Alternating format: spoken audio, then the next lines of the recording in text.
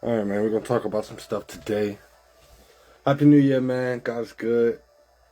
You know, live a testimony, man, that God could change your life. For real.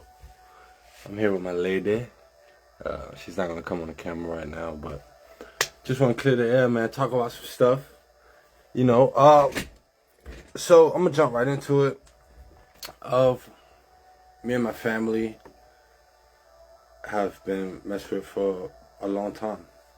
For me personally, I know it's been 20 years or more. Literally like targeted. And let me start by saying this. All this can be proven. I've been watching this unfold in front of me for 3 years now. I've been watching the people that I loved and would have died for play in my face. You know, disrespect my relationship, speak on my name, offer most of it he said, she said, something.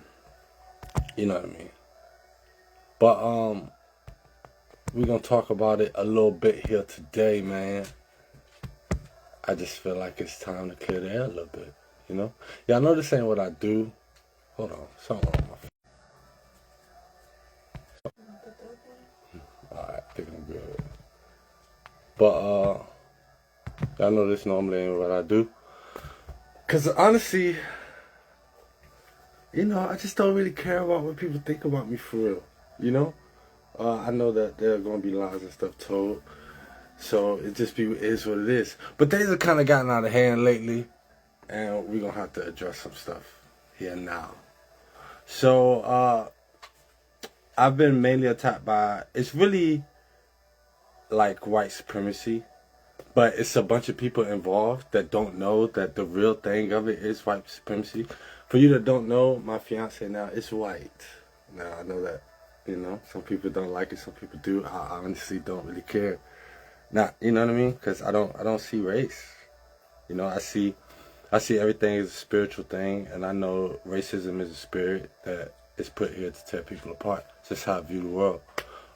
Before I really do dive in, though, I do want to apologize for, like, there was a time where I would post stuff on Facebook, talking about God a lot, and I wasn't necessarily living that life. It wasn't out of place of, like, ego or something, because anybody that knows me personally knows that I'm not better than anybody. I'm not better than the janitor. It don't matter if I had $1 billion, like, you know what I'm saying? I think my connection keep going out a little bit, but it don't really matter if I had $1 billion. Like, I still be the man that I am. I'm just you know, everybody got a soul that's all gonna leave here one day. It's not real. Like, we are spiritual beings with lies that other people told, and that's not really my fault that it turned out that way. So, like I said, you know who you are, and I'm not. Like I said, I've been watching this for 3 years. I've been watching the lies people play in my face for 3 years without saying anything, sitting in the dark, making people think I didn't know what was going on for 3 years. You know, so it's it's not a lot I don't know that goes on. I've been like locked in. And like I said, I wasn't always a follower of Christ like I am now, but my life is really dedicated to that now. And my past does not dictate what my future has in store for me. You know what I'm saying? So, I was with this girl, right, well, I ain't gonna name her, but I was with this girl. I was living at this dude house that was a parent, friend of the family. I'm not even gonna get into all the small details. I'm just gonna like talk about the major stuff. But you know, he wasn't a straight male, which is cool. I don't care what you are. That's why I'm living there. It doesn't matter to me. You know what I mean? We had set up a little deal that I can do some work on his floors. And if I'm telling any of this information, it's for a reason. I do some work on his floors downstairs. He had hardwood floors all downstairs. I do work on his floors, then he'll pay me off by me staying in the house. It's about $8,000 job by me staying in the house, and then we was gonna work out something with the vehicle. You know what I mean? I ended up getting this expedition from him. Leave it there. Now again, this has been happening my whole life, but we're gonna just focus on 5-6 years. I left my I got the expedition from him, right? So as time moves forward, blah blah blah. I run into my ex-wife. Okay. Um, when I get with my ex-wife, we're planning to leave the country at this point. Uh, the expedition is sitting there. The expedition ends up getting towed. Okay. The guy claimed that. Now, mind you, prior to this, he kept trying to get me to get the truck in my name, but I didn't have time to go to the DMV and stuff. You know what I'm saying? So it was like it was more so like our timing just wasn't working out. You know what I mean? So I couldn't get to the DMV to switch the car out. Anyway, he ends up towing the car, right? Now this before me and my ex-wife left the country. So he tows the car, okay? Now, when he tows the car, he claims that I stole the vehicle. Okay? Keep this in mind. I'm telling you this for a reason. He claims that I stole the vehicle. Mind you, I did this nigga I did his whole floor and stuff for nothing but you know what I mean, the vehicle. And I stayed there for like a year. But I would start paying him toward the end of that because he gave me a car. So, he told the police or whatever that I stole the car. Okay? By this time, me and Shay leave the country, okay? I had court dates and stuff for the car, but I don't even know because I'm not in the country, okay? Now, when I'm with Shay, which is my ex-wife, I don't know who she really... I moved quickly with that. And again, man, this isn't... Y'all know I don't do this, so if I'm doing it, it's like... You know what I mean? But I moved pretty quick with her. I should have waited, man. You know what I'm saying? But... I don't know. I jumped on it. And she just wasn't who I thought she was. Like, she was in a lifestyle, which I didn't even know the lifestyle. I didn't even know what, a lot of you might not know what the lifestyle is, but I didn't even know the lifestyle existed then. You know, I was a little freak in my own ways. I did my own things, but I didn't know there was a such thing as a lifestyle, like where people actually did that. So, I knew she was cheating on me. You know what I mean? Like, I seen something on her phone one time. This is right before we left the country. Seen something on her phone one time when she was texting her best friend. And she was like, bring that fine A here. And I brought it up to her. And she was like, I'm just playing with him. Blah, blah, blah. And, you know, silly me. I'm like, yeah, you just joking, girl. You know what I'm saying? Stupid. So I blow it over, right? But she keeps saying stuff like, she's like, I used to have sex with people, with guys or something. Who's that? Oh. And like just stuff that, again, if I knew about the lifestyle, it would have clicked for me, but I had no idea this existed. She would do stuff like her homegirls would come over and her homegirl might her homegirl come over and her homegirl might be showing herself while Shay's in the bathroom. But I really do have mores and stuff. You know what I mean? Like, we're not gonna get into my upbringing and stuff. That was wicked. So my definition of love might have been off, and I didn't trust women at all. So I might have like stepped out on women and stuff, blah blah blah. But my heart, I'm not justifying anything. You know what I mean? But my heart was always good, and I would have shut it all down for the right women. I mean, I'm doing it right now. You know. But yeah, so I knew she was cheating on me, and again, this is not that. I'm not gonna get into all those details right now. I'm just saying that to make a point, because she had a lot to do with what's been going on with me since I got back. So we're overseas. Before we leave the country, now she made good money, you know. At the time, I was doing construction, and I had my own plans, but being that we were going to leave the country, I kind of pushed my plans aside because I was putting faith in what we had going on. So I told her, let's just get a truck. That's where the truck thing come from. You know, me and her had an 18-wheeler together. Because I can't be a man just sitting there. You know what I mean? It's like, I'm not a house husband, bro. I'm not going to just sit at home. You know what I'm saying? Like, I'm a man of vision. I got goals. I got stuff I want to do. You know what I mean? Like, bring them. Who is that? Oh. I got stuff I want to do. Like, I'm not just going to sit down. So she just wants me to be like a house husband. Like, don't do nothing all day. She come home because we was overseas. That's all I had going was the truck. So I would be on the guys on the truck. I'm trying to make sure the truck running good because that's my income coming in. Even though she could have held the house down, I'm just not that. You know, I'm a goal driven man. I always want to be doing something. So yeah. Come to find out. Now, mind you, the dude that's running my truck is my ex's brother. Okay, Danny. He's her brother. Okay. Now, now that probably wasn't the best idea. I know that, but I'm the type of dude, bro, where I really be like, we can do work together. Like, we're grown men, bro. You understand? We should be to put emotions aside and get some money together. You know? So, yeah, man, I jumped into business with him. He already knew how to do trucks, blah, blah, blah. So I jumped in business with him. I'm paying this nigga half of the loads. That is, no one does that, okay? Usually it's like a certain percentage. You get 10%. I'm giving my man half of the loads that the truck is bringing in every week. There was a week where he had $7,000 on his check. You understand what I'm saying? So I'm an honest dude. That's just how I want to do business. That's how I want to do life. I want to do it with honest people who got the same agenda. Regardless of what anybody may think of me, man, off of social media. That's the truth. You know what I'm saying? So, come to find out that she started, by this time, me and her are not doing well. Okay? Again, we're overseas, so we have a bit falling out.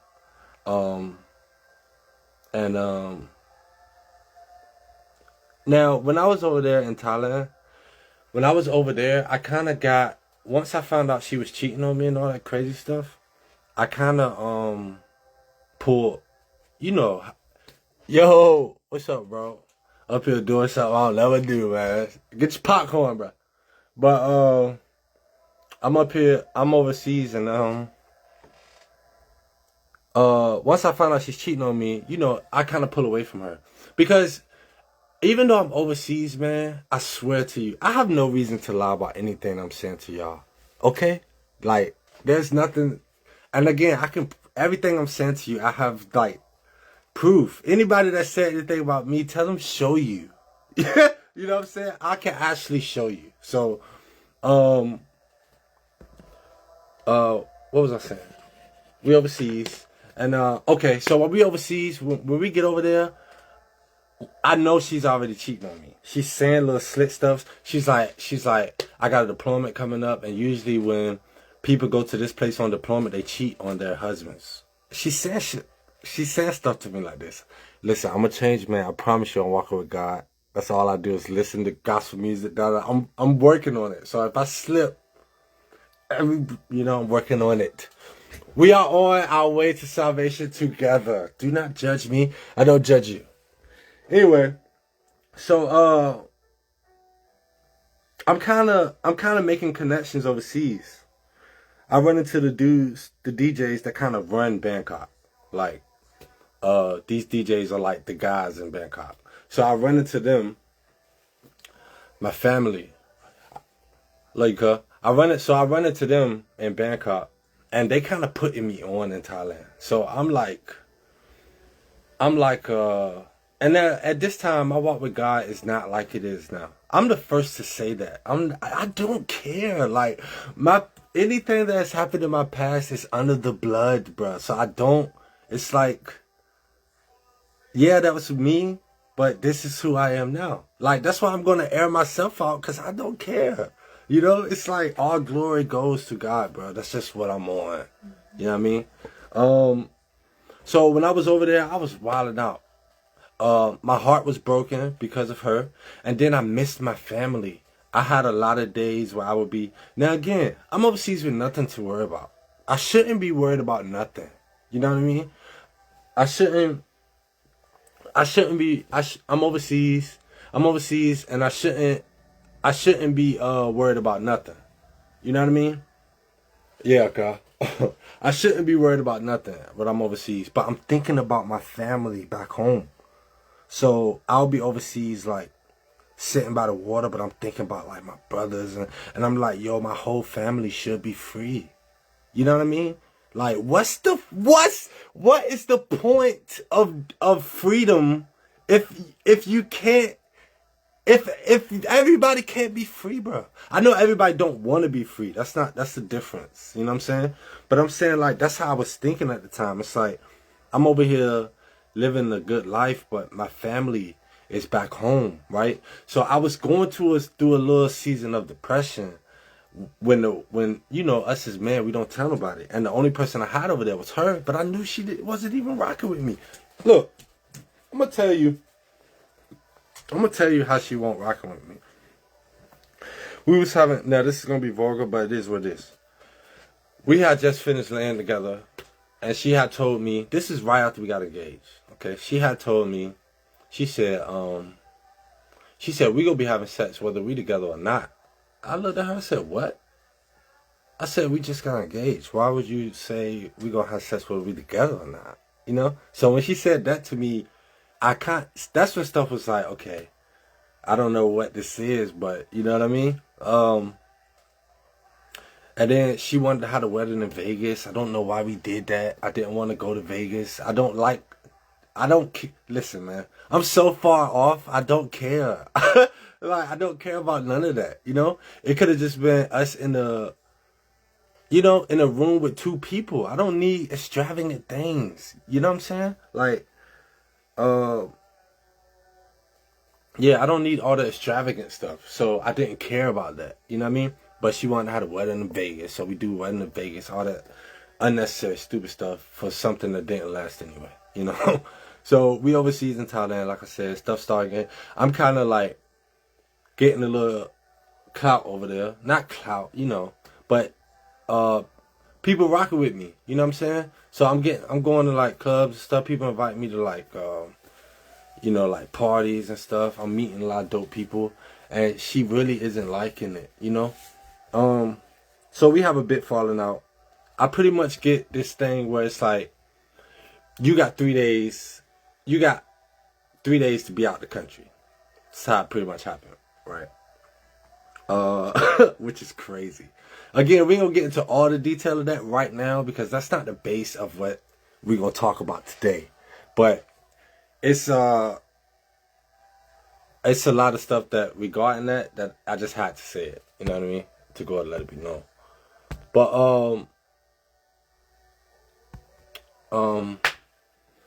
so I get 3 days. Like, you gotta be out of the country 3 days. Boom. Now, mind you, I had left the country, and I pretty much bet on my marriage. You know, I bet on us doing business. You know what I'm saying? I had the truck and all that stuff. But right before, she already knew all this was gonna happen. Like, I was gonna be leaving. So they started getting into it with my business, like with the truck driving and stuff. So she's like talking to him without me knowing. They're like, now mind you, he's stealing from me. You know what I'm saying? Like, parts are coming missing off the truck. I'm 24 hours away in another country. You know what I'm saying? Which is stupid of me. But, you know, I be trusting people, man. You know what I'm saying? I be trusting people. So, yeah, he way over there. I mean, I'm way over there. And, he like, so he's stealing from a truck. It's like parts coming up missing on the truck. Tires getting blown out on the truck.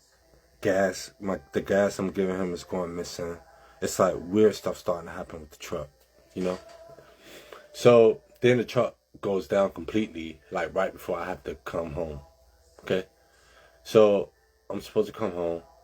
Now, when I get back home from another country, I come home with $300, a hotel room for 3 days, and that's it. Okay? This is after me dedicating years to, you know what I mean? Something else. $300, okay? $300, no car, and a hotel room for 3 days. Nowhere to go, nowhere, none of that, okay? So I gave my mom a car before I left the country. I gave her a Jeep. So my mom gives me the Jeep back when I get home. So boom.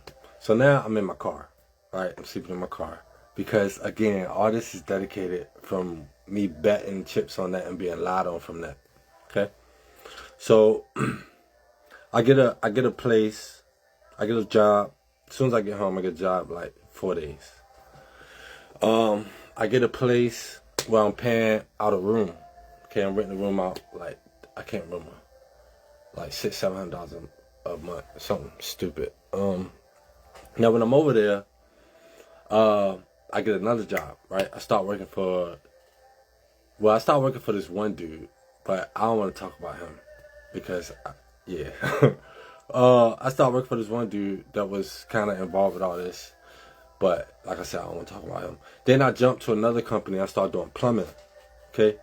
Them buildings in downtown Norfolk that they just put up, we ran the pipes in those buildings. So when I get there, this is when stuff started getting super weird. Now it was already, people were already messing with me before then. The main reason why people was messing with me before then, Shay, my ex-wife, called me. Okay. She calls me and she says, where you staying at right now? This almost as soon as I got home.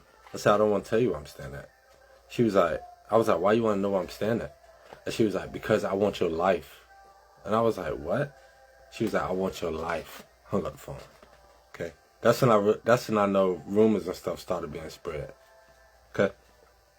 That was when I first got home. So I'm home. I get a job at this plumbing company. Now, when I'm at this plumbing company, we running pipes. Now, when they giving me pipes to run, I have one gear. You know what I'm saying? Like, when I'm at work, I'm at work. Like, my God know this. You know what I'm saying? Like, man, who work together, and we don't, when it come to work, we work. You know what I'm saying? Like, we've always been hard workers, bro. This why this irritates my soul so much, because we've always worked hard. We've always had good hearts. We've always done that. You know what I mean? And it's been, anyway. So yeah, we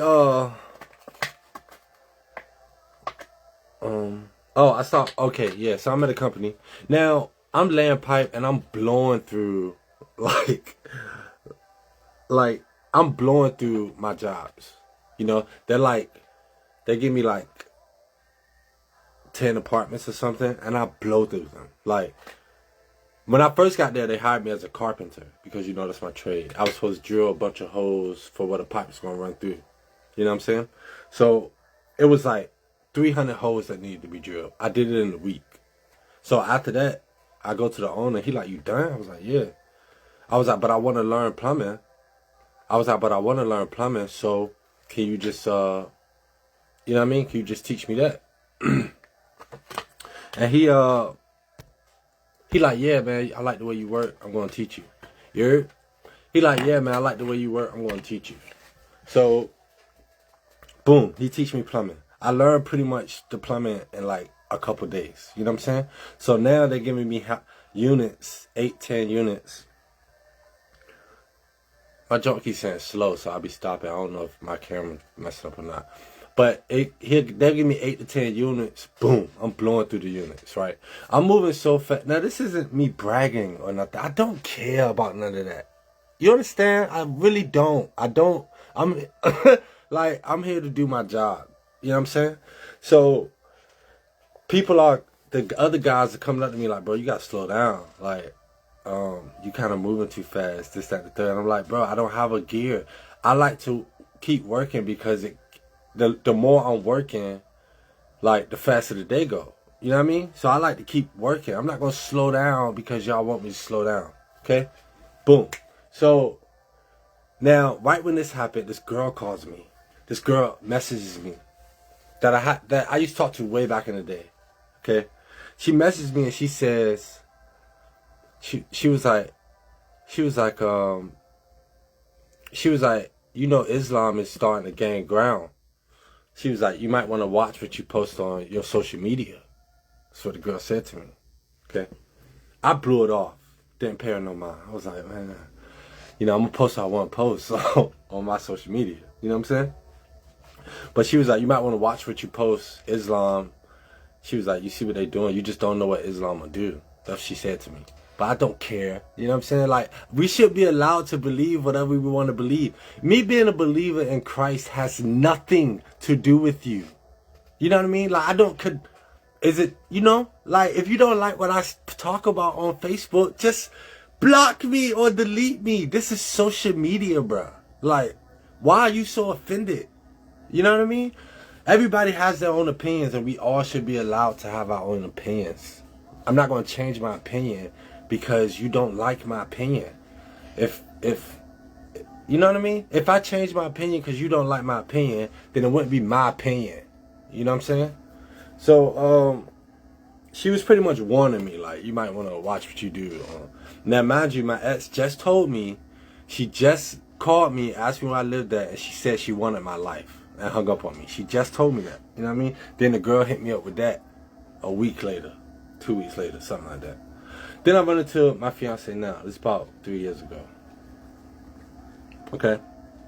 Now, during this time, I run into her. I met her on the app. I was dealing with another girl as well. Again, I'll put myself on front because, you know. Now, by this time, I'm realizing that I'm under attack by people, but I can't pinpoint it, you know. I can't pinpoint exactly who it is. So I'm watching it, but I'm playing dumb, like I don't know what's going on. Okay? So I'm watching a lot of people starting to play in my face. You know what I'm saying? All this type of stuff, and I'm sitting there like I don't know what's going on. So this other girl I was dealing with. Now, at this point, I'm kind of in a lifestyle too. You know, I was wilding out a little bit because I was hurt. I was like, my emotions all over the place, so I don't know. It was like I had one foot in that and one foot out because my heart wasn't with it because I knew God ain't like it, but I was like, yeah. You know what I'm saying? So, the girl that I was dealing with was in a lifestyle, though. Matter of fact, I gotta do that first. So, I meet this lady, okay? This lady's about 45, something. Now, she look cougar, you know what I'm saying? And again, this is when I was wilding. This is probably like 4 years ago, okay? So I meet her. Now, she's a nurse, okay? Older lady in the lifestyle. We go to like 2 lifestyle parties. Nothing crazy, just like a meet and greet. Now she keeps trying to get me to meet, to like go out of town with her, to like meet people and stuff. I never want to do that. You know what I mean? It's like I don't want to do all that. You know. So she asked me this one day. This is when I knew I was being set up. Okay. But I didn't say nothing. You know. Well, I didn't know until after this, but it was after this that I knew. She was like, go with me down to Florida. She was like, go with me to Florida. I want to go, just go chill out there because I got friends out there. She was like, I just want to chill by the beach because she's from Florida. I was like, cool. So I jump in with her, drive her to Florida. Now, this lady, granted, she does drugs. Like, prior to this, okay. So when I was in Thailand, I got introduced to drugs. Like, outside of weed. You know what I mean? Like, you know, I smoked, you know what I mean? But outside of weed, I got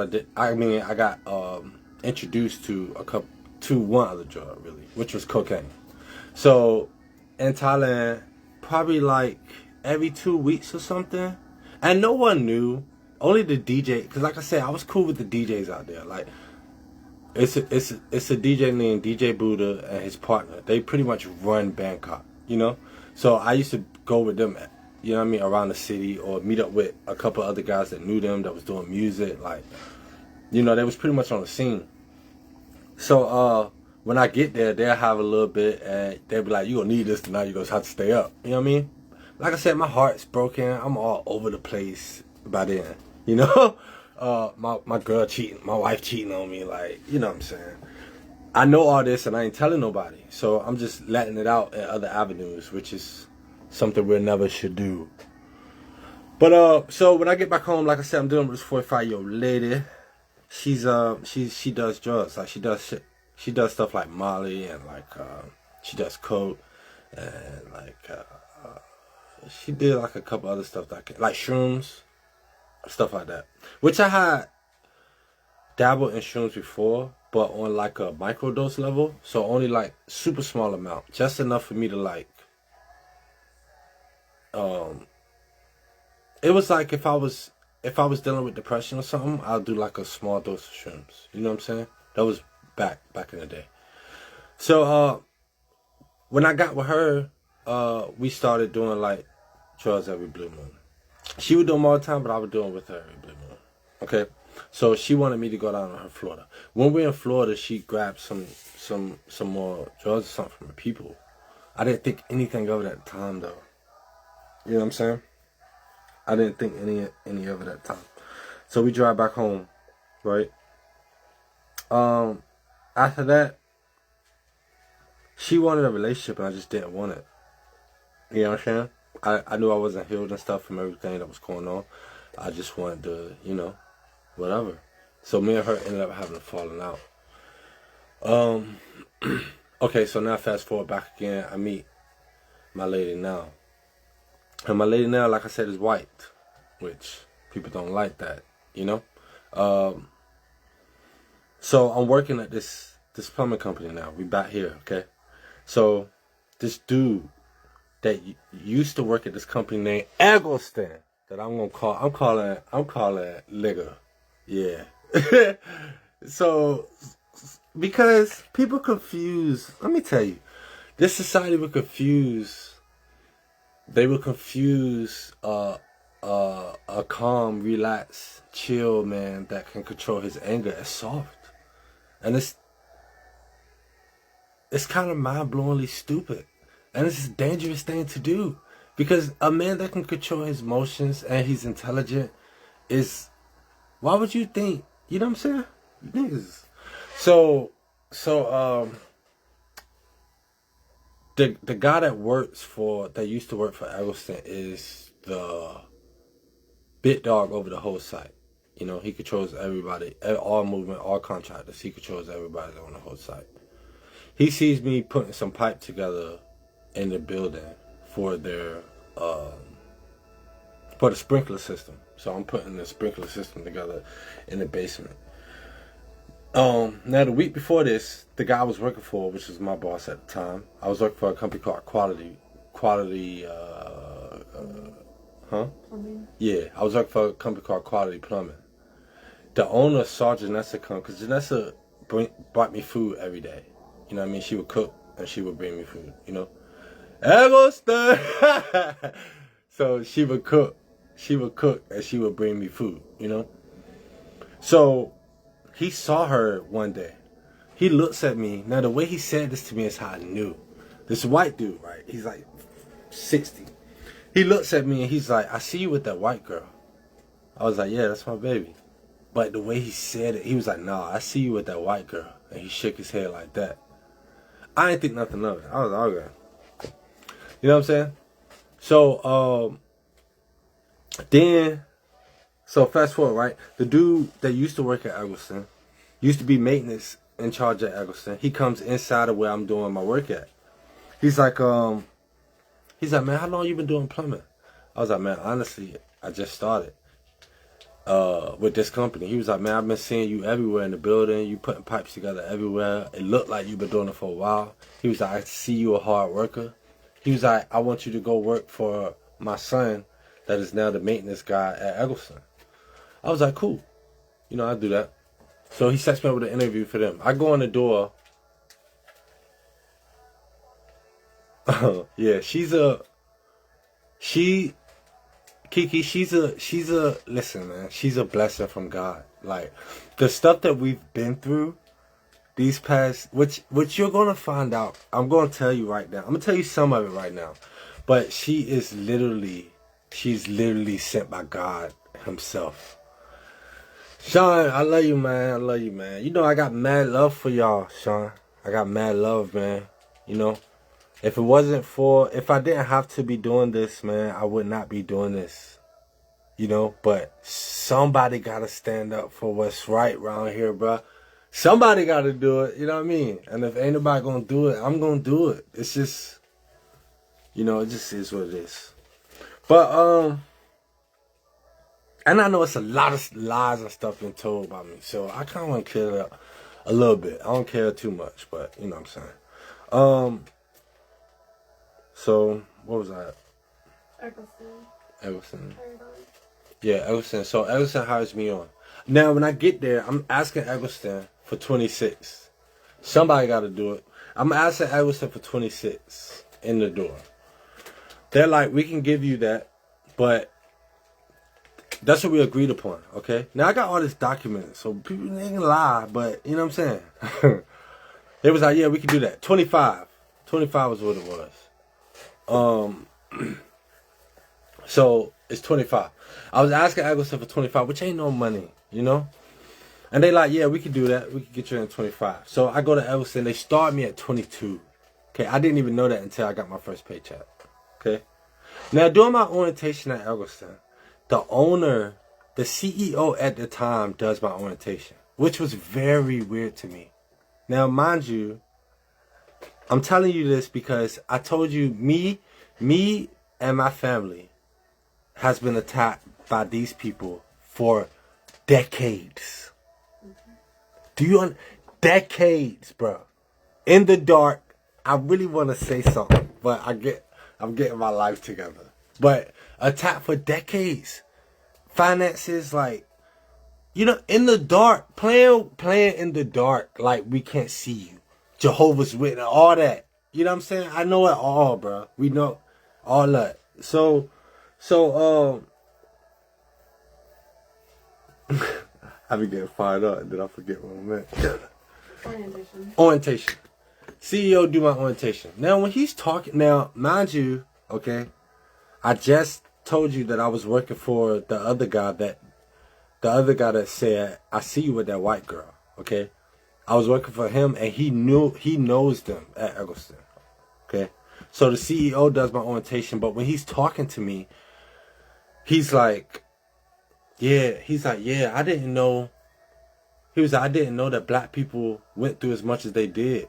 He was like, I didn't know black people got shot or messed with by the police officers or black people got pushed around. This type of stuff he's saying. To me, it's very weird because I'm the only black guy in there. It was like me and 3 other people and the other 3 was 3 white girls. So I didn't, you know what I mean? I didn't know why he was saying it. Now I know, but I didn't know then. So I'm in Eggleston, right? I'm working. I get my first check and I see it's 22. And I'm like, yo, you told me you was going to hire me at 25. That's $3 lower. They like, yeah, we got you. Give us 30 days and we'll take care of you. I'm like, you didn't tell me that in the beginning, but I got you. So,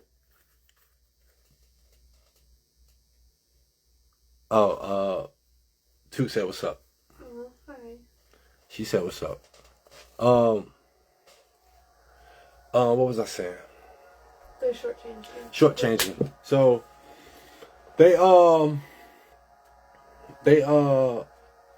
I go to, now I'm gonna name this girl. I told you I ain't naming a lot of people because a lot of y'all know who you are, and this is your chance, bro. I feel like some people will force, bro. It really pisses me off because I feel like it's some modern day slavery stuff, and it really don't nothing upset me more than that. Because who do you think? What do you think this is, bro? Do we look like some house niggas to y'all or something? You know what I'm saying? Like, what makes you think you can control our lives? That. Alright. So, I'm at Eggleston. Shortchange me. I talked to Tasha, which is the, you know what I mean? I talked to Tasha, which is the vice president. The CEO retires. Okay? So now Tasha takes over, which is, she's a black woman, right? Which I love us. My girl would tell you, there's no one, you know, there's no one I put above us. My soulmate just happens to be white, but you know what I mean? She know how I feel about black people. You know, she loves black people. You know what I'm saying? So it ain't about, you know what I mean? It's not a, I say that to say it's not a race thing. I don't see race. I don't. Tasha's a black woman. She does not like me. You know? She does not like me being a confident man that knows what he's doing. She don't like it. You know what I mean? She was just like my ex. I told my ex before we broke up. My ex told me, she said, "You gonna feel this for years to come." And I told her, I said, you think because you make a lot of money that makes you some type of high value woman? You know what I mean? And my ex did not like that. You gotta understand, she's making 6 figures, and my ex was what, 25? So she had been making that type of money for years. So she ain't never met a man to talk to her like that. But I don't. No one is anybody to me based off of the money you have in your pocket. You know what I mean? Your morals and your values and your standards. I think I messed up my screen. Your morals, your values, and your standards, man, is what makes you you. You know? Like, I don't even care about what religion you have. I am not God, duh. You know? I'm not God, bruh. I'm not here. I have no hell to put you in. You know what I'm saying? I just know what God has done for me, so I talk about God for me. I don't condemn you. I love talking to people who have different religions than me because I love knowing how people think. That's very intriguing to me. You know what I mean? So, yeah. So, I'm at Eggleston. So Tasha don't like me. Now I'm doing work at Eggleston. Like, they got a joint over there in Portsmouth, the laundry. They got a little laundry joint over there. See, people don't know. These people think they can do whatever they want, bro. You know what I'm saying? Because they got money and power. You know what I'm saying? But y'all don't have God. You're like demonic beings running around the earth thinking that you control something. You know what I'm saying? And because I've been quiet so long, you thought that it was... No, nigga. It's strategy. I'm calm down. So, they got a little laundry joint in Portsmouth. I go over there and run all... I'm cleaning out everything. I'm painting. I'm doing floors. I'm like changing out all they plumbing in their walls. And I'm getting nothing but good compliments from everybody. They're like, bro, I see you everywhere. You doing all this work for us. We appreciate it. From everybody except the office, okay? Like, not the office, okay? Because I'm gonna get there. I'm doing all kind of work. So one day, this when I realized, okay.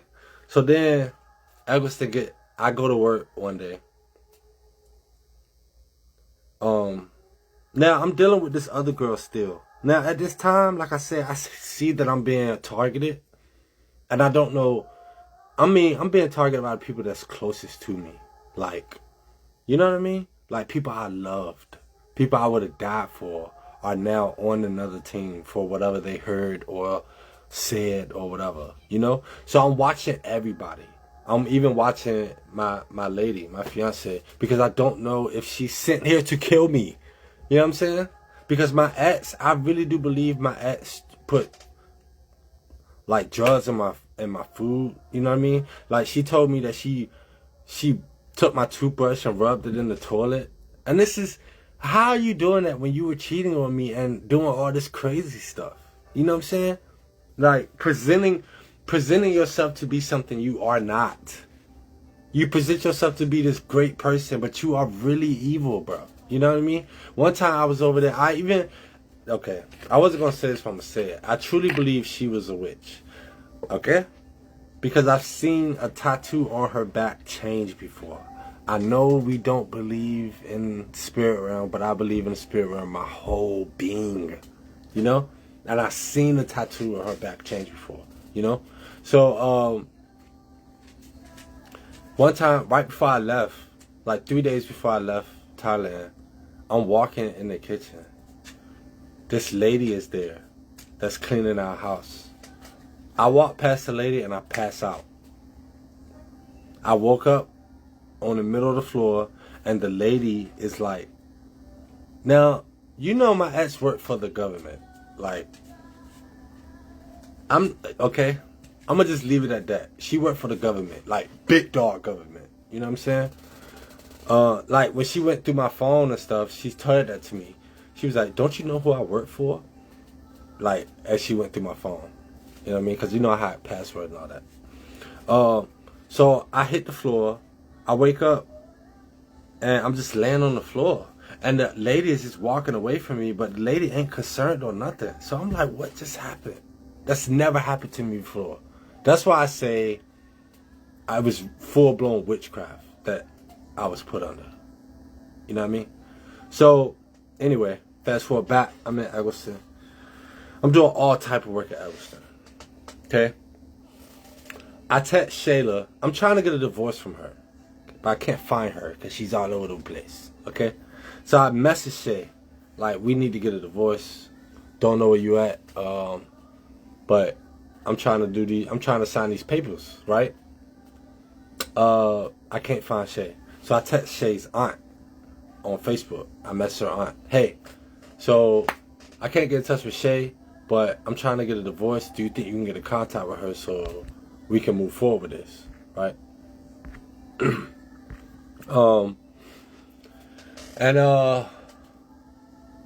Right after that, the next week, I'm at work and my supervisor walks in, and he was like, hey, so we got a call from somebody today saying that you're a liar, you're a cheater, you cheated on your ex, you're wanted in Thailand, you're a child molester, and all this other crazy stuff, and that you don't have a license. I was like, bro, what? I was like, I do have a license. He was like, show it to me. I didn't have the actual thing, so I just went to DMV, got my license, you know what I'm saying? And showed it to him. So somebody had called Eggleston and told them this. Now, a week later, this information is spread through Eggleston. Eggleston is huge. I don't think y'all actually know. And they're demonic. You know what I'm saying? Like, and for some reason they think they big dogs or something. Which is... So, I'm at Eggleston, and that happened. So, then, the next day, after I get that phone call, I'm driving on the interstate, I get pulled over by the police. Okay? By this time, Janessa is working at this company called Express. Okay? I'm telling you that for a reason. I know it's a lot, but you gotta keep up with me. It's a staffing company. Now, again, this story is going to sound crazy, but I got the proof to back it up, or believe me, I would not be here today. You know what I mean? Like, I wouldn't be up here talking all this if I couldn't back up every word that I was saying. And my family is going to be free, one way or the other, bro. You know what I'm saying? One way or the other. It's no... So, she's at a company called Express during this time. Now, Express is a staffing company. So, the guy is when I saw him, he didn't feel right to me.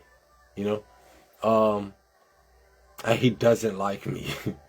He doesn't like me because I'm black. Okay? They fired the other black girl that was there before, when Janessa got there. And then they gave Janessa her spot. Okay? Janessa brings in 2 other people that she knew before. Only one. Well, one person that she knew before, and the other one was a friend of that person. And Janessa's killing it over there. Like, she's changing his whole business around. His business is down by what, 30%? Something like that. Yeah, it wasn't very consistent. Yeah, it wasn't consistent, none of that. Janessa comes over there. She's very intelligent. She's very good with that business stuff. You know what I mean? She's been doing business for 20 plus years. So, she's turning the whole business around. Okay? Chris, which is the owner of Express, he meets me. He doesn't like me. Again, it's because of the rumors that Eggleston is spreading about me by this point. So, again, it's a lot of stuff in here that we could talk about that people was actually doing to try to get me to snap off. To try to get me to snap off, they trying to mess with my finances, try to get me to off myself. I mean, like, demonic, bro. Like, that'll never happen. You know what I mean? So, What was I saying, baby? I go send your license. I work at Stephen Company. You got pulled over. Yeah, okay. So I get pulled over by undercover Mustang. Okay. When I get pulled over, I'm not speeding or nothing. Now, these guys go to the gym that I used to go to, which is the Iron Asylum. This is how infiltrated my ex-wife got all these people involved. Companies like crazy, bro. Crazy. So, You got pulled over. I got pulled over. I got pulled over. Cops got out the car. And they're like, oh, you go like this. Cops got out the car, and the girl was like, "You're really tall." That's what the girl said, dude. The girl got out, "You're really tall." The dude, they tried to pull me over. The dude was like, "Hey, so we didn't pull you over for anything, but your license plate came back unregistered." Now, that's impossible because the white car we had just brought. Okay? By this point, I used to have this Jeep. Remember the Jeep I said that I was sleeping in when I first got home? It was this co-worker that I worked with at Eggleston. He's like a 60-year-old dude. He was walking to work in the wintertime. This is like right when I got at Eggleston. I was there for like 2 months. I gave him the Jeep. Like, bro, you need transportation. We already have another car, so just take this car. It's just sitting here. Don't charge him, nothing. Just give him the Jeep, right? He can't. Now this is some of this stuff is on me, man, because I was just letting my good heart go too much and too often, you know. So he's doing stuff like driving through the tunnel, tolls, all this type of stuff. Anyway, so I get him the Jeep. I'm back at Eggleston. We get this white car. I got a Genesis. I buy the Genesis. I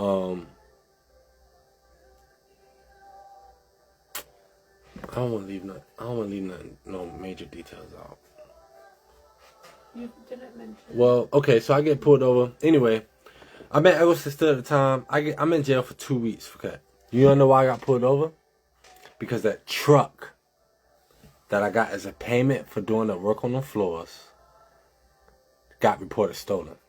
Now, the reason why he reported that truck stolen is because he said something gay to me, and I had to hit him, okay? Because I live with you.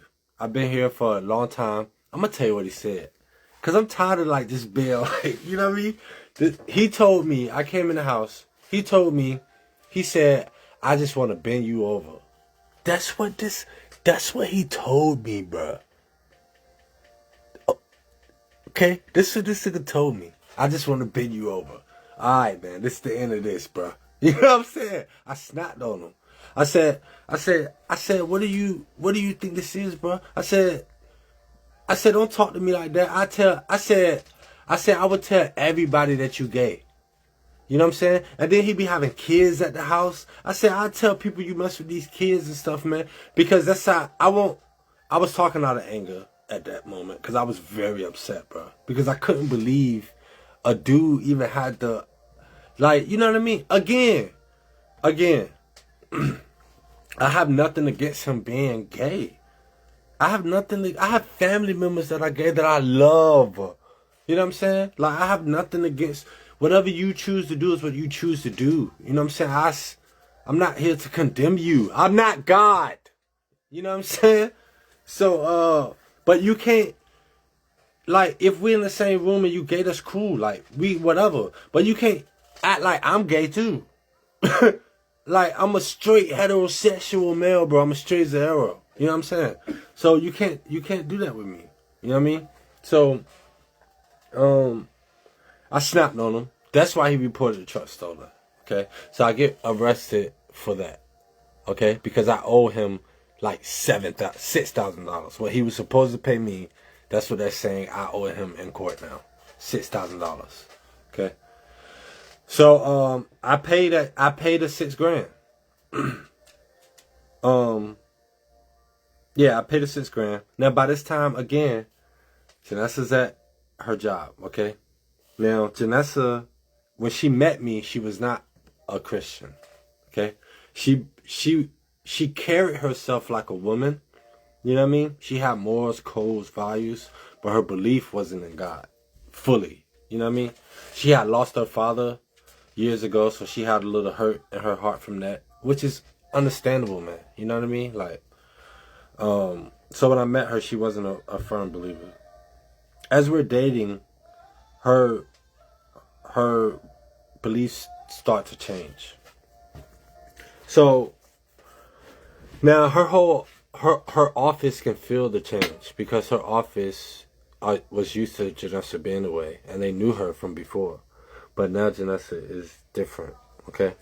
Now, I'm calling Agustin out on stuff in their face. Because I don't talk about people behind their back, man. That's not what manhood is. What are we doing? You know what I'm saying? Like, men aren't, what are we doing, bro? I don't like gossip about men, you know, or anybody. My girl could tell you how many times I've sat with her and gossiped about somebody, especially somebody I did not know. You know what I mean? I don't do it, you know? So, I'm at Eggleston. Now, mind you, I go back to my old church too. Okay? Which I love these people. Okay? But if people gotta be brought up in conversation, then you gotta be brought up. You know what I'm saying? I wouldn't have to do any of this if we had real... Go. If we were like, you know what I mean? If we had like real values and stuff, I wouldn't even be up here. But, you know, this is where we gotta go now. So now at this time, like I said, I'm watching people play in my face. Okay? I can see that people are being brought out or whatever, offered stuff to play in my face. I can see this. Or lies were told to them and they're under a... I look at it as witchcraft. You know what I'm saying? Yeah, bro, it'll be everywhere, bro. Two said, Bruno. I was wondering if he was gonna say He be everywhere, bro. But, yeah, so, what was I talking about, baby? You were still locked up and then you got out. Yeah, so I'm locked up. I get out. Now, when I get back to work, I could tell that people know my business. Okay? Like, throughout the whole thing. Throughout the whole, like, jump. People talking, like, you know what I'm saying? Which is very unprofessional. They pretty much started spreading my business to everybody about lies that were said to me by somebody who called the office. Mainly because the office staff didn't like me. Because there were people there that I trusted, that I shouldn't have trusted, that I was actually having real conversations with, and they would go back and tell these people what I'm telling them. Not gossip, but you know what I mean? So, like, they didn't give me my raise. They were supposed to give me my $3 raise. Remember that, okay? The 30 days came and went. They told me it was going to be another 30 days. 30 days came and went. They told me it was going to be another 30 days. Mind you, I'm doing all this work for Eggleston. I take pictures of all my work. So can't nobody say my work wasn't good. Regardless, you know what I mean? You can lie now, but I got the proof of what you told me, you know? So, I'm doing all this work. One house I did for them, I painted the whole house. And this is when I realized they were starting to mess with they was trying to, somebody there knew my ex. That's what my supervisor told me. He said someone in the building knows who your ex is, right? So now I see stuff starting to get weird. Like, they're asking me for materials that they should order, but they're ordering the wrong materials. So, like, one of their houses, they got houses and stuff. This how corrupt these people are, bro. Okay? They got houses and stuff that they do because they're non-profit and they do good for people. You know what I mean? So, I was doing one of their houses. I'm painting the whole house and putting floor in the whole house. I told them to order laminate flooring, which is floating flooring. They ordered glue down, which is stuff you have to actually glue to the floor. And I told them it was the wrong floor. They told me put it down anyway. Now, mind you, when you put glue down flooring down, the floor underneath has to be extremely clean, or everything will show up on the tiles. They told me don't worry about cleaning the floor super good, blah blah blah blah. Just put them down. So I did exactly what they told me to do. Okay. Now by this point I'm irritated with Eggleton because I know they playing me, and I'm tired of working at places that take advantage of good employees. You know what I'm saying? And they think you cocky because you're confident. It's like, I have nothing to be cocky about. That doesn't make sense. Cockiness, look, anybody that knows me purposely knows that this is really how I am, bro. What do you have to be cocky about? Especially something you didn't work for. So y'all know I'm about 6'7". You know what I'm saying? So people think I'm cocky because I'm tall. How can I think that I'm better than somebody else for something that I had nothing to do with? You had nothing to do with how you look. That's why I hate social media. Because you have nothing to do with how you look. Like, if you go to gym and stuff, yeah. But I'm saying, like, your facial features and stuff, God gave you that. How can you take pride in something you didn't work for?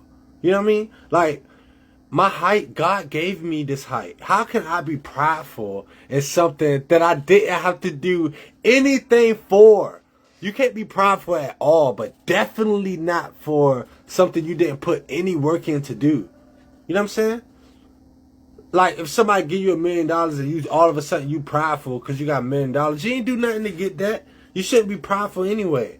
You know what I mean? And that's how I would talk to my ex. It was like, you got the position that you got at this government job because of somebody you do. You know what I mean? Like, because she would say stuff to me like, you can't worry about the people that don't got certain things or blah, blah, blah. And I'm like, I would ask her, like, why? And she like, because if they wanted it, they would have it. But that don't make sense to me because that's not always true, bro. You don't know what people go through in life, man. You know what I mean? Everybody puts on a face in public. You niggas do. Well, not everybody. Because it's hard for me to change my face, and I can't say I'm the only one that's like that. But a lot of people, especially if we going through something. Okay, if we going through something, you'll put a face on. You know what I mean? Like, so I don't judge people. You know what I mean? Like, I have no room to that. If anything, I wish I could help everybody, which is a good thing and a flaw. You know what I mean? But, so I'm telling Eggleston about themselves at this point. Tasha offers me a job as chief. Well, okay, the guy has this department. He's gay. He works at Eggleston. Okay, his name is Sean. Now, I'm cool with Sean. I know Sean gay. Like I said, I don't care if you gay, bro. I'm cool with Sean, though. So, we'll go to Sean. I stop by Sean's office in the morning because it's right past my door is on nuts. And I'm like, what up, bro? You know, we'll talk. He not like feminine gay. He's just like, you know what I mean? And, but he would ask me stuff. Like, he'd be like, so what you think about gay people? And I tell him, like, you know, I mean, I don't think that's how the world was set up, you know? It's like, I know that you gay, bro, but you can't ask me thinking I'm going to change my opinion because you asking me. You know what I mean? I'm not going to change my opinion for you. I'm going to tell you how I feel. Don't get offended that my opinion is different from how you live. You know what I mean? Like, it don't make sense to me, bro. You know what I mean? Like, it's stuff that I do that is wrong. I'm not going to try to make it right because I do it. You know what I'm saying? Like, the truth is the truth, always. The truth don't change because you feel like it should change. You know what I'm saying? So, they didn't like how I felt about a lot of stuff. And, so this the main thing that happened. I skipped this. So, after I got back from getting arrested for the getting pulled over, alright. So, after they pulled me over, I go back to Eggleston, and Eggleston all of a sudden says we have to have company phones. Okay? Now, they've never had company phones before. I asked my supervisor. He said never. So, suddenly when I come back, just the maintenance. It's only like 4 or 5 of us. Okay? All of a sudden, we have to have company phones. Now, when I'm at work one day, my phone happens to break at work. My real phone. So now I have to put all my information on the company phone. Okay? when I do this, Eggleston gets all of my information out of my phone. I'm talking about my pictures, like my personal pictures, like my personal videos, like my contacts, people I was messaging up there. Because I told you I was dealing with another girl at the time too. Because the other girl was involved with all this, and I thought my girl that I'm with now was too. So I'm watching. It's like I'm trying to keep my enemies close, right? So I know it sounds bad. My girl fully understands. Like, I'm sure y'all get it. If you really knew all the details, you would really understand. But this is not what this video is about. That video is like a testimonial of how good God is. And how I know God walks with me. You know what I'm saying? But so I'm watching everybody. So I'm dealing with another girl. So I'm texting a girl on Eggleston's phone. Eggleston ends up getting in contact with that girl. That girl ends up becoming a player in the whole game.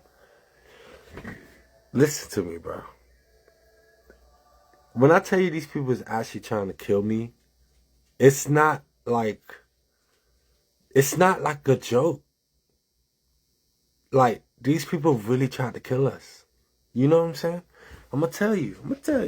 So we moved to Portsmouth, right? We moved from Chesapeake, we moved to Portsmouth. Now, when we get to this house in Portsmouth, right now, I'm working at... We moved to Portsmouth, okay? When we moved to Portsmouth, I'm working at Eggleston. Baby girl's working for Express, okay? Mind you, Eggleston and Express know each other. And I'm going to the church, too, okay? Right after Eggleston gets my phone, because what I know now and didn't know then is that Eggleston claimed that I had pictures of people in my phone. Like, I was on this lifestyle page. This lifestyle junk. They claimed I had pictures of people from the page. They claimed I had, like, random pictures, girls' pictures in my phone. Like, so they spread all these lies to get all these people involved in this gang stalking weirdo thing that they got going on. You know what I'm saying? So, now keep that in mind. Just put a pin in that, okay? They didn't release that, tell people that yet. Put a pin in that. So we're in Portsmouth. Dang it. It's so much, y'all. So, I'm this lady, when we had the truck, this lady named Jessica Parkhurst was my accountant. Okay? I want you to keep that in mind too. She was my accountant. She was good at what she did. But towards the end, she was more in contact with Shayla, because Shayla had pretty much turned everybody against me at this point. She had turned my own driver of the truck against me. She started calling me crazy, so now he calling me crazy. She had turned our accountant against me, okay? So, remember, I told you I came home with $300 and a hotel room for 3 days. Nothing else, okay? So, she started trying to kill me before I got home. Alright? So, remember that name. Jessica Parkhurst was the accountant. Remember that, okay? So, we get to Portsmouth. Now, the lady, the name of the company is Compass Realty. I'm calling some of these names out. You know what I'm saying? Some of them will come shooting. The name of the thing is Compass Realty. The lady name is Ashley Chapman. Okay? She's a realtor in Portsmouth. Apparently, she's a very well-known realtor. Who would have thought, right? Her husband is a lawyer in Portsmouth. Apparently, a well-known lawyer. So you got a realtor and a lawyer. You know what I'm saying? Great combo, right? So we're living in their home. It's a townhouse in Portsmouth, up the street from the church. Okay? We move into this place. A week after us being there, now, before we even moved in, she kept mentioning water. She was like, if you guys have any issues, please call me, especially if it's water. She said that over and over again when we were signing paperwork. She's like, especially if it's water, call me. If you got water, call me. Call me. Water, right? So we move in there. A week after us moving in there, a pipe blows downstairs and it's doo-doo everywhere. The whole first floor is flooded in sewage water. Okay?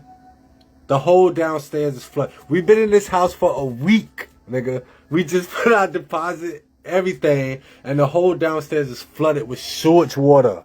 Alright? So, we had insurance. Okay? So, the insurance put us in the hotel while they resolved the problem. In the fecal for like 5 days. Yeah. Huh? She wasn't listening. Yeah, she wasn't listening, right? Because we needed to get out of there. She was horrible at her job. She is horrible, right? She wasn't listening. So we had to be in that apartment with the sewage water for like 4 or 5 days. Alright? And then insurance finally got in contact with her, and we was able to go to hotel. What she didn't want was for us to go to a hotel at all. And she thought we was just going to be in the sewage water. Because that's how she treats her tenants. Bro, listen, if we don't do something about these people, bro, they going to blow the world up. And what we going to do? Live in fecal water? I mean, we going to just let people run wild and we not, like, stop them where they at, bro? What are we doing down here? We cannot let evil run rampant.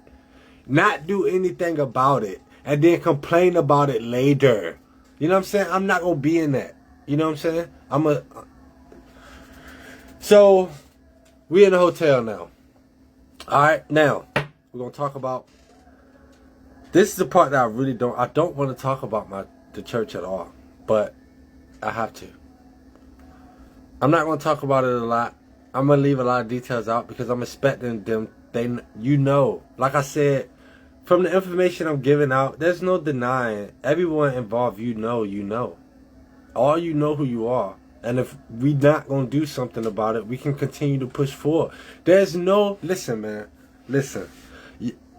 When I'm done with this, you going to understand how serious I am. You niggas don't get to come in my life and tell me what to do. You don't get to put your hands on my family, nigga. You understand? You don't get to, like, touch the people I love. Come from my wife, my fiance, mess with my cars. You don't get to do all this and just walk away. Like you like invincible because you got money or something. You niggas delusional. I would die for this right here. I would die for my family. Family I don't even know. That I'm not even going to talk about in this video right now. But like I said, these people haven't been attacking my bloodline. Okay, not just me, but my brothers, my cousins, my mother. Like I vividly remember these attacks happening on my mom when I was kids, bro. My mom had 7 children. By herself. Nigga,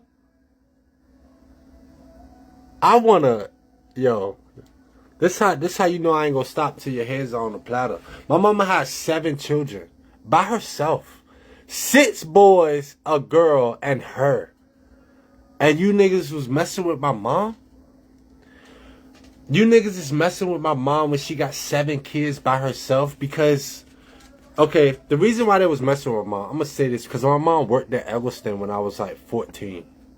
You know what I'm saying? Eggleston, Z-Trip, all them are in cahoots.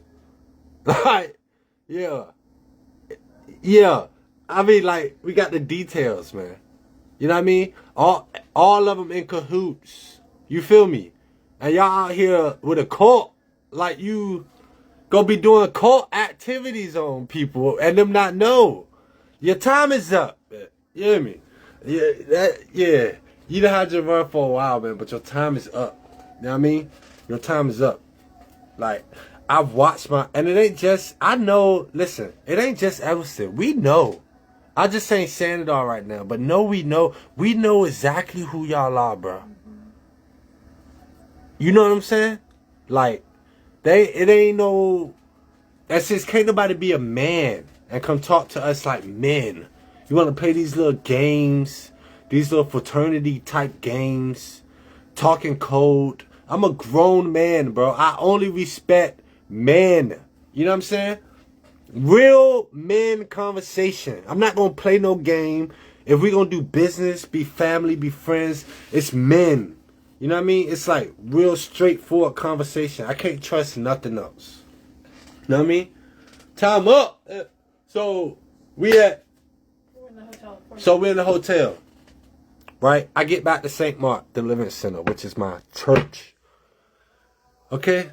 Now, I love these people. Truly. And all of them not, all of them not like that. You know what I mean? But, and again, I know a lot of this was because of Shayla, my ex. She told them flat out lies. It's no excuse for the treatment, but I know that she lied to people about me. I mean, child molester, HIV, like everything she could think of, she threw out there, and people just grabbed it and was like, this has to be true. You know what I mean? Like, ran with it. It don't make sense to me because me as a man, I can't hear a rumor about somebody and just go with it. I know how lies and stuff, manipulation work, especially from an ex. You know what I'm saying? Anyway, so I go back to the church. Okay. Now, I wasn't going to say this, but I'm going to say it. So, I dated a girl in my childhood. Y'all know, the one I thought I had the baby with. Now, this girl was the old pastor's granddaughter. Okay? I've never told this stuff. And honestly, it never would have happened if y'all ain't get out of hand. You know what I'm saying? I ain't never been up here doing none of this. But y'all out of control. If you out of control, you out of control. You know what I'm saying? You do not just get to be out of control and not get checked. If real men don't do something on this planet, bro, the planet is gonna blow up. And ain't nobody gonna be able to say nothing because we let these people run rampant. You know what I'm saying? Because of who they are, or who they know, or power, or control, or they got money. I don't care about none of that. You're a man, you're a regular person at the end of the day with a soul like mine. And when you die, everybody's gonna die. There's no escaping death, bro. We're all gonna die. And everybody's going to have to answer for what you've done. You understand? There's no way around it. You can believe whatever you want to believe. But what it boils down to is somebody is right and somebody is wrong. So either I'm right and that we're going to be judged, or I'm wrong. So you could bet your life on that. It's like rolling dice, man. You know what I mean? Roll your dice and see if God is real or not. But you rolling dice for one time. You don't get 7 times to roll the dice. You know what I mean? You're going to roll the dice once. And you're going to die. And you're going to wake up. And it's either going to be God there or not. It ain't going to be like God there. You be like, God, I didn't know.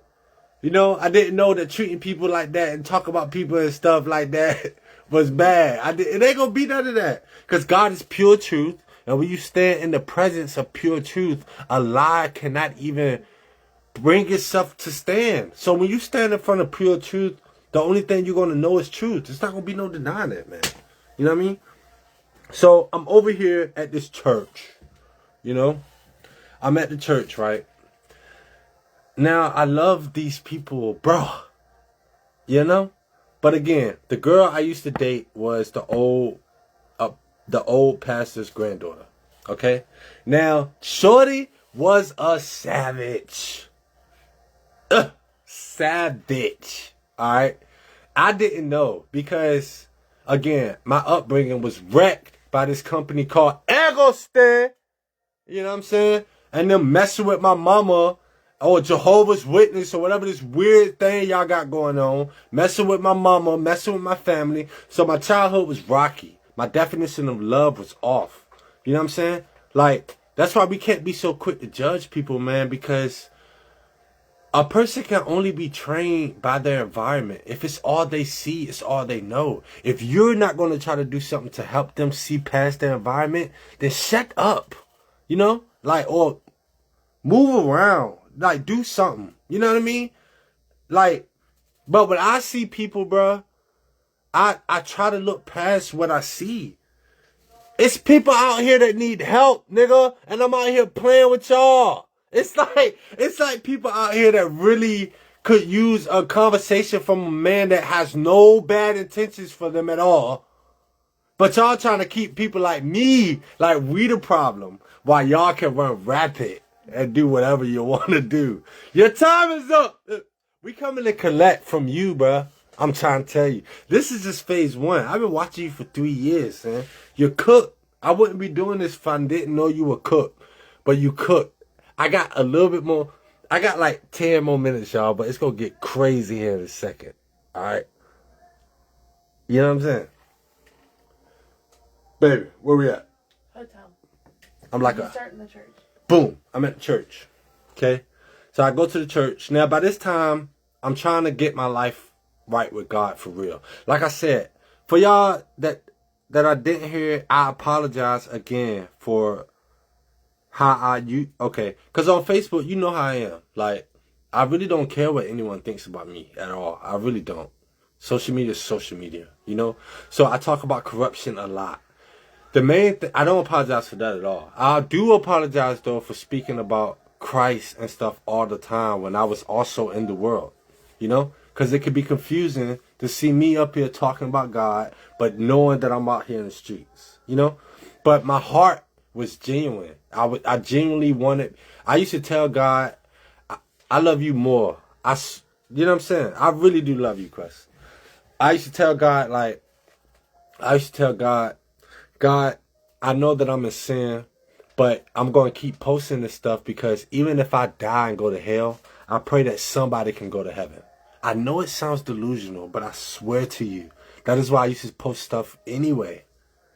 Now, it's against the Bible, right? That's against the Bible. That's not what you're supposed to do. The Bible tells you not to do that. You know what I mean? But me being a young believer with no guidance, I didn't know that was not what I was supposed to do. You know what I'm saying? Anyway, so Eggleston, right? You were talking about the church. So boom, church. So at this time, I'm trying to get my life back with Christ. Bus Nation, I love you. So by this time, I'm trying to get my life with Christ good. Okay. So I'm starting to go back to my old church, which I'm starting to realize now that they're not really liking me, right? Some of them do, some of them don't. Again, a lot of it is due to rumors and stuff of what they have heard about me. You know, it is what it is. But Nikki, right, which was the old pastor's granddaughter, okay? Y'all know I was with her for a long time. She was a savage, okay? She had the baby. Y'all know I took care of the baby for 6-7 years before I found out the baby won't mine. Okay? That I ain't come on social media and spaz. I ain't make all these posts like I found out the baby won't mine. Meanwhile, she made a post like 2 weeks before I gave her the note that the baby won't mine, talk about how I was a deadbeat father. Because I knew the baby won't mine probably like the month or two before I gave her the paperwork. I just didn't tell her. You know what I'm saying? So I kind of started pulling back a little bit because it was going to break my heart, right? So now I say that to say the son, you remember my best friend, Greg, right? Which Greg calls himself Kovu, which makes sense because Kovu, he calls himself Kovu because he looks like the nigga from Scar. I mean, the nigga Scar from Lion King, which betrayed Mufasa, or whatever his name is, right? Baby Mufasa. There you go. So, but come to find out, Greg and Nikki were sleeping together for like a decade. Okay? Now, Greg is a nigga I would have died for. If all of y'all know that, like, I looked at him as a true dog. You know, like, I would have died for him. Same thing with Nikki. But they was actually sleeping together the whole time of our friendship. There would be times where I would be in the house sleep, and these niggas would be sleeping together in the bedroom. Okay? This type of stuff that y'all don't know. Okay? This type of stuff that I don't get on Facebook, and because I don't, it's like I've already forgiven them from that. I just got to bring it up because it's part of the story. You know what I'm saying? But these people were sleeping together, bro. You know what I mean? Like, and Greg did that to me a lot. Like, a lot of my exes I was with, between him and my brother Jason, weird. I'm sorry, man, but everybody got it ain't my fault. Him, between them two, they would sleep with my exes, man, like all the time. You know what I mean? Like, to me, it was normal. It's like, I don't care. You know what I mean? Like, I don't even, she's my ex, so, you know? But Greg would tell women that I was dealing with, like, I was just doing this, I was just doing, like a little, it's such a feminine trait, bro. I cannot do femininity at all, you know? It was times where Greg girls would try to sleep with me and I would turn them down. Like, are you stupid? Like, what are you doing? That's my guy. You know what I mean? So, because I was so green, I just couldn't picture anybody doing anything to me that I wouldn't do to them. You know what I'm saying? So I treated everybody like that. You know what I mean?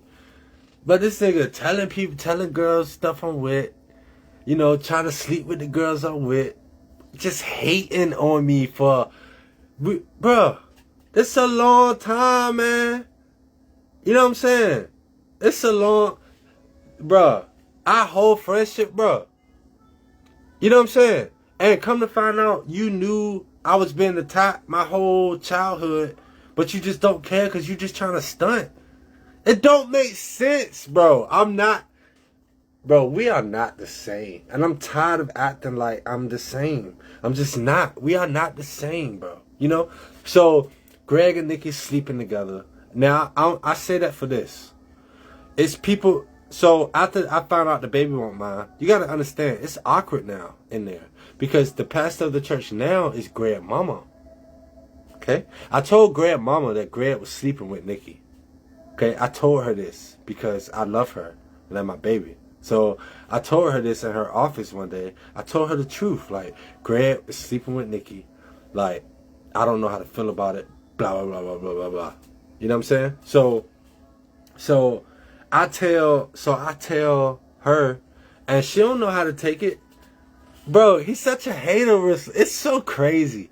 It's so and you know how long it took me to realize this stuff, man? I can only be mad at myself because it took me 29, 30 years to realize this, bro. Like, I just gave everybody green light. It's like, everybody is love. Everybody is joy. You know what I'm saying? Just green. Walking the earth green. You know what I'm saying? Giving everybody the benefit of the doubt. You know what I mean? So, like I said, him and Nikki sleeping together the whole time. I'm in the house. Them niggas sleeping together in the living room. Like, boom. Whole time. To the point where I thought the baby was Greg baby. Okay?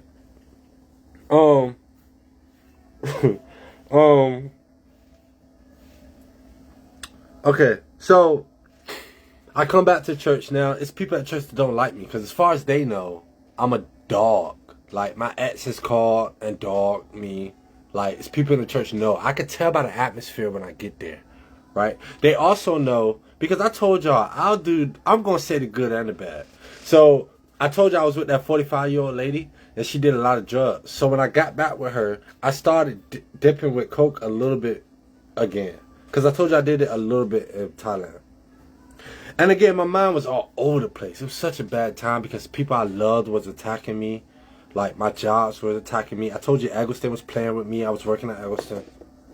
So, the other girl that I was dealing with when I was cheating on Janessa, she was playing me. And like I said, I thought Janessa was also playing me. So everybody around me, as far as I know, is playing me. You get what I'm saying? So, on the weekends or something, if I'm feeling like real low, I'll probably do like a bumper coat. Like on a Saturday or something, right? Now, the church knew I was doing this, okay? So, I'm telling them like, but I'm really trying to get my life together. Like, I'm not addicted to drugs. You know what I mean? Like, even then, I wasn't addicted to cocaine, right? It was just, I don't even know why. I really don't know why I was doing it at all. You know what I mean? That's how I know it was a mental thing, and I was just hurt. You know what I mean? Instant gratification. Yeah, instant gratification, baby. Exactly. So, they know I'm doing it, though. You know? So I'm coming to church. I'm telling them, like, so they're already involved in this cult thing. All of them know each other. Okay? Eggleston. You know, somehow Eggleston knows the church. You know, Janessa job. like I said, he's a express. He's a franchise owner of staffing company. So he knows all the businesses because they staff the businesses. You know what I mean? Around the 757 area, period. He been out here for a long time, so he know. You know what I mean? So, I get to church. I'm telling them, like, I don't want to be on the drums. I was like, I love you more though. I really do. I was like, I don't want to be on the drums. I was like, put me in the pews because I want to focus on God. This is what I want to slam because why are we playing with God like this? What are we doing? Oh my God, bro. What are we doing? What are we doing, bro? Niggas out here playing church and stuff. What are we doing? Like, what are we doing? So I'm telling them I don't want to be on the drums. Because when I'm on the drums or the piano, I have to focus on the music. I can't focus on God, right? And I'm really trying to get my life with God. Not even money and all this. I'm just trying to lock in. They keep putting me on the drums, right? I'm coming in there. Janessa's going with me. Look. You missed like 6 months. Yeah. So I'm going there by myself for a little bit, right? All this weird stuff happening, right? All this weird stuff going on around me. Elviston trying to play me at work. They not giving me my $3 raise like they told me was. I'm doing all, Your promotion. Yeah, that's what I need to do. I'm doing all the work they asked me to do, right? Doom. So the gay dude I told y'all about, that's Eggleston, which is, again, I already said it plenty of times and y'all already know who I am. I don't care if you gay. Whatever you choose to do with your life is what you choose to do. You can't force me to do it, though. Do you understand? And everybody can live happy if we delusional people got that through our brains, that we don't have to be the same. You niggas are weird, bro. Now I like everybody got to be on the same programming. I am not on that. You know what I mean? I'm not. I'm not going to be with it either. I'm not, bro. I will die a free man. I'm not going to be programmed. I'm not going to be manipulated into being what this world wants me to be, bro. I'm not going to do it. So I'm talking to the dude. He's like, yo. He was like, fast, cuh.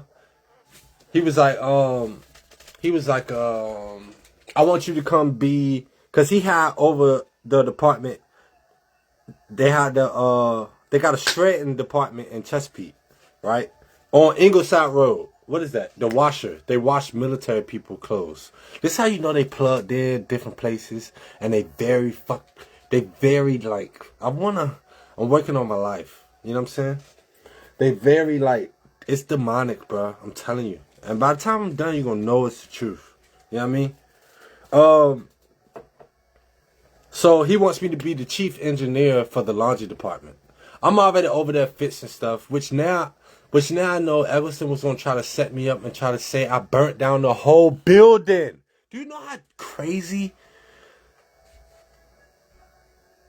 Do you know how crazy this is, bro?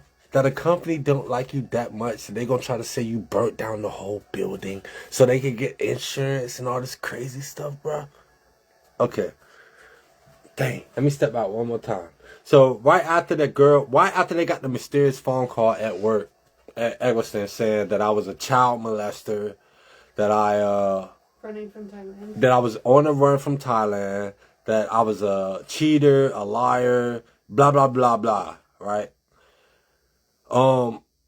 Eggleston cast a ritual on me.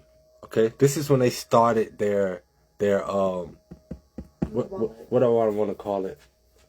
Something ritual, but what is it? Defamation? No, what is it? It was on a gravesite, so I forgot what it's an actual thing though. But they started this ritual on me. I'm at the gym. When I was working at Eggleston, I would go to One Life in Norfolk at 5 in the morning. I had to be to work at 8. So I would get to the gym at 5:30, do a workout, then I go to work, right? I told everybody this at Eggleston so they knew. So I get to Eggleston. I get to work. I didn't lock my car door at the gym this day. Eggleston gave us cards, right? They gave us cards, maintenance cards. We had like I had like a $10,000 limit on mine. Everybody else had like $1,000 or two, but that's because I was doing the majority of the work on everything. It was four of us, but I was doing the majority of the work everywhere because I like to stay busy. For me, it's not a competition, bro. I don't care about you niggas. Like, you know what I'm saying? I don't need to compete with no one. I can't stress that enough, bro. We are all individual people. What am I competing with you for? You know what I'm saying? Like, I'm just doing my job. So the people at Eggleston telling me slow down. Same thing. Remember the plumbing company was telling me to do. These dudes are telling me slow down. They're all old, like 50 and up. You know what I mean? One dude there is like 70, right? They're telling me you're moving too fast. You got to slow down because it's going to run out of work for us to do. He's like, you got to slow down. It's going to run out of work for us to do. You know what I mean? You're moving too quick. I was like, bro, I only got one gear. Can't slow down, man. You know what I mean? Just get out of the way. You know what I'm saying? So, that morning, Eggleston uses homeless people to do their dirty deeds. Okay? Yeah, we know, nigga. We know. Yeah. Eggleston uses homeless people to do their dirty deeds, right? They pay these people to do dirt. Okay? So, a homeless person goes into my car, steals my wallet out of my car this particular morning. This is a week after the lady called. This is a week after my ex called my job and told them all this stuff. When they steal my wallet, the homeless dude buys like $1,000 worth in gift cards. Okay? I go to work. A week go past and my supervisor, Christian, tells me, hey, so somebody actually did use that card. I was like, well, y'all know it wasn't me, right? He was like, why didn't you file a police report? I was like, I told you that I thought I misplaced my wallet. I told you that the next day because sometimes I do that. He was like, go get a police report. Cool. Boom. I go down there, get a police report, come back, bring it to him. Right? 2 days later, guess where they find my wallet at? A graveyard, nigga. A graveyard. They found, now look, not my wallet. Okay? They ain't find a wallet. They ain't find the credit card that Eggleston gave me. They ain't find none of my cards. The only thing they found on the gravestone was my ID. It's a ritual. You know what I'm saying? To me, that sounds like a ritual. You know what I mean? So they take my ID, put it on the graveyard, at the graveyard in Norfolk. You know, Eggleston got a little garden center right there next to that graveyard. If you look at the Norfolk Park, Eggleston got a little building right there behind the 7-Eleven. And they somehow my ID got in that graveyard. Okay? This is the start of the ritual right here. Alright? The humiliation ritual. That's what it is. They was really trying to kill me. Listen, again, this is facts. Like, I have proof. This ain't no, as crazy as this stuff sounds, this isn't made up. It's just how the devil was trying to kill me. The real reason why he was trying, because he didn't want me to become the man I am today.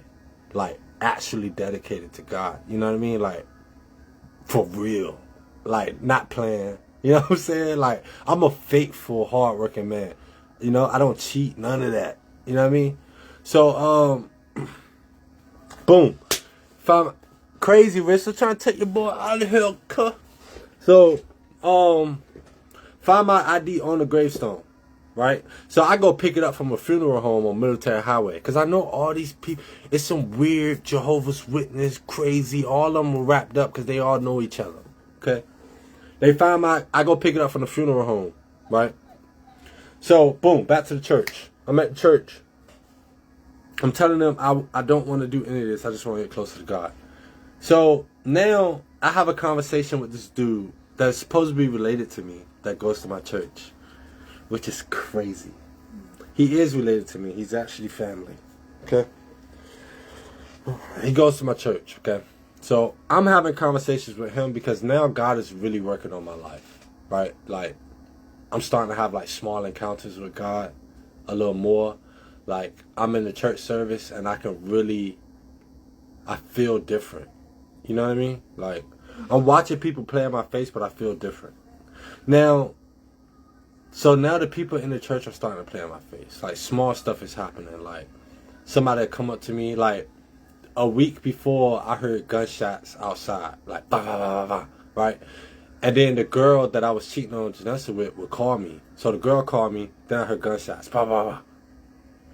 Right? Now, I'm connecting all these dots, but I ain't telling nobody I'm connecting them. I'm just playing dumb. Like, you know what I mean? So somebody that come up to me in church be like, yeah, man, I keep hearing gunshots out my window. I don't know what it is. Now, look, I'm watching these people do this in my face, and God is telling me not to say nothing. And when I tell you that's how I know it was God, because it took everything in me not to, like, snap on people for thinking I don't know what you trying to do. You know what I mean? Like, you really trying to mess with my psyche or whatever you trying to do. I can see right through you. You know what I mean? So, now, this is probably month 3. All right? You come to the church after you go back to the house, right? We were in a hotel for 4 months. Yeah, but you didn't come to church after we go back into the house, right? In December. Okay. So, boom. After 4 months pass, we end up getting a dog, Bruno. 4 months pass. We're still in that hotel. Okay? Now, Ashley, which I told you, Ashley Chapman is the lady that owns the thing, owns the house in Portsmouth, and her husband is the lawyer. So, I'm threatening Ashley by like month 3. I'm like, bro, get us out of here because we paying for this hotel. We paid you for our house in Portsmouth. And we was in there for a week before we had poop water on the floor. You know what I'm saying? So I'm threatening her. Like, we gonna find us a lawyer. I go to the news station on you, boy. You know what I mean? Because she's this white lady that I know she don't like me because I'm black and I'm with Janessa. A lot of this stuff be racist stuff, which is why it's kind of in, bro. You know what I mean? So look, this is how crazy. This one to get crazy. So a girl that Janessa hired, right? Her name is Leanne. Mm-hmm. Okay, Leanne. Now by this time, Janessa is coming around to God, sorta. You know what I mean? She's like changing her opinions. She's standing firm on Christ. So the ladies that she worked with, one of her daughters is gay, right? And then the other lady, she's in a threesome relationship, throuple thing, right? So she's with the husband and the wife, right? When they ask Janessa her opinion on this stuff, she stands firm on what she believes. You know? She's like, well, she's telling them stuff like, me and Isaac believe what's in the Bible. Now, they're not liking this because Janessa wasn't talking like this before. Mm-hmm. But now Janessa is starting to, like, we believe what's in the Bible. It's like, Janessa stopped listening to, like, certain music in the office, and now all she's playing is gospel music. So it's like, the demons in these people, it's only 2 people in her office, are getting stirred by Janessa. Mm-hmm. Stirred, like, you know what I mean? They don't like either one of us now. Okay? We asked, so then, right, me and Janessa get a Jeep.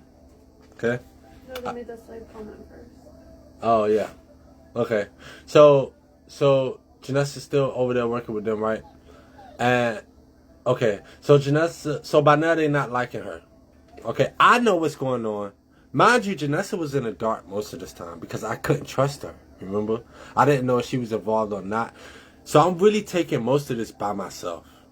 Like, every day, it's like I'm seeing people insult me. I'm seeing Eggleston try to trash my name publicly. I'm seeing the other girl work with these people. I'm seeing the church play in my face. I'm watching these people do this, and I can't talk to nobody. Except a little small team that don't live in Virginia. Because I know I can trust them because they don't live here, you know?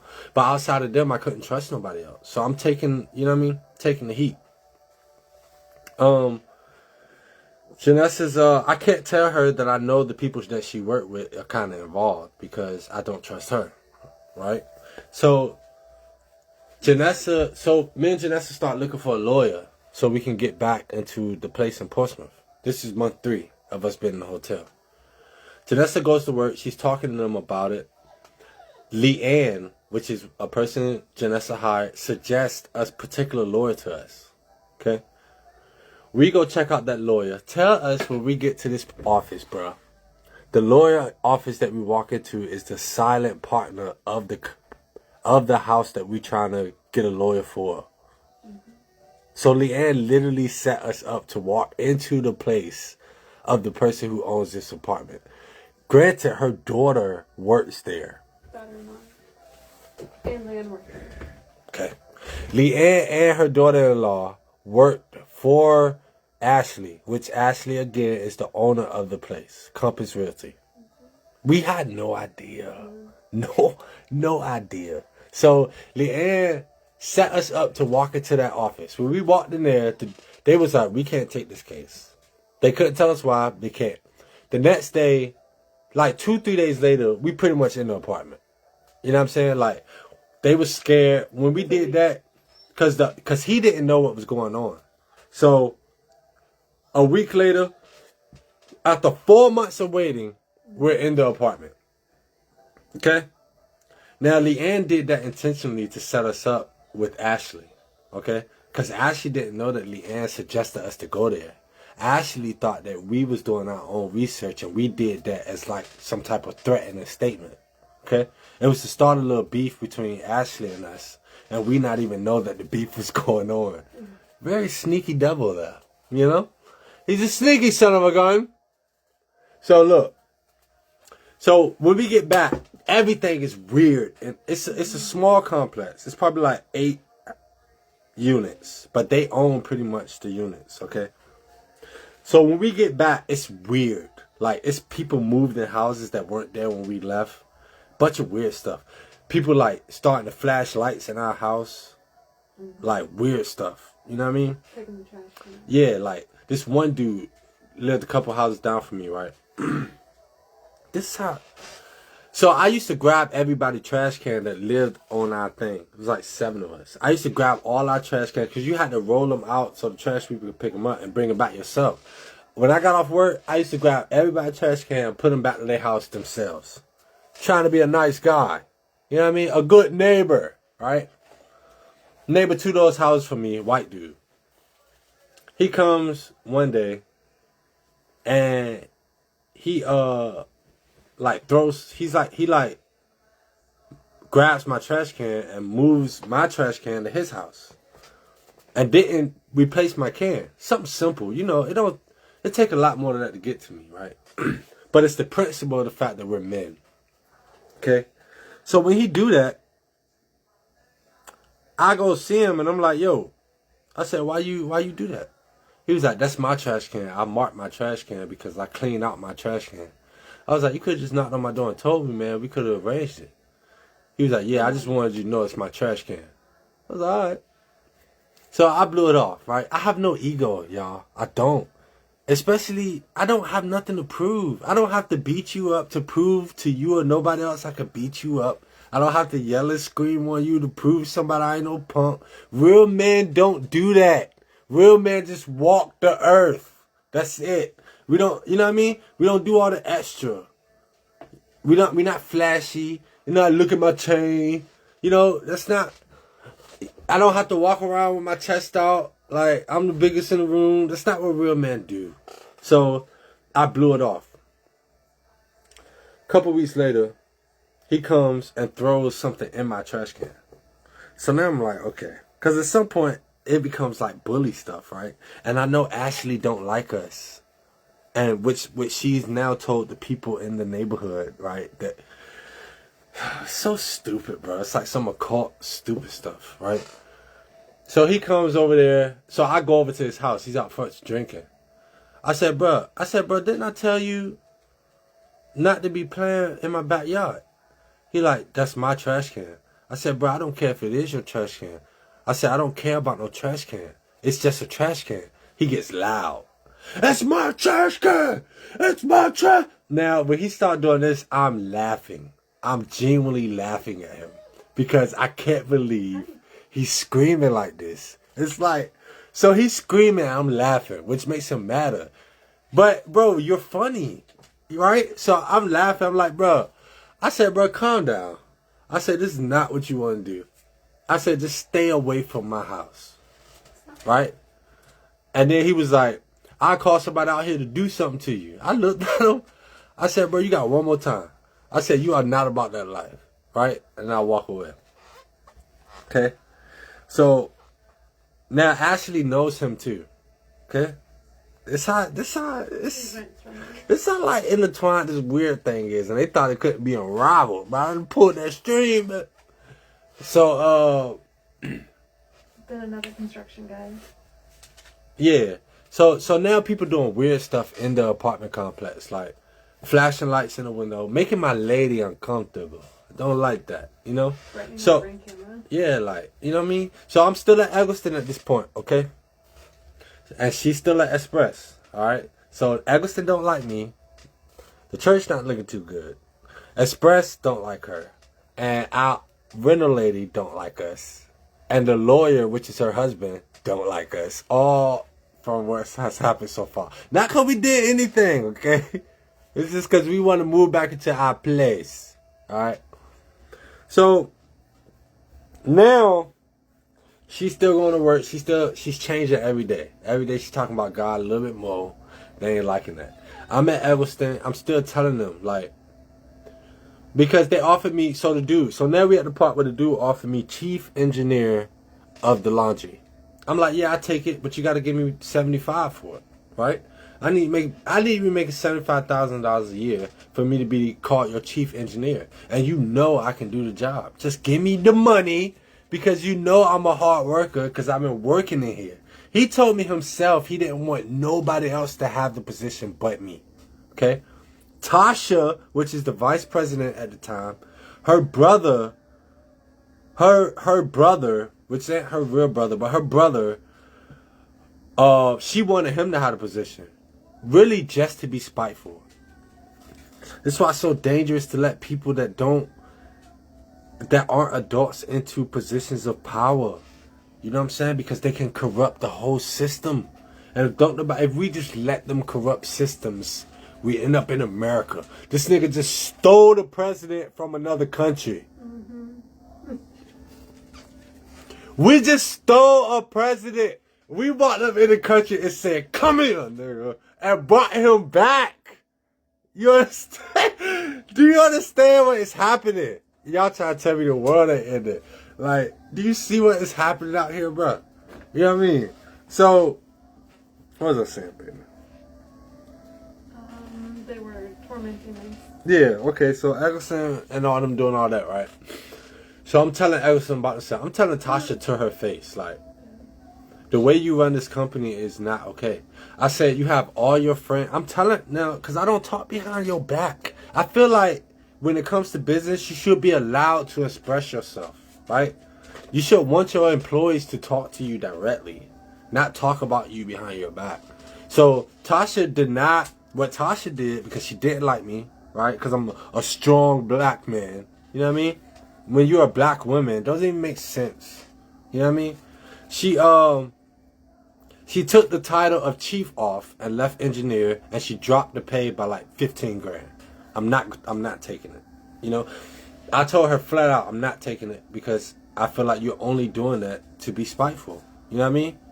You know I can do the job. You know the people here want me on the job. Why you want to let me, just give me what you owe me. What I deserve. You know what I mean? Tasha don't like it. Now, at this point, I'm doing all kinds of work for Eggleston. I'm coming in on the weekend and I'm buffing and waxing all their floors. Like, I'm putting in work. Brother not even showing up. You know what I'm saying? Like, her brother, which is the one that she wanted in the position, while I'm out here buffing the floors and stuff, he's supposed to be helping me on the weekends and never show up. So I'm buffing whole buildings, recoating wax by myself. You know what I mean? So good that Tasha would come in and say that the ground looked like it was water on the floor. She literally said that to me. She would walk in and the floors would be so waxed that it looked like it was water on the floor. You know what I'm saying? So I'm out here putting in work for these people, boy. You know what I mean? And you try to act like you don't want to give them my money. So I'm telling her to her face. Or I'm telling her brother, like, I'm vocal. Like, I don't like how the company is being ran. You got all these people on the first floor. Now, women are not a problem with me. I feel like women can run companies. Women are quick thinkers. You know what I mean? I feel like they're just as important, especially in a company, in like a corporate setting. You know what I mean? But for her, it was just her friends. So the whole second floor is full of women. There's one white man up there, and it's all women, and they all her friends. So I told her, like, you're creating positions for your friends. Like, this position don't even exist. You gonna hire, you know what I mean? She the type that'll be like, light bulb changer. I'm gonna pay you $80,000 a year because you're my friend to change a light bulb. You gotta change at least one light bulb a week. $80,000 a year. That's the type of stuff, that, you know what I mean? And I'm like, you can't give me my 70 that change that I'm asking you for? You know what I mean? She ain't like that. She ain't like none of that, right? So I immediately like, okay, I'm leaving, right? I'm going to find me another job because I don't have to stay nowhere. I don't have to stay nowhere I don't want to be at. I really do work hard. I pay attention to detail. You know what I mean? I take work seriously. You know what I mean? Anybody that knows me knows this. So, I'm like, I'm going to look for another job. You know what I'm saying? This is out there now. I'm still in the middle of this graveyard ritual that they put me in. So stuff is happening every day. Like, Eggleston does some work on my car. This is something I'm telling you, they were trying to kill me. Literally. Okay? Eggleston did some work on my car. I needed my brakes changed. They said they was going to do it for like $100 and something. They ended up charging me $500 instead. And they didn't change the brakes. So I took him back and was like, bro, you didn't even change the brakes. I could look at them, see they didn't change. He like, oh, my bad. You bring it back and we'll put some different brakes on it. All right? Now, he's a racist too. Okay? He works in the mechanics on Military Highway. Eggleston got a little auction junk on Military Highway. That's how they use all that. That's how they get people to follow you in cars. Boy, y'all boys weird, boy. You hear me? That is, you boys weird out here, you know? But they got a little auction in Military Highway. That's what, and behind the auction, they got a little car set up where you can work on cars. So, white man, I'm talking to him like racism is stupid. He don't like nothing I'm saying. So then, that same day, I go back home after I get my brakes back. 2 days later, I'm walking outside. God tell me to look under the front of the car. I look under the front of the car. There's a bungee cord hanging on my rim. Like, it's hanging from, like, the inner well, and it's hanging super close to my tire. So, like, if my tires was running, the bungee would drop in my tire and mess up my car or stop the rim. You know what I mean? This is how God has been protecting me for the past 5 years, man. You know what I'm saying? Like, he's genuinely been protecting me, right? We didn't even get to the crazy stuff yet, man. You know what I'm saying? Like, so they doing all that, messing with my car. So that was a couple times, okay? There's a dent in my car. This is all when I got that phone call from Eggleston. Somebody called Eggleston. All this stuff started happening. You know what I'm saying? Granted, again, Eggleston's been doing this to me and my family for decades. But they picked it up a notch for me after they found out I knew Shay. And she told them all these lies. You know what I'm saying? So, messing with they punching dents in my car. Like, my white car got a dent on the side of it. I was at the beach one day. I got back to my car. It's a dent in the side and it's gum down the side of my passenger window. It's just like chewed up gum on the window. Like, you know what I'm saying? Now, I believe a lot of that was done because, like I said, Eggleston lied and told people I had pictures and shit in my phone. Like, these niggas is crazy, bro. Like, so you got people out here thinking that I'm some creep. Or, like, I'm stalking women. Something weird. You know what I mean? They trying to do whatever they can to have everybody look at me negatively so they can end me. You know what I mean? Like, they want to do a real ritual. But I really believe, because when I was with Shay kept telling me she was going to take $1 million life insurance policy out on me. She said that over and over again. And I didn't know why she kept saying it. She was like, I'm going to take $1 million life insurance policy out on you. She'll say it just like that. And I'd be like, what? And she'd be like, mm-hmm. So I really think she took a policy out on me for $1 million. And them niggas been trying to kill me. You know what I'm saying? Like, cause I ain't been able to find her. I ain't been able to find her. I've been looking for her to get a divorce, can't find her. You know what I'm saying? Like, I ain't been able to find her. You know? So, I know I done left some stuff out, but like I said, this ain't even about, like, giving the full story. Like I said, y'all gonna know I know every detail from what I'm giving. You know what I mean? It ain't too much I ain't hip on, though. So, after that, I'm saying I'm quitting Eggleston, right? Eggleston's trying to stop me from leaving. I go to one place, right? The lady is excited during the interview. It's me, I'm talking to her and another white dude. Excited. She gets up and hugs me. She's so excited. She's like, you're exactly what we need. She gets up and hugs me. She's like, where you working at right now? I'm at Eggleston. She was like, why you want to leave? I was like, it's a change in leadership. I'm not really liking what's going on. She was like, okay, I'm going to make a phone call. She was like, I'm familiar with some of the people over there at Eggleston. She goes, make her call. She comes back. She was like, Isaac, it's nice meeting you. Have a good day. And walks out. I asked the dude, I was like, where's she going? Is the interview over? He was like, yeah, we're not going to be there except you. I was like, huh? Was it because of the phone call she made? I was like, we just sat here and she hugged me, had a great interview, but now you don't want to do it. He was like, I'm sorry, man. So they pretty much called Eggleston. I get to work the next day. One of the older dudes that worked there, hating, he was like, how'd that interview go? He was like, they said you're not qualified, huh? And he looked at one of the other dudes there. I was like, nah, they ain't say that. I was like, they called up here. And then y'all probably told him that. And then he gave me this weird energy. So, a week later, I found another company called Arcadia. This is when stuff got super weird. Like, they took it up even another notch. I get with a company called Arcadia. Arcadia hires me, okay? I leave Eggleston. When I'm going to leave Eggleston, Paul, which is the old CEO's son, works there now, which I know was part of the stuff messing with my family. Bro, we coming for you niggas, bro. I can't say that enough. You know what I mean? Messing with my family. Because again, these people got their hands in the police, with EMS, with like other companies. Like, and y'all gonna know by the time I'm done. Don't ask me why I'm playing with these shots.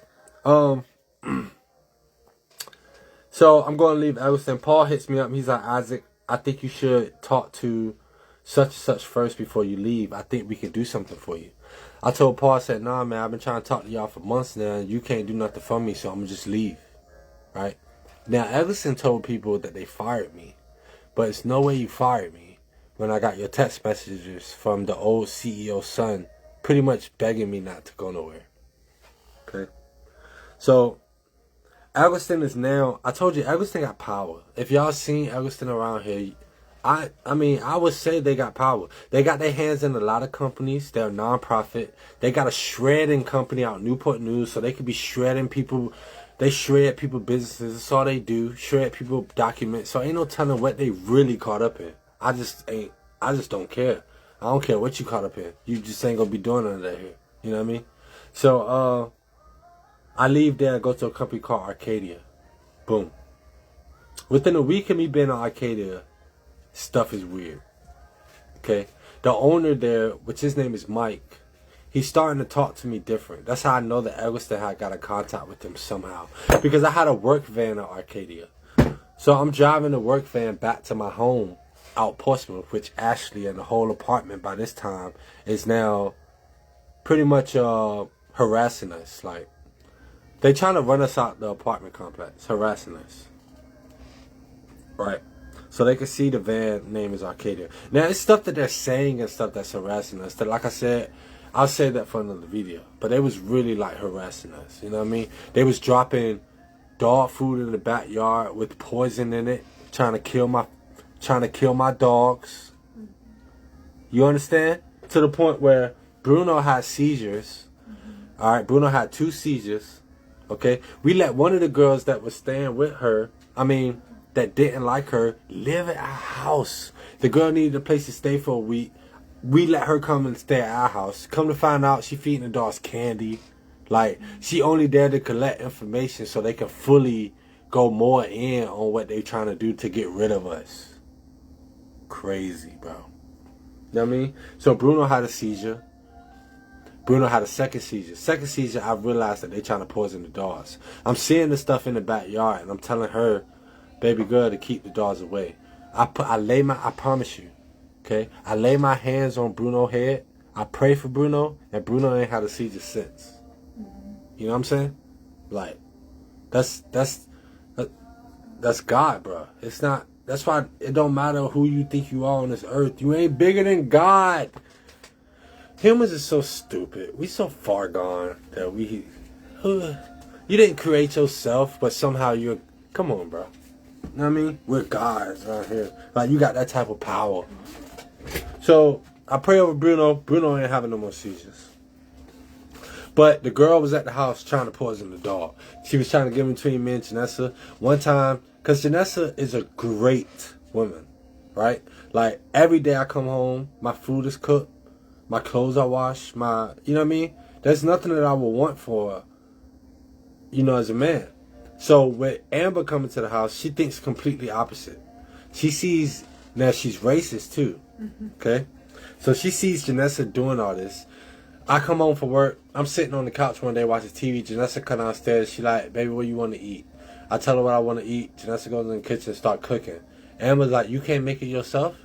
I said, what you mean? And she was like, she not your wife yet. And then she said something else after that. And I told Amber, I said, yo, this is my house.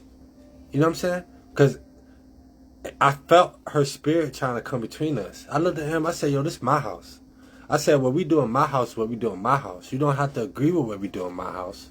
But you can leave. You know what I'm saying? Like, you're not going to bring that in my house, bro. You know what I'm saying? The reason why I'm with her is because she's a real woman. You know what I mean? You're not going to try to turn her into whatever species of women you are. You know what I mean? You can get up out of here. So, Amber don't like me now. That's even more reason for her not to like me. Because I pretty much told her to shut up in my house or get out. You know what I mean?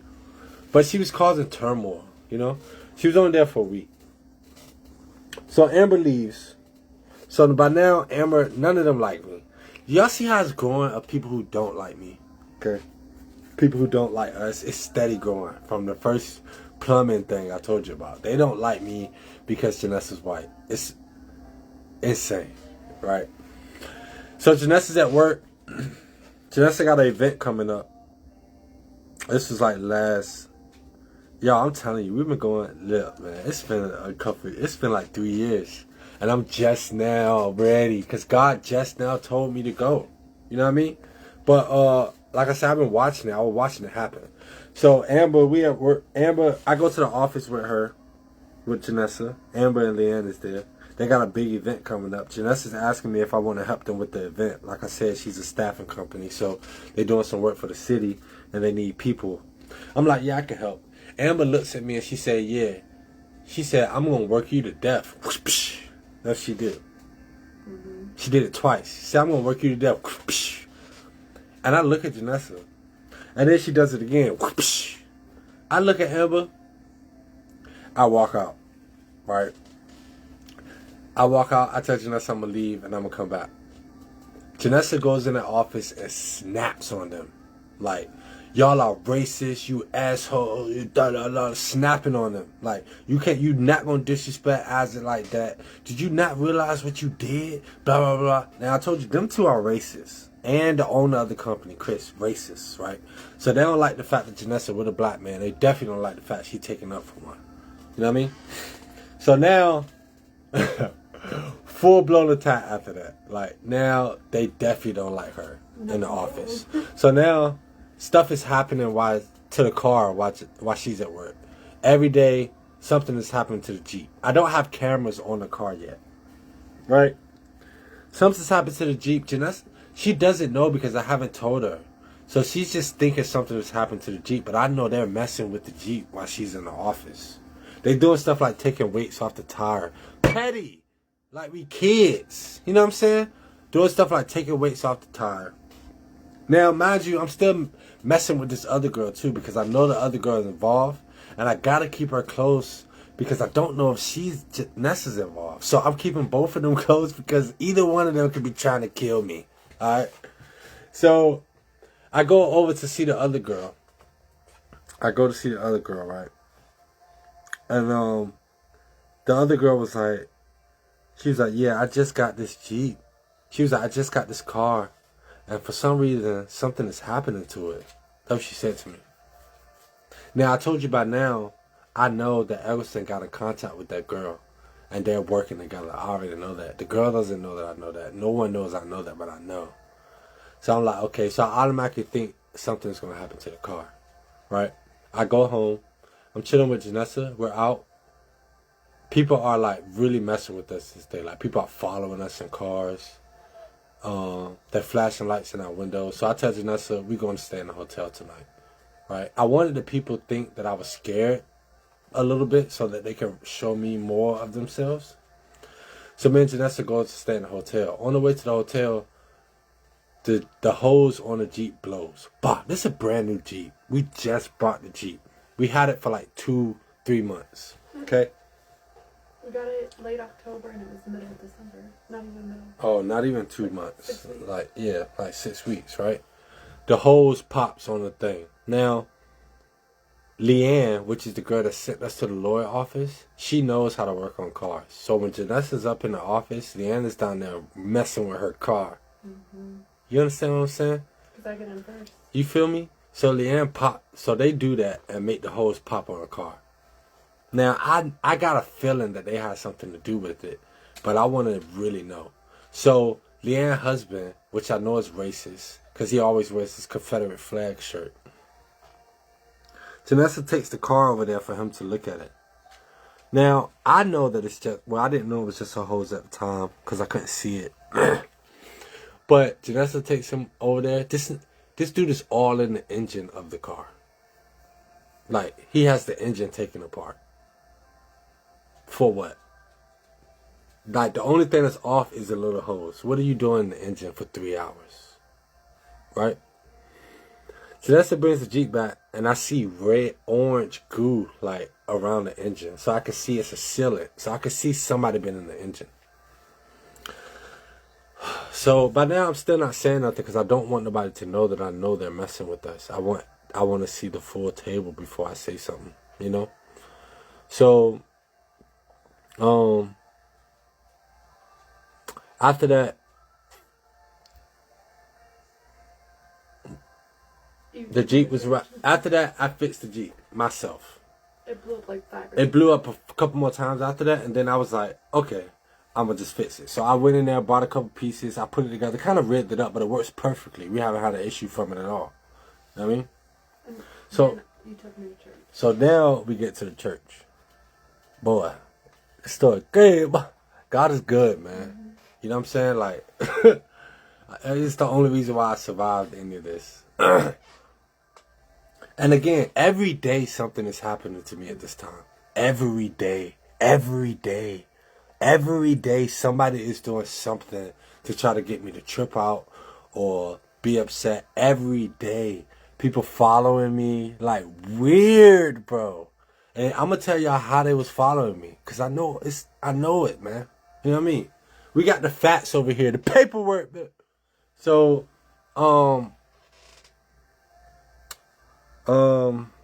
so I'm about to bring Janessa to the church for the first time. I have a conversation with the guy that I believe actually loves me and who is my family. I talk to him and I tell him Janessa is young in her faith. I was like, Janessa's young she's young in her faith. She means a lot to me. And her connection with God is the most important to me. I was like, so I don't want to bring her into an environment that's going to be bad for her. Right? This is what I'm telling him. I'm telling him this to his face without Janessa around. Just having a supposed to be brother-to-brother, godly conversation. Meanwhile, he taking all the information I'm giving him and selling it. I also believe Eggleston gave my information to people on the dark web. Because a lot of them would mention that all the time. And we'll get to that.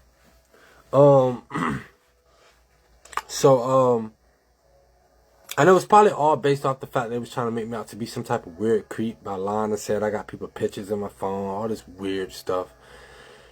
You know what I'm saying? Whatever they could do to throw dirt on my name.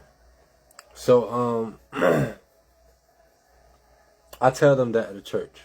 The same week, I have a conversation with, I'm going to say his name, with Chris, which is the bass player of the church. Okay? A guy that I loved dearly. Like, I really did love these people. That's why it's kind of mind-blowing. You should tell he's the son of... Yeah, he's the son of the old pastor, which means he's Nikki's uncle, right? So, on the family. Smart of me to do, right? So, I'm having a conversation with him one day. We're at choir rehearsal. So, all the musicians are there. All the praise and worship is there. You know, everybody's there. So I get to talking with him about religion. But I'm asking him genuine conversation because that's what we're supposed to do. The young are supposed to ask the old questions. You are not supposed to get offended if you don't know the answer. Like, so I'm asking him questions because I want to know. Like, I told him, I was having a real conversation with him, which I could see how it offended him, but I wasn't trying to offend him. I was just talking to him. I was like, what are we doing here? Like, we're sitting in the sanctuary. When I'm talking to him, everything gets quiet. So everybody in the church can hear the conversation. I didn't know that at the time, though. So I'm like, what are we doing here? I was like, we're like a clique or something. I was like, everybody just comes to church. But I was like, what are we doing for anybody else? I was like, we don't help people outside for real. I was like, I bought canned food to donate, and y'all told me to take them home. You know? I was like, is a woman supposed to be a pastor? And I'm not asking him this in any type of rude way. I'm asking him this because you're supposed to guide me as a younger believer. You know? This is what I'm saying. Men want to claim to be men, but don't nobody want the actual responsibility of being a man. You niggas don't want to be men. You know what I'm saying? We are not the same. We ain't the same, bro. You know what I'm saying? We ain't the same, right? So I'm talking to him, and I'm pretty much cutting him where he don't want to be cut. But I'm just asking questions. I'm not intentionally trying to chop this nigga up. I'm just asking questions that he don't like. You know what I mean? I'm like, we don't worship God. I was like, we come in here and we try to rush God and go home. Like, I was like, what are we doing? You know what I mean? Everybody is hearing me have this conversation with him. And the whole time I'm on the phone with him, he has somebody else on the phone, on speakerphone, and I didn't know. So I'm sharing with this nigga my heart, right? And he has somebody on the phone with him. Okay? So toward the end of my conversation, whoever was on the phone with him took themselves off speaker. And then I can hear them moving around in the cabinets. I look at Chris and I'm like, what? He was like, nah, keep going with a little smile on his face, right? Because I'm talking to him, I'm saying real stuff to him. Like, I was like, the preachers ain't preaching. I was like, we out here telling everybody stuff they want to hear, but ain't nobody preaching the truth. I was like, when I come to church, I need to be beat too. I don't want to just come to church and you tell me that God's going to do this, that, and the third for me. Why would God do this, that, and the third for me if I'm not working on this, that, and the third? It's like, tell me that I'm doing this wrong so I can get this. Don't just tell me, give money, you're going to be rich. You know what I'm saying? That's not the Bible. That's why everybody confused. That's why no one likes the church. I mean, the church think they better than everybody now. Churches really walk around here like they better than people when you don't even serve a God. What type of God do you serve? Like, church people will talk about you quicker than anybody else. And then y'all expect the world to come to the church when it's like high school. You know, I'm just tired of it, bro. I'm tired of it, bro. You know, I'm tired of all that, bro. You know what I mean? Like, I'm tired of people playing. I'm tired of people playing church. Now, I could say that there was a time where I was probably playing church because I was playing drums in church and then I would go out and party or go sleep around or blah, blah, blah. But it's really because we're untrained. You cannot fault a generation for being trained incorrectly. You cannot not teach somebody how to do something and then attack them for what you failed to teach them. Because you don't want to accept responsibility. You know what I'm saying? Don't nobody want to accept responsibility. You failed at teaching. We were raised in non-teaching, and then we came out like this, man. What do you expect? Do something about it. You know what I'm saying? Like, help, nigga. Help us. You know what I'm saying? That's like we unteachable. Our generation ain't unteachable. Y'all ain't doing a good job, man. And then don't want to be told that you ain't doing a good job. You niggas failed us. Okay? The generation before us failed us. Whether y'all was being attacked, which I understand, right? But you wanna know what my daddy used to tell me? Everybody getting it today. Yeah. I was gonna say this, so I'm gonna drop this little nug in there. Let me tell you how my childhood was. So, and I'm not even doing this to air anybody out because I don't believe in that. I'm just doing it because it's a part of my story. And if don't nobody want to grow up, then I can't make you grow up. But I'm not going to stay on the same level as you. You know what I mean? So, my dad would tell me stuff like, my dad laid carpet. Now, granted, my dad wasn't around when we was growing up. Okay? It was just my mama. My dad would come pick me up when I was 15, 16, 17 sometimes to work with him because he laid carpet. The whole time I'm working with my dad, he'll say stuff to me like, you stupid. Swear to you. I could be loading up carpet. He'll be like, boy, you dumb.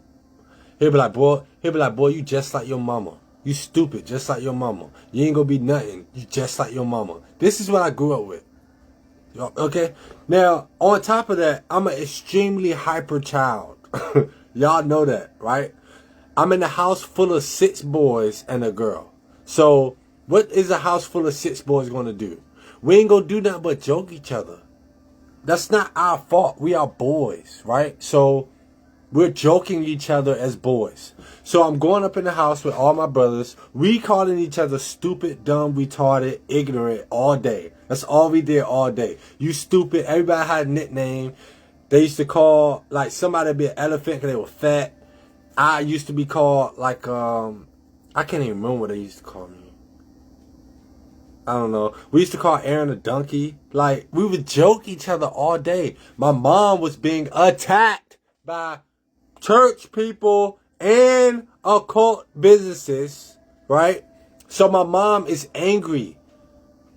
Right? My mom is going through a lot because she's trying to raise 7 kids alone while these evil demonic beings are messing with her finances, messing with her, like trying to get my mom to check into a psych ward or something where she raises 7 kids. So the whole environment was hostile. And like I said, on top of that, my own father is calling me stupid, dumb, ignorant every time I see him. I go to his house. We can't even come in the house. Everybody stay outside because you can't touch my walls or my furniture.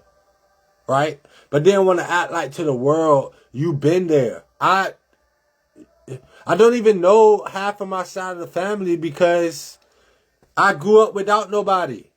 Like, we was literally segregated away from everybody. So I don't know. You know what I'm saying? I know like Kiki and them, Gigi, Rissa, those my dogs. Like I grew, you know what I mean? I met them when I was like 19. I fell in love with them. You know what I'm saying? Like, they was like my dogs. I was with them every day. I was staying at Gigi house, like, you know what I mean? I was staying over there for weeks at a time. They was my first interaction with real family outside of my siblings. My mama didn't even really let us have friends except Greg. And I told you he was sleeping with my girlfriend for 10 years. My best friend is sleeping with my girl when I go to sleep at night. They are sleeping together in the bedroom. Alright? So, this is my whole childhood, bro. You know what I mean? So, Chris, you know what I mean. You know, I love y'all. Everybody know that. So, Cressy and Rissa, like, to this day, like, I just got a special place in my heart for them because they were the first interaction of family outside of my immediate family. So we doing everything together. We were going out, like, we was, you know what I'm saying, locked. You know what I mean? Locked, right? And then Jason broke that nigga nose. Okay, I'm pretty sure that's when it went all downhill. Was when Jason broke that nigga nose because he called. Jason broke Gary. He broke Gary's nose because he called Jason a nigga or something. I remember we was drinking and broke that nigga nose, bro. He broke that nigga nose, hit him a couple times. We was on the ground, and I believe after that situation kind of like boom, boom, boom, because we was all chilling over there. You know what I mean? So after that, things got a little whatever. And, you know, I still rock with my family. I'm just saying, like, at that point, that was my first interaction of, like, real family outside of, like, my immediate family. So I got my daddy calling me stupid dumb every day. I got my mom being tortured by the world. So she's irritated. So she's calling me stupid when she gets home. Nothing against my mom, because my mom is a superhuman being. The only way she did that was God. But she's still human. And the facts is still the facts, right? So... and then I got my brothers calling me stupid. So my definition of love was gone. You know what I mean? So I'm talking to Chris about that. Chris on the phone. Turns out that Chris is on the phone with somebody. So now the whole church is against me too. Okay? Bring Janessa to church the next Sunday. Now, I was having a conversation with a dude there when I brought Janessa. Brought Janessa, white girl. And the Janessa's white. Like... she's like a actual white woman. You know what I'm saying? Like blonde hair, blue eyes, white woman. You know what I mean? So I brought her to church. Boom. They did not like that at all. You know what I mean? Like not like that. One of the dudes talked to me when I this how childish. I gotta call y'all out, man. Like, because it's mind-blowingly childish, bro. One dude, I walked in with Janessa, and when I was walking past her, he was like, "Hey, Isaac, you remember you took my daughter to prom?" Nigga, what? I took your daughter to prom when I was 19. You know what I'm saying? That was 14 years ago. Why are we bringing this up today? Now, he's one of them African, like, Black Power type dudes. Which again, there's no group of people that has been more through anything than black people. You understand what I'm saying? My lady will attest to that hands down. Okay? There's no one who deserves, right? But that's why we gotta be the ones to do this. To take these people down, because if we don't, you know what I'm saying? What are we doing? You know what I mean? These are rich white people that's been doing this to me. And if we don't take them down, like, give me what you owe me and we're going to show you what you should be doing with it. You get what I'm saying? That's just how I feel. So he was talking to me the first day I brought Janessa. And he's like, so why are you with the white girl? I was like, I don't know. She's just turned out to be a great girl. He was like, do you think there's something wrong with black people? I said yes. Now look, I'm not saying yes in the sense of yes, but we cannot be bro. I just can't be delusional with everybody else. We have a problem.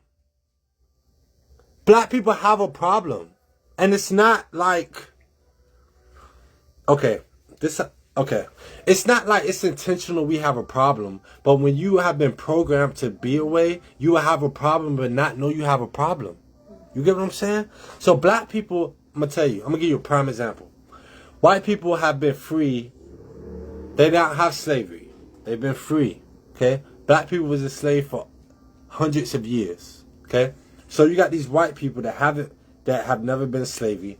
They have a form for family. They have a form for how they do business.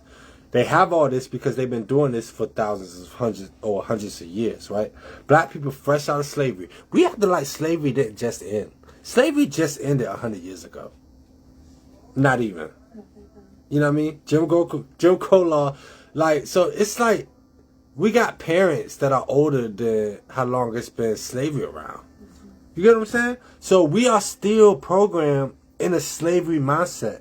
So that's why black people have this thing where we always got to look better than the other black person, or we always got to be better than the other black. Because when we grew up in slavery, our ancestors, you had like levels to slavery. It's like you got the house niggas, you know what I'm saying?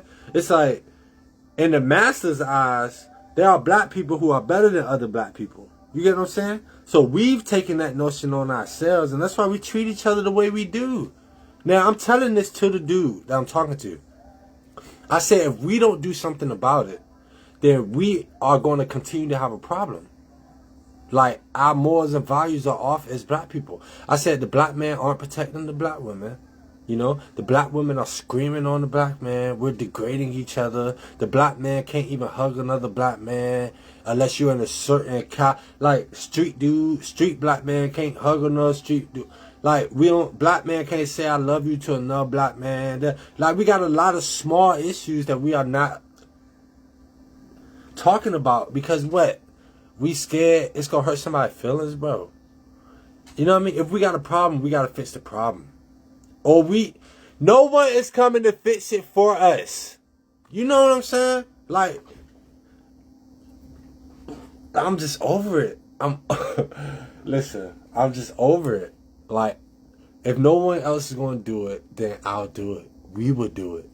You know, my family will do it. Our generation will do it. If no generation before us wanted to do it, man, we're going to do it. You know what I mean? Like, for real. So, people were coming to me during church service. Alright, so look, people coming up to Nessa while we in church. I'm on the drums. People coming up. Now, this is all based off the lies that my ex had told them, that I was a liar, cheater, child molester, all this crazy stuff.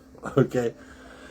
Told Janessa, they coming up to Janessa in the church, like, I don't think Isaac is your husband, or you should leave Isaac alone, or blah, blah, blah, blah, or blah. These are the church. I just brought Janessa to church. Okay? Just brought her. They do this whole black history thing where they are like super pro-black. Like, I ain't never seen them preach a message like that before. Super pro-black.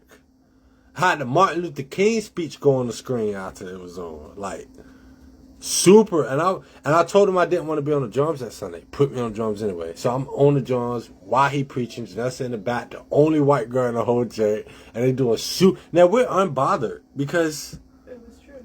Yeah.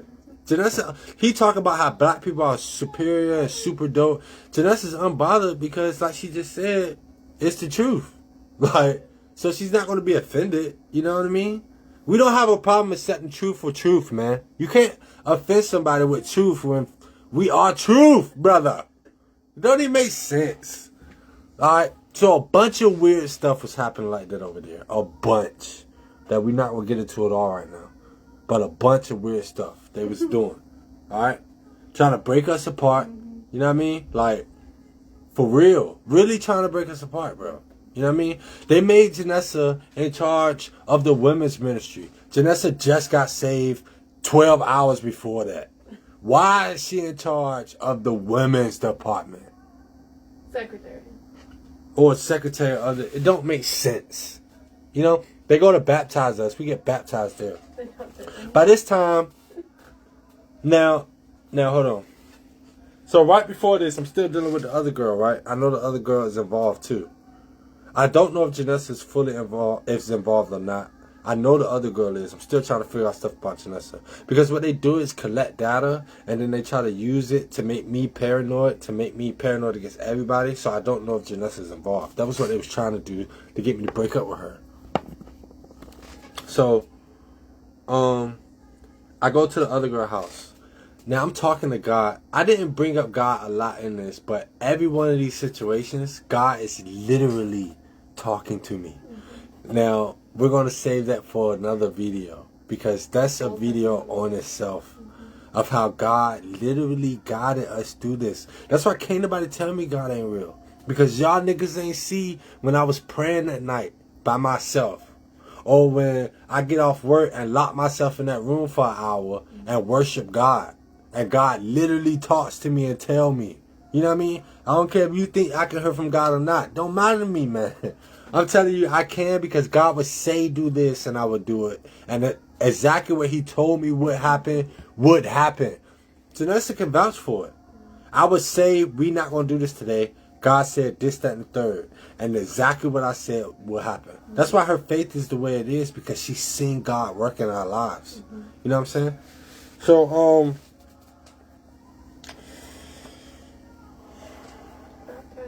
yeah, so we go to get baptized, right? You were dealing with her before then. Oh, yeah, I was dealing with the girl. So God tells me not to go to this girl house that day. Matter of fact, boom. A week before, I'm at the girl house. Now, by this time, I'm falling in love with God for real. Like, my life is actually changing. I shouldn't be messing with both these women, but like I said, I'm trying to figure out who's who. That's the only reason why I'm doing it. So, the girl tells me, she's like, the girl says something to me, and God told me that she was going to try to kill me. Right? God told me that the day before. So I tell the girl that. I said, God told me you was going to try to kill me. She was like, I was going to try to kill you. She was like, God said that? I said, yeah, God told me that. She was like, what else did God say? I'm not telling you what else God told me. I said, just know that God told me you was going to try to kill me. Right? She like, I ain't going to try to kill you. Now, this girl's a witch. And I knew she was a witch. Which is why I know God, why he allowed that to happen, because I knew better. You know? The girl had an altar in her room and everything. She was a real witch. Right? So, that day, she asked me to do some Molly or something with her. Okay? So I'm like, okay.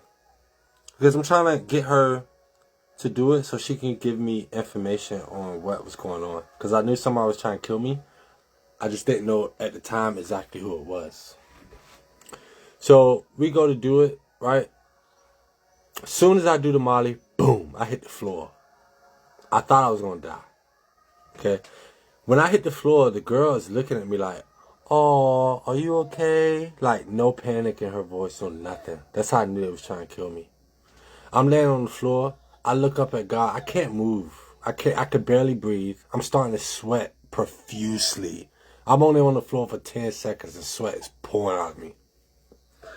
I tell God, I said, God, I know you told me that this girl's going to try to kill me. I said, if you pull me up off this floor, this is going to be it for me. I said, from this day forth, I'm going to live my life correctly. On everything that I love, bruh. Okay, I have no reason to lie. 5 seconds later, the high that I was on, gone. Instantly. Instantly gone. No, didn't feel it at all. I just jumped off the floor. I stood up.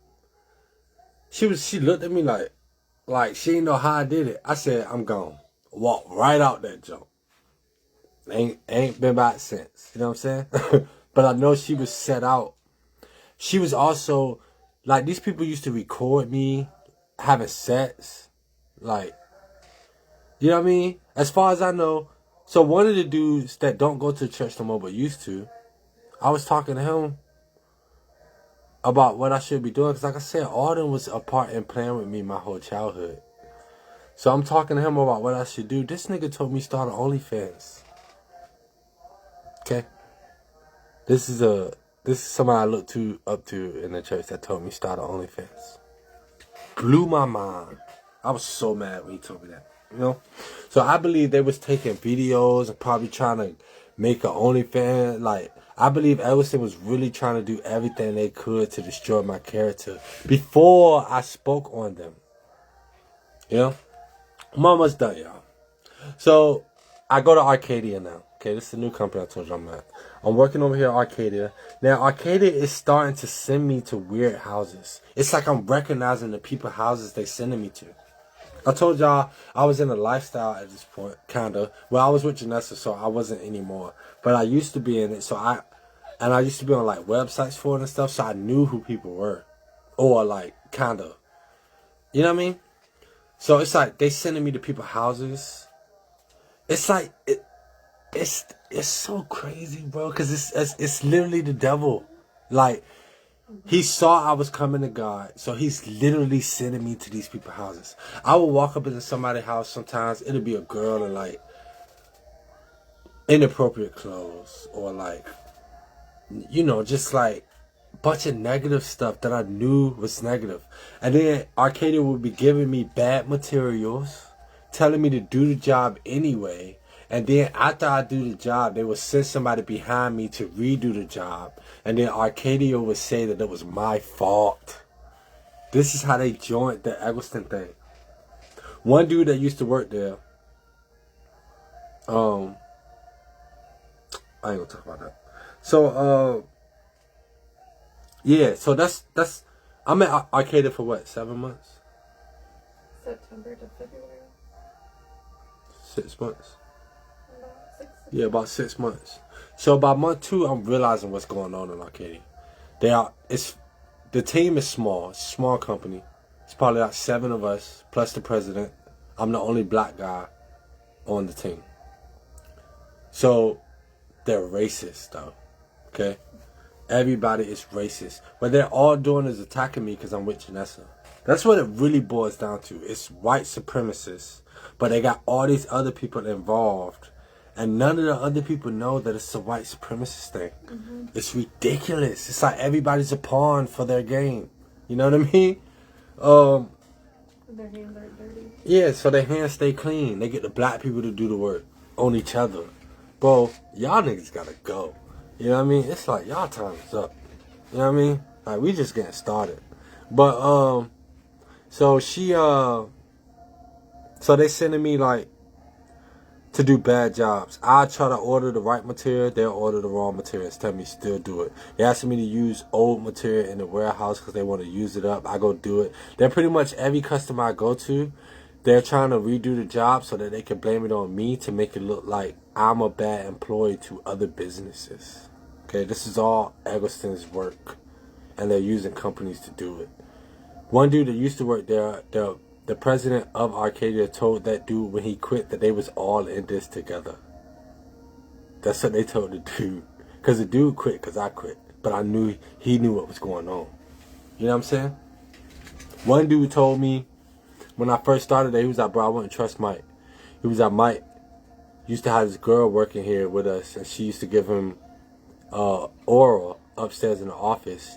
She snitched on him and said she stopped giving it to him one day, and then he fired her for it. He was like, the girl with the press charges on her, and then all of a sudden she disappeared, and they ain't talk to her no more. So I know Mike, like, this is the type of stuff he does. He's like, you know, he's like a part of some type of weird cult. I think it's a Jehovah's Witness thing, and like all that weird stuff. You know what I'm saying? But we got the document. We got the paperwork on you, boy. So, boom. So I'm at Arcadia. They doing all that dumb stuff. So I already know what they doing, right? So one white dude, I'm on the job with him. He called me a nigga. Okay, I look at the white dude. I said, bro, what you call me? And he just laughing.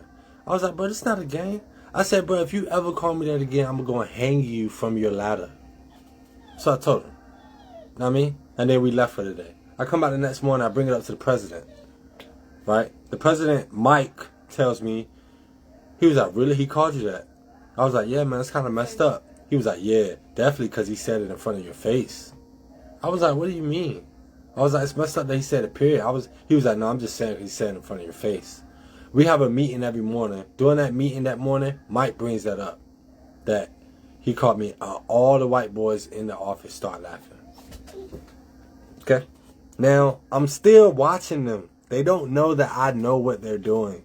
They don't know that I know that all of them in some weird cult and they under a spell and have no idea. You niggas are doing witchcraft and have no idea that the devil got you in a chokehold. You know what I'm saying? They could be getting paid by Eggleston, whatever the case may be. But they doing high-level witchcraft. So, to test the theory, I stopped coming to work. I just stopped showing up. I got their van, too. So, I told them I was going out of town, and I just stopped coming to work. I ain't talked to nobody for a week. They texting my phone, asking you okay, blah, blah, blah. I'm not calling them or nothing because I want to see what they're going to do. The next week, come back. They blowing me up. I ain't calling them or nothing. Right? Then, people start quitting at Arcadia. 3 people quit within that week that I didn't show up. The reason why they quit is because I went no contact and they thought I was going to come back and spray them boys up. You know what I'm saying? Like, they know what they had been doing to me, and they was terrified that I was going to come back and go crazy, so they start dropping like flies. You know what I mean? So, like, 3 of them quit during that time frame. Arcadia still spreading rumors. Now, again, Janessa is still at Express, okay? So, the owner over there is a staffing company. He knows all the big-time businesses, okay? So, he's spreading rumors to businesses, as well as Arcadia spreading rumors to businesses. Everybody's doing everything they can just to, like, tarnish my name, bro. All this over women. That's what it stems from. Between that and white supremacy. So I quit Arcadia, right? Because I see Arcadia's playing in my face. When I go to quit Arcadia, I find I start my own business. Officially. Because I'm like, I can't keep playing with these businesses. Now, again, I'm not even thinking about retaliating or nothing. I'm just trying to keep moving. It's like, no matter what nobody do, you not going to stop me. Right? So it's like, y'all business keep playing in my face. Everybody playing with my money. You're not going to stop me. I'm starting my own business. Boom. Start my own business. This dude that I know was involved suggests me to a company called Rent Ready. I get on with Rent Ready, which they do cleaning and painting and stuff. Start messing with my money. Okay? So I'm painting houses for Rent Ready. Apartments. Whole apartments. $350 for the whole apartment. You pay the whole apartment, you get $350. You know what I mean? So I'm doing like 2-3 apartments a day. Because I'm trying to like make money. By myself. Right? Like, I'm on these jobs 15-hour days. Painting. Nigga, rolling the brush. You know what I'm saying? Like, really putting in the work. Ain't complaining to nobody. I ain't told nobody about nothing that was going on in my life yet. Well, my mentor and stuff knew, but like, I got a lawyer, like all that. They knew. But I won't tell it. I won't complain. I won't on social media complaining. I went dark from social media. You remember that? The whole time y'all ain't see me up here for like a year. That's because all that was going on. I went completely dark. So I ain't complaining. I ain't looking for no handout. I'm just trying to put my head down and keep it moving. Start another company. Boom. So now we doing cleaning too. Okay? Now, Janessa is still over there at Express. By now, I know, I'm starting to tell Janessa what they're doing because I know that Janessa's not involved. So I'm like, Ness, the people that's been messing with your car is them. I'm starting to break small stuff down from her. I don't want her to know the whole story because it's me. I'm the man in my house. Me being the man in my house, it's my responsibility to take the load of the stress and stuff of the house. If Janessa is stressed, then I'm stressed, right? So I would rather her be in the dark. So the whole time this is going on, Janessa's happy. She like, hey, baby. She coming home happy. Like, and I'm literally thinking like she has no idea that we're in a full-blown war, right? So I'm coming home from a war. People following me. Bro, these niggas weird. And you can't call me crazy because I got it documented.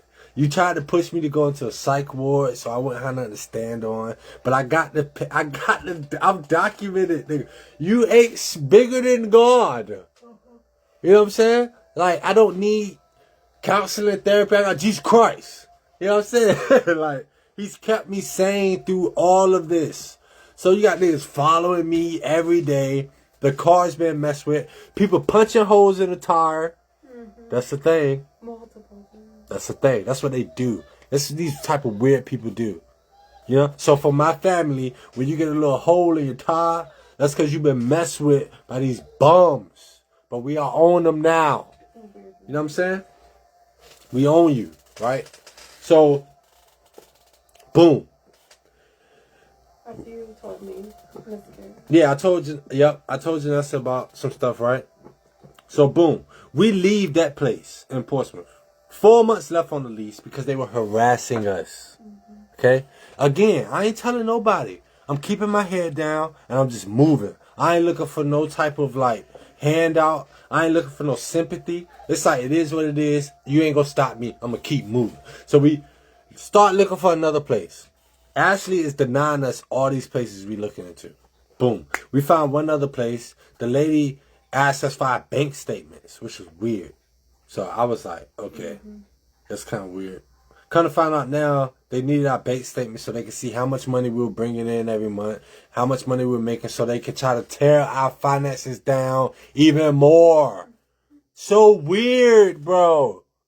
Bro, you niggas is weird, bro. So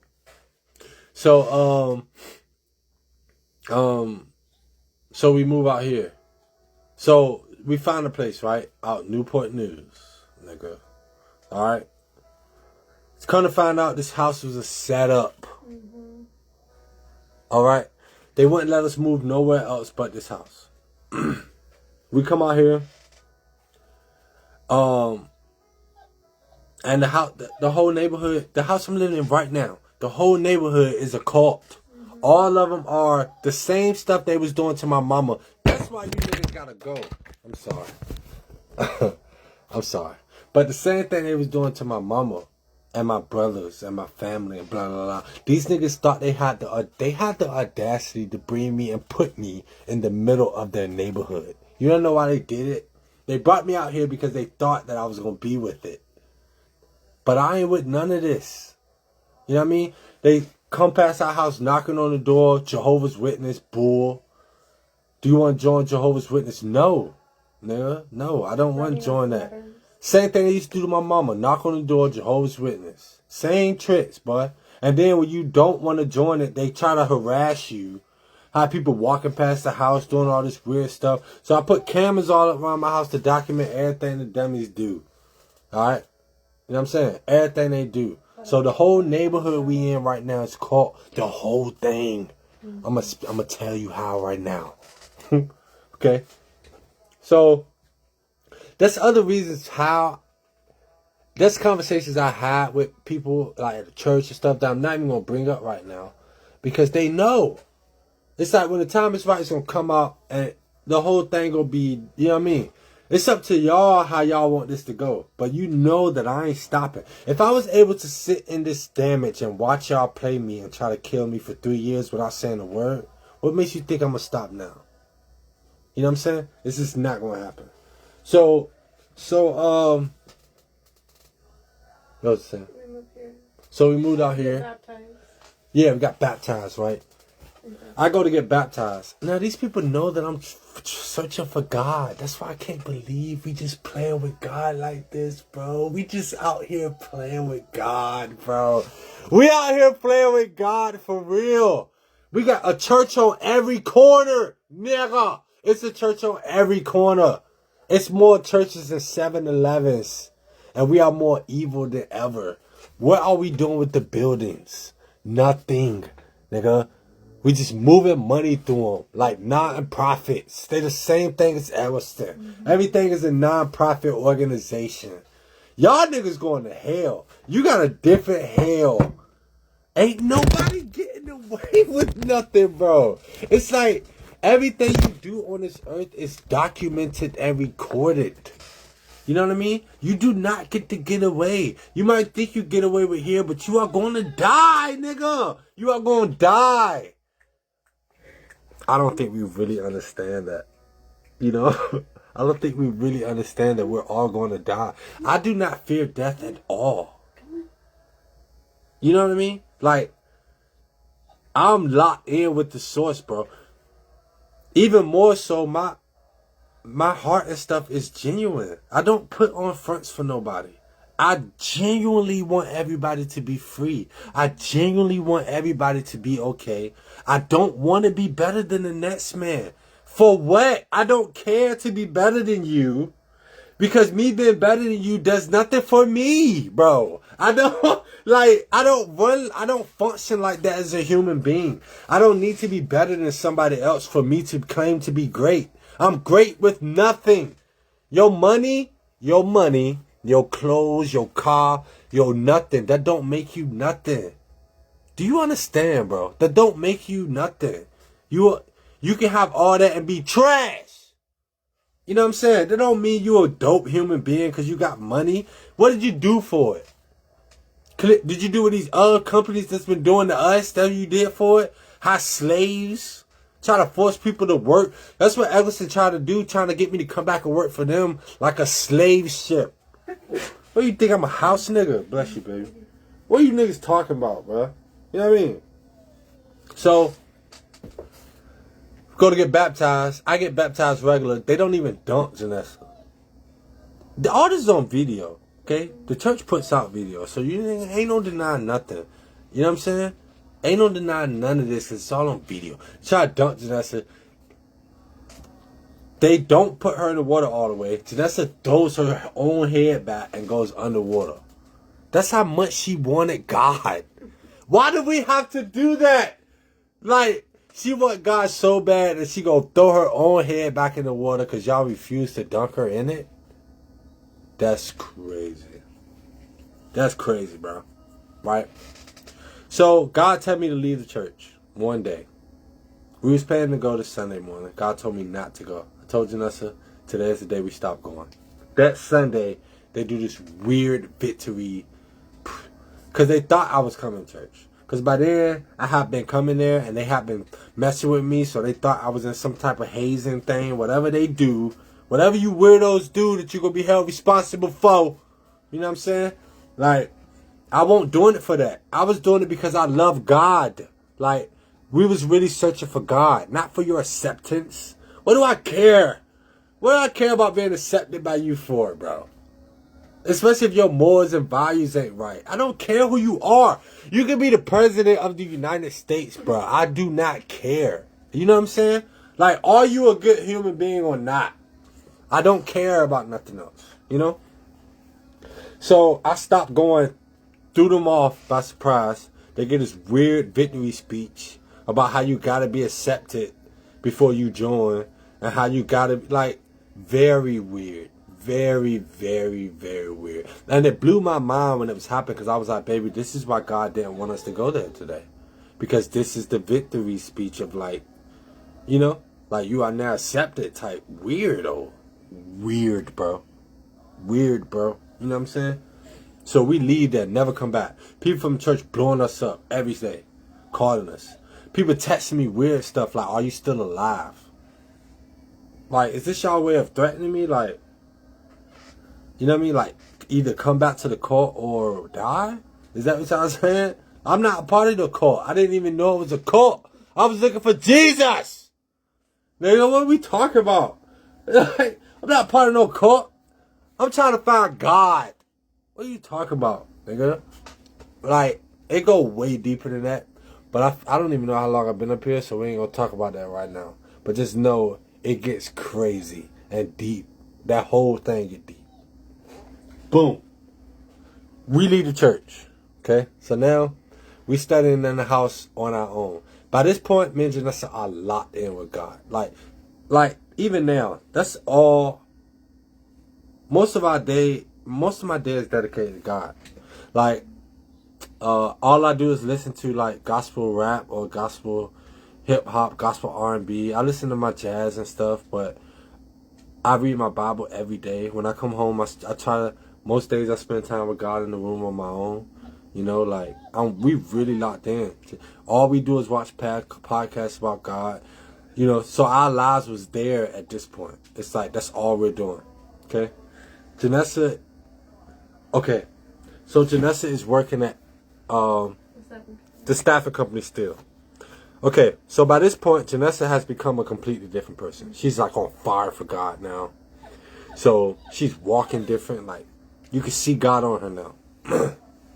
So now I'm telling Janessa, like, the office has been the people that's been trying to kill us pretty much. So I'm telling her, stop parking your car in the back. I'm telling her to do little small stuff that I know would shake them up, that she doesn't even know is really going on. So I'm telling her, stop parking your car in the back and put it in the front of the building where you can see the car. The first day she does that, the owner comes in and is like, oh, what's your car doing there? Like, they're starting to act weird now, right? The next week, I tell Janessa, go in the office before everybody and pray over the whole office. Walk in every office and pray. Walk around the office, pray. Play your gospel music in there, pray. When she does that, the girls come to the office, can't even sit right in the office. Like, the whole office is in turmoil just from her doing that. Right. Just from her praying and moving her car, right? Then, Janessa, I tell her, bring up the fact that somebody been messing with the car in the office. Janessa go in the office the next day. Yeah, they was like, why you parking your car right there? Janessa was like, because somebody been messing with our car. They get nervous. Janessa was like, do you know who it is? Janessa looks at them and she says, oh, we know who it is. She said, Isaac is very intelligent. That's what she tells them. They're freaking out. Next week, they fire Janessa. Now look. Now look. The next week, when they fire Janessa, remember I told you that Eggleston uses cops, fire department, all that. Because Eggleston sent me to a job one time where the fire department was training at. And I met the chief of the fire department, right? I believe they did that because Janessa got me this fire shirt, this fire department shirt from the thrift store. She's a thrifter. You know how I got the American flag and I got the one red stripe? I used to wear that shirt to the gym. I'm not trying to impersonate myself being a fireman, idiot. You know? I'm just wearing a shirt. But because there's such weak men in the world that we tend to believe anything, Eggleston told these people that I'm impersonating fire. So now the fire department thinks I'm trying to impersonate being a fireman. So let's get the fire department involved, right? One day I'm sitting in the parking lot on a job at Arcadia. And I'm sitting in the parking lot. And I'm just suddenly surrounded by fire trucks. For no reason. Like 7 of them. Just pull in the parking lot I'm in. Circle the car. And drive off. I was like, that's when I knew. I was like, this nigga Eggleston has really gotten all these people involved, right? By now I'm being harassed by the police everywhere I go. All this type of stuff. So the day that they fired Janessa, the day before that, Janessa had a meeting with this girl. That Chris forced her, which Chris, the owner of the company, he forces her to go on a training with this white girl. She goes on a training with the white girl. The white girl tells Janessa, what do you do when you have an employer that only wants white people to work there? Janessa didn't know how to answer the question, right? So the next day, they fired Janessa. That was them saying they only want white people in the office. So she had a demonic. And the girl had a demonic tattoo right here. It was like, the devil was here, and then it was like horns running up. You know what I mean? So, mind you, all this is still under witchcraft. I didn't even tell you about the goat. So Leanne and Amber brought a goat to work one day for Janessa to touch. Okay? This is the type of witchcraft God poured us through. The girls brought a goat to work for Janessa to touch. The girl said she had just brought the goat. Brought it to work the same day. Janessa playing with the goat, rubbing on the goat. The next day, the goat is gone. Janessa asked her, where's the goat? They got rid of the goat. What they really did was have Janessa rub her hands all on that goat, and they sacrificed that goat, and their witchcraft still don't work. Unless you know that Satan is a bum. You choose your side, man, but he's not bigger than God. That's not my fault that I chose God. You know? That your witchcraft don't work. You know what I'm saying? So these people have used the goat for witchcraft. They put my ID in the trash. They tried to poison us with food. Amber and them will always send brownies home with Danny for me to eat. With Janessa for me to eat. I would never eat them. Because I already knew they was trying to poison me. Really? They would try to give Janessa food and I would tell Janessa, don't eat it. She didn't know that I knew what was going on because I couldn't tell her. But they was literally trying to take us out of here, man. You know what I'm saying? Janessa asked Amber what she wanted for her birthday. Amber told Janessa that she wanted her license plate. Come on, bro. This is really what's happening. It's not a game. You know what I mean? This stuff is documented.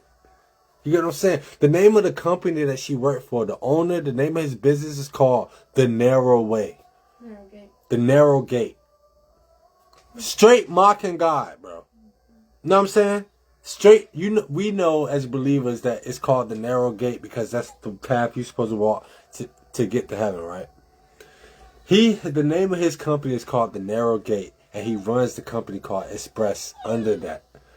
Straight mocking God, bro. This is where we are. This is where we at in the world, man. And we letting these people run rampant. Mm-hmm. Yeah. Not I. Pinning people against each other. You know what I mean? Pinning families against each other. Pinning friends against each other. Walking, you know what I'm saying? Who do they think they are? I know everybody you're in cahoots with. I know all the people you're in cahoots with. Z-Trip, I know all of them. That is dead. You've been messing with my family for 20 years.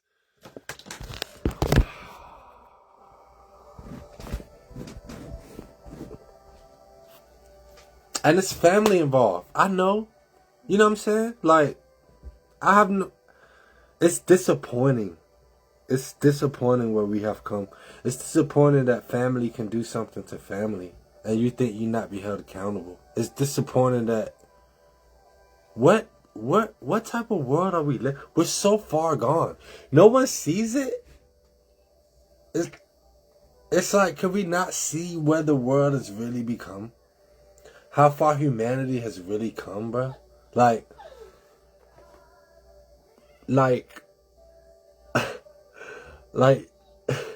this isn't normal. You know, we've kind of come to the point where it's normal, bro. But it's not normal, bro. You know what I'm saying? Like, the way humans treat each other now is not normal. We're so caught up. We're so selfish now. Like, it's like, if it ain't about me, then it can't be about you. Which is detrimental to a society. Anyway. So Janessa, due to all the stress and stuff that Janessa was going through, Janessa got pregnant. Janessa had a miscarriage. Okay. And then they wanted it at work. When Janessa had her miscarriage,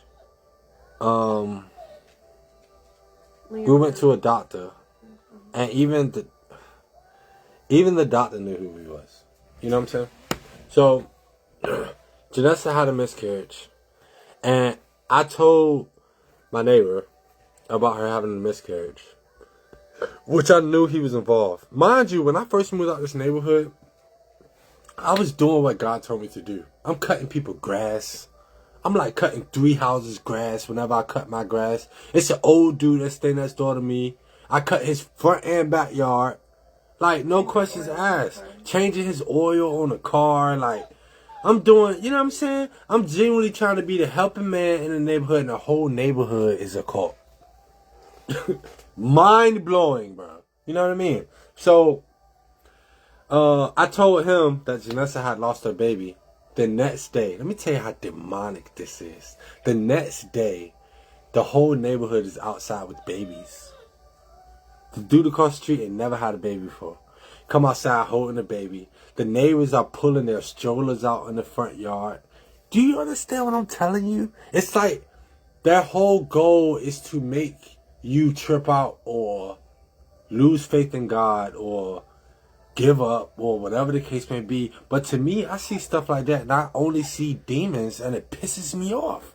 It does the complete opposite of what you think it's going to do, and it fires me up. You know what I'm saying? Because it's like, you know how demonic you got to be to mock my fiance for losing her baby?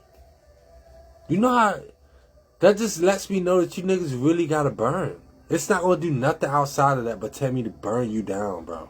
You know what I mean? So they did that for months, just mocking us with babies. I go to the gym, the police are in front of the gym. Like, when I'm at Rent Ready, I'll go to one house where we doing a house set. The police will be right there on the corner. I got all this video, so it's no denying it. Okay, it's no denying it. The police will be right there on the corner. This is all due to Ashley, too, by the way, because her husband's a lawyer. So a lot of this is due to Ashley and Eggleston and all that. You know what I'm saying?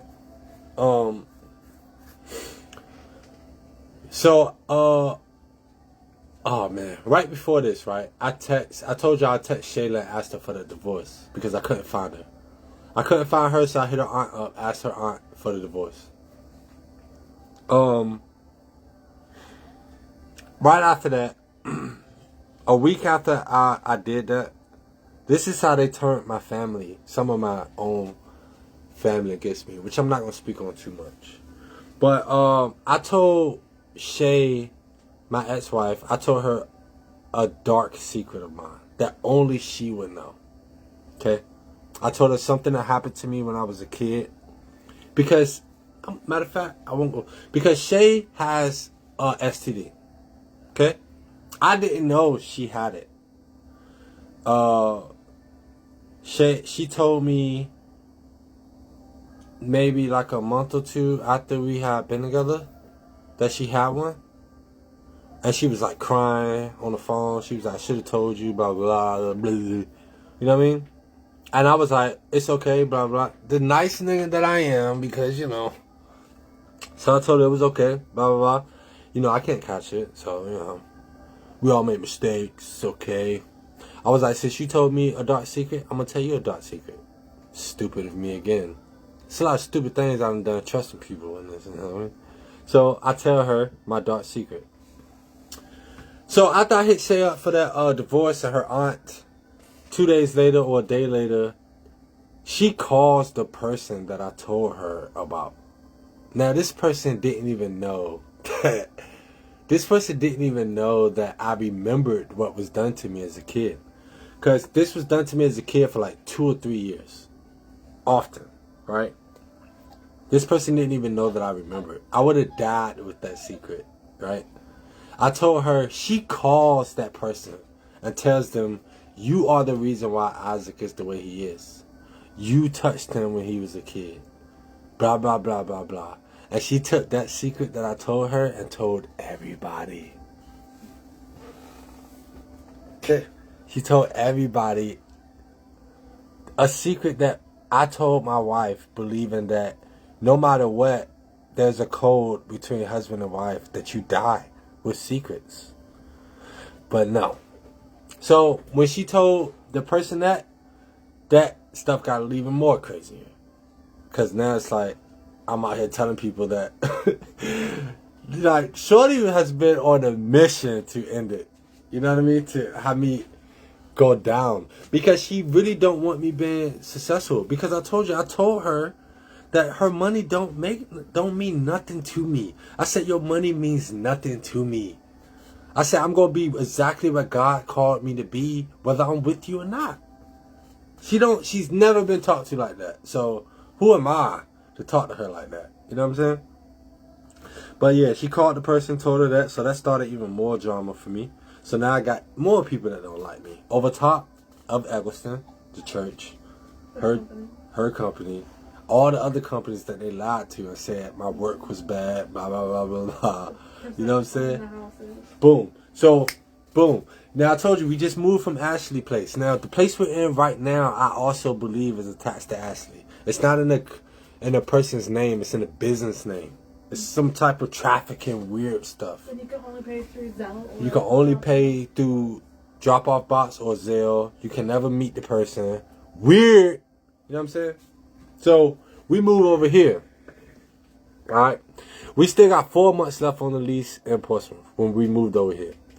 Our first week over here, people flashing lights in the window. Now, by this point, I'm kind of at the point where I'm going to start showing people I know what's going on. So I'm not reacting anymore. I'm just like, I know what y'all doing. You niggas is weird. It's like high school. I have no respect for you at all. You're bottom of the barrel to me. Like, you're bottom of the barrel muck. It doesn't get more nasty or dirty than you. So I have no respect. So while we're over here, our old lady that lived next door to us said that their water heater blew in their home. So before she even had to ask us, Ness was speaking to her on speakerphone. I said, tell them we'll bring them my key. Right? Again, now that I'm saying it, it's kind of crazy because it was always me just trying to be, you know what I'm saying? So before she even said anything, I was like, no, we could just give her our key. She could use the place. We had threw out everything in the house already. Mind you, they pretty much ran us out of there, right? On purpose. Okay? We give them the key. Our lease ends. 2 months later, Jessica hits us with Ashley, which is the apartment lady. We ain't heard nothing from her. Nothing. Dropped off the key to the place, blah, blah, blah. 2 months later, after the lease is up, she hits us with the almost $4,000 bill. That's keeping our $1,000 deposit. And that's keeping the $1,000 deposit. So $5,000 bill. She said the apartment was trashed. Blah, blah, blah. Mind you, we left them the key there so the people can use it. And they actually went in there and destroyed the apartment. And then tried to make us pay for the apartment. Ashley really just wanted all new furniture. She wanted all new carpet. She wanted a new kitchen. So she used our money to do it. Now, the silent partner of that place, his last name is Parkers, which I don't think he even knew what was really going on. But you remember the accountant lady that I said in the beginning of the story? What was her last name? Parkers. Jessica Parkers. She was my accountant with Shayla, my ex, demonic wife. Okay? And I told you, Shay turned her against me by calling me all types of names, right? So, I look at the paperwork that Ashley sends over, and it's got Parkers doing repairs on the house. So I'm like, okay. So they even got them people involved. It's like, you know what I'm saying? It's like, it made sense because Parkers was the owner of this place and she was my accountant. So it made sense. So now that's another person added to the cult. But the construction company her husband owns. Yeah, her husband owns a construction company. And their company is the one who did the work on the house. I can't make this up, bro. And then the day was I can't make this up, okay? Now, Janessa gets fired. The day Janessa gets fired, I told y'all she got fired because she was shaking stuff up a little bit. She praying in the office. She's letting them know that we know they're the ones been messing with the car. All that. The day she gets fired, there's a cop sitting in front of our house. Idiots. So stupid. What? She's fine. She just wants to be in here. There's a cop sitting in front of the house. Ashley texts Janessa's phone. Now, y'all, I had to watch this stuff happen and not do nothing. That's how you know it was God, man. Because God has a bigger picture. If God don't tell you to move, you do not move. You know what I'm saying? So she texts Janessa's phone and say, "Hey, we hadn't paid the $5,000 yet." She texts Janessa's phone and she's like, "Hey, I just want to know." She was like, something along the lines is, "I just want to know if you plan on making a payment. I don't want to cause any more financial issues." That was the day. That was right after Chris text her to fire her. Ashley texts us that. And there's a bitch ass cops. Don't forgive me. There's a cop sitting in front of the house. Okay? This is how they operate, because they think they can threaten you. Oh my God, man. So, they should be embarrassed. You niggas should be embarrassed of yourselves. It's like bottom of the barrel embarrassment, right? That's what Ashley has the nerve to text us. We don't respond. Now, we end up paying that anyway. Right? I wanted to pay it because I know the end result. And I don't care about nothing that happened right now. So I'm going to drop the money. And we're going to pay it. Right? And she sent us that 2 months later. Which is illegal. Yeah. You're supposed to tell somebody that they owe you money within like 11 days of them leaving. You know what I mean? And she told us 60 days later. Right? Now she takes us to court for that. That's what made me pay it. Now Janessa's brother was on the lease at the last place because we needed a little help. We had just moved out. I just got back in the country, blah, blah, blah. Janessa's brother got like an 800 credit score, something crazy. So he was on the last lease, right? She sends him mail for a court order. Okay? I'm going to go get it.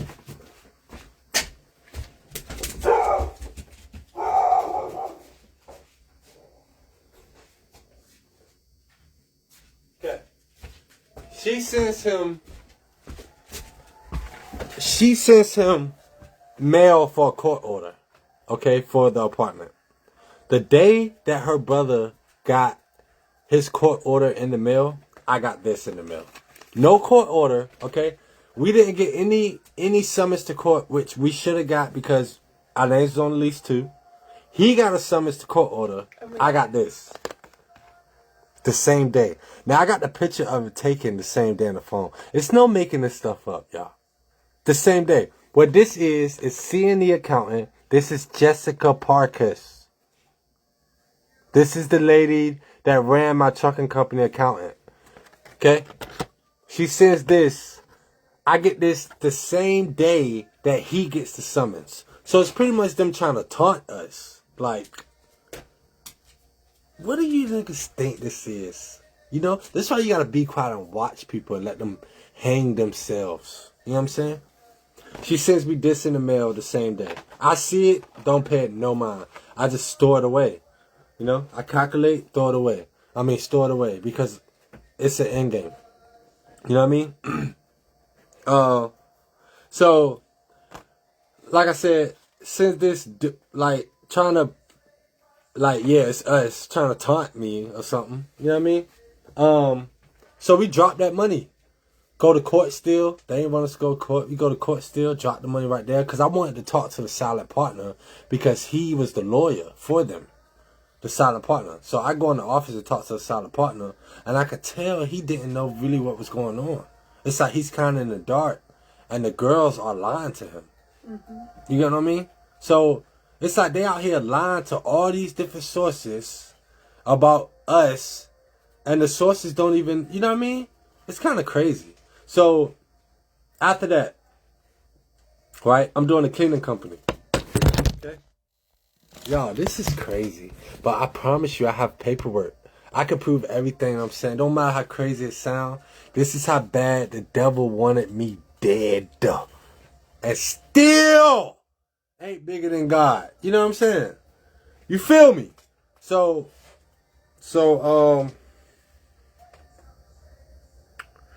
yeah, I got that. Remember I said I quit Arcadia because I had to, because they was playing me. Okay, they sending me bad material, defamation of character. You know what I mean? So I quit. I started my own business. I'm painting and stuff, right? I'm painting and doing unit turns. Unit turns is when you go in and you change out. Yeah, man, I'm trying to get my waves. You know what I'm saying? You go in and you change out like blinds, like appliances. You do small stuff to get an apartment ready for a turn.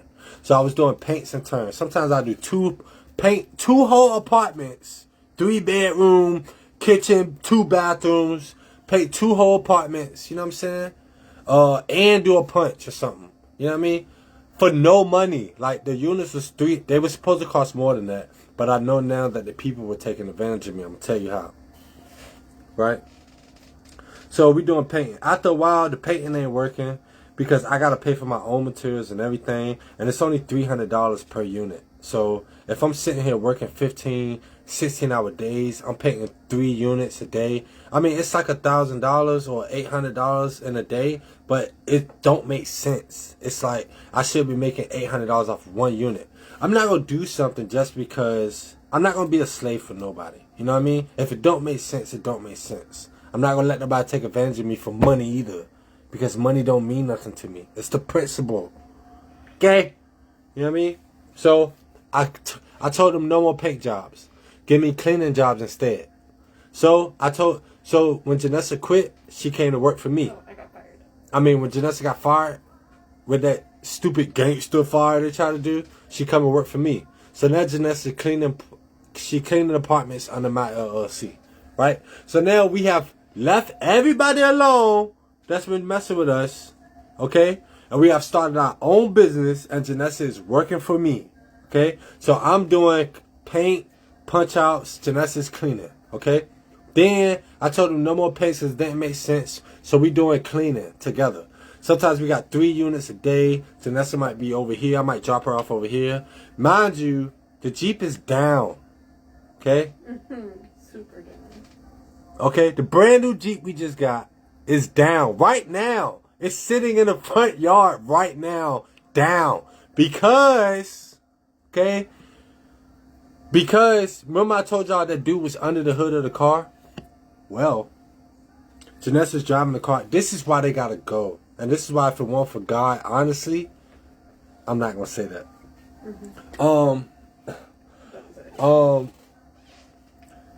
So him working on the car, it turns out he was actually trying to get the Jeep to catch on fire. Hear me, bro. Okay, this is not a game. He was actually trying to get the Jeep to catch on fire. God told me to look under the hood of the car. I looked under the hood. After he touched it, everything's flooded in oil. Even the under the car is flooded in oil. Okay? Now, remember I told y'all these people been messing with me and my family for over 20 years? My sister's car caught on fire. Like, when I was like 17. Something like that. It was right after my mama stopped working for Eggleston. My sister pulled up in the driveway and her car caught on fire. Okay? Why did her car catch on fire? The same tricks, bro. You bums. You are bottom of the barrel. You are bottom of the barrel. Everything that I say up here, I say to your face. That's the difference between me and you. I don't, you know what I mean? It's the difference between us. We ain't built the same. I don't do nothing in the dark. I'ma say it to your face. The day is gonna come when I look you in your eyeballs and I say it to your face.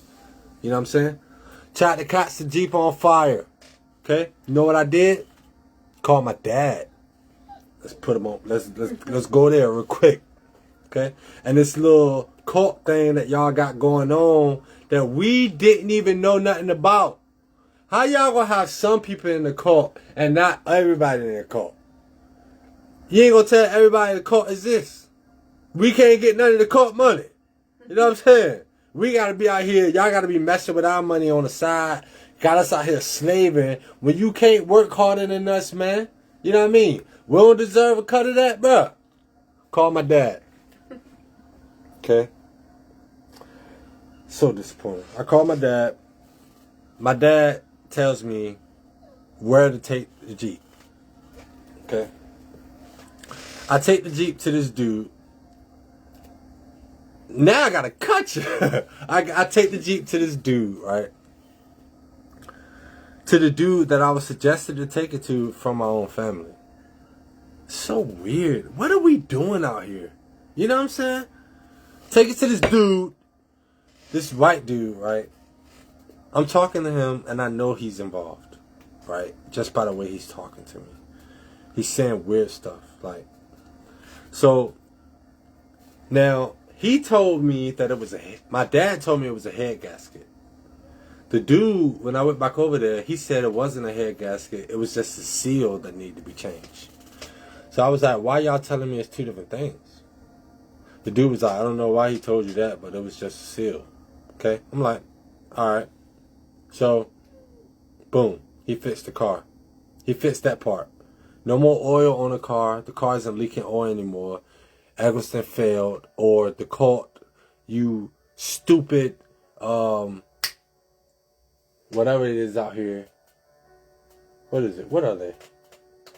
Jehovah's Witness. All that weird stuff. You know what I'm saying? He tells me, the car is good to go. Now, this is Janessa's car. I brought her that car, bro. With my hard-earned money. You understand what I'm saying? I work hard, bro. You bums. You know what I mean? So, these bums trying to take away my hard-earned money, right? So, after Janessa drive the car for a little bit, what was bad that day? We just thought it needed time to get used to. Yeah, it was acting up that day that she got it from. But I thought it was just needed some time to, like, recover. A week or two later, it never got right. So I took it back to him. He was like, okay, I'll fix it. He fixed that issue. And then something told me, it was supposed to charge me $300 to fix the issue. Something told me to only give him $100. I said, I'm going to give you $100, I'm going to pay you the rest in a week. We take that car home. One day later, everything in the car, all the lights are on. When you turn the key in that car, I can go out there right now and turn the key for you. All the lights on the dash come on. Everything turns off. No traction control. No. The RPMs go all the way up and rev. It's like,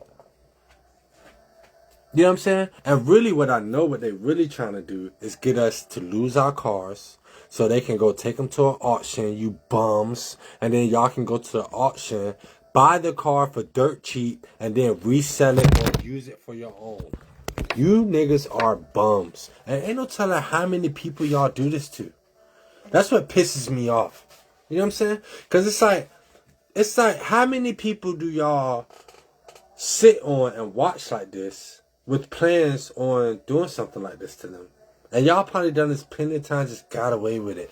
I told you Evanston used homeless people. These people use these homeless people in everything. You know what I mean? The homeless people have told me that.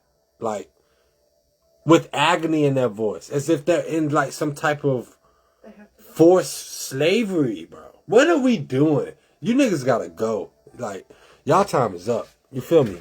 So, the Jeep has been down ever since. I told her we ain't even gonna get it fixed because I'm gonna just use it to prove exactly what they've been doing. You know what I mean? The Jeep's sitting out there right now. Ain't been driven in 4 months. You know what I'm saying? Brand new Jeep. You know what I mean? It got touched by Tim, which is Leanne's husband, which caused the oil to go in the car because he wanted to catch the Jeep on fire. You know what I mean? After that, like, she's only driven the Jeep for a total of like 4 or 5 months. Maybe. And it's been broken down most of it. So. Like, maybe. It's only been, you know what I mean? After that, everybody been messing the car. Boom. So, I'm working for the company called Rent Ready. I'm doing cleaning and stuff, right? This is before she got fired from... No, this is different. I started working for you. No, hold on. This is before she got fired and she was still at... What's her name? She gets a call from Leanne one morning, which Leanne don't like me. She's super racist, right? This is the one that Janessa cussed out. Or not cussed out, but fussed out in the office. Leanne calls off for work one day. Okay? My car, I got a job in Norfolk that day. Okay? My white car, my Genesis. I'm in Norfolk. Leanne calls out of work. Now, I got this weird feeling in my spirit most of that morning. You know what I'm saying? Like, I don't know. I just got a weird spirit in my feeling. I mean, a weird feeling in my spirit that morning. So I go to work. Janessa's at work. Leanne calls out of work. Leanne, mind you, she says she knows how to work on cars, but she does. So I go to work. I go in to check in and go look at the apartment that I'm about to work on. When I go into the apartment, God tells me to go downstairs to the car. I didn't listen for a couple minutes, and then I go downstairs. When I go downstairs, I open up the garage door. Somebody is running from my car. As soon as I open up the door, they take off running from my car. I walk up to my car. My hood is cracked open. The battery thing is moved off, and there's a hose cut under my car. Okay, I literally have all this documented. I made the police report. I took videos of my car. It literally had just started running. The water, you can watch it in the video running from under my car down to the back tire. Come to find out, they cut something that's connected to the engine. Still cut to this day. Okay, I left it like that. You know what I mean?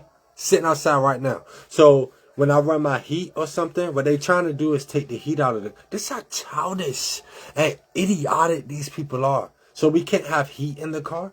So now if you run the heat in the car, it's like this red stuff starts coming out of like the engine. It smells weird. It's like these people have done everything they can to mess with us. Everything. Our home, finances, cars, everything, bro. Lied on me. Tried to make me look like I was a drug addict. Tried to make it look like I was an insane, lazy. You know what I'm saying? Every day I go to work, I go to the gym. There's no lazy bone in my body, bro. I work hard. Granted, from this whole conversation we've been having, you know that I'm not no bum. But this has been happening to me for 20 years. Alright? 20 years, and I know it now.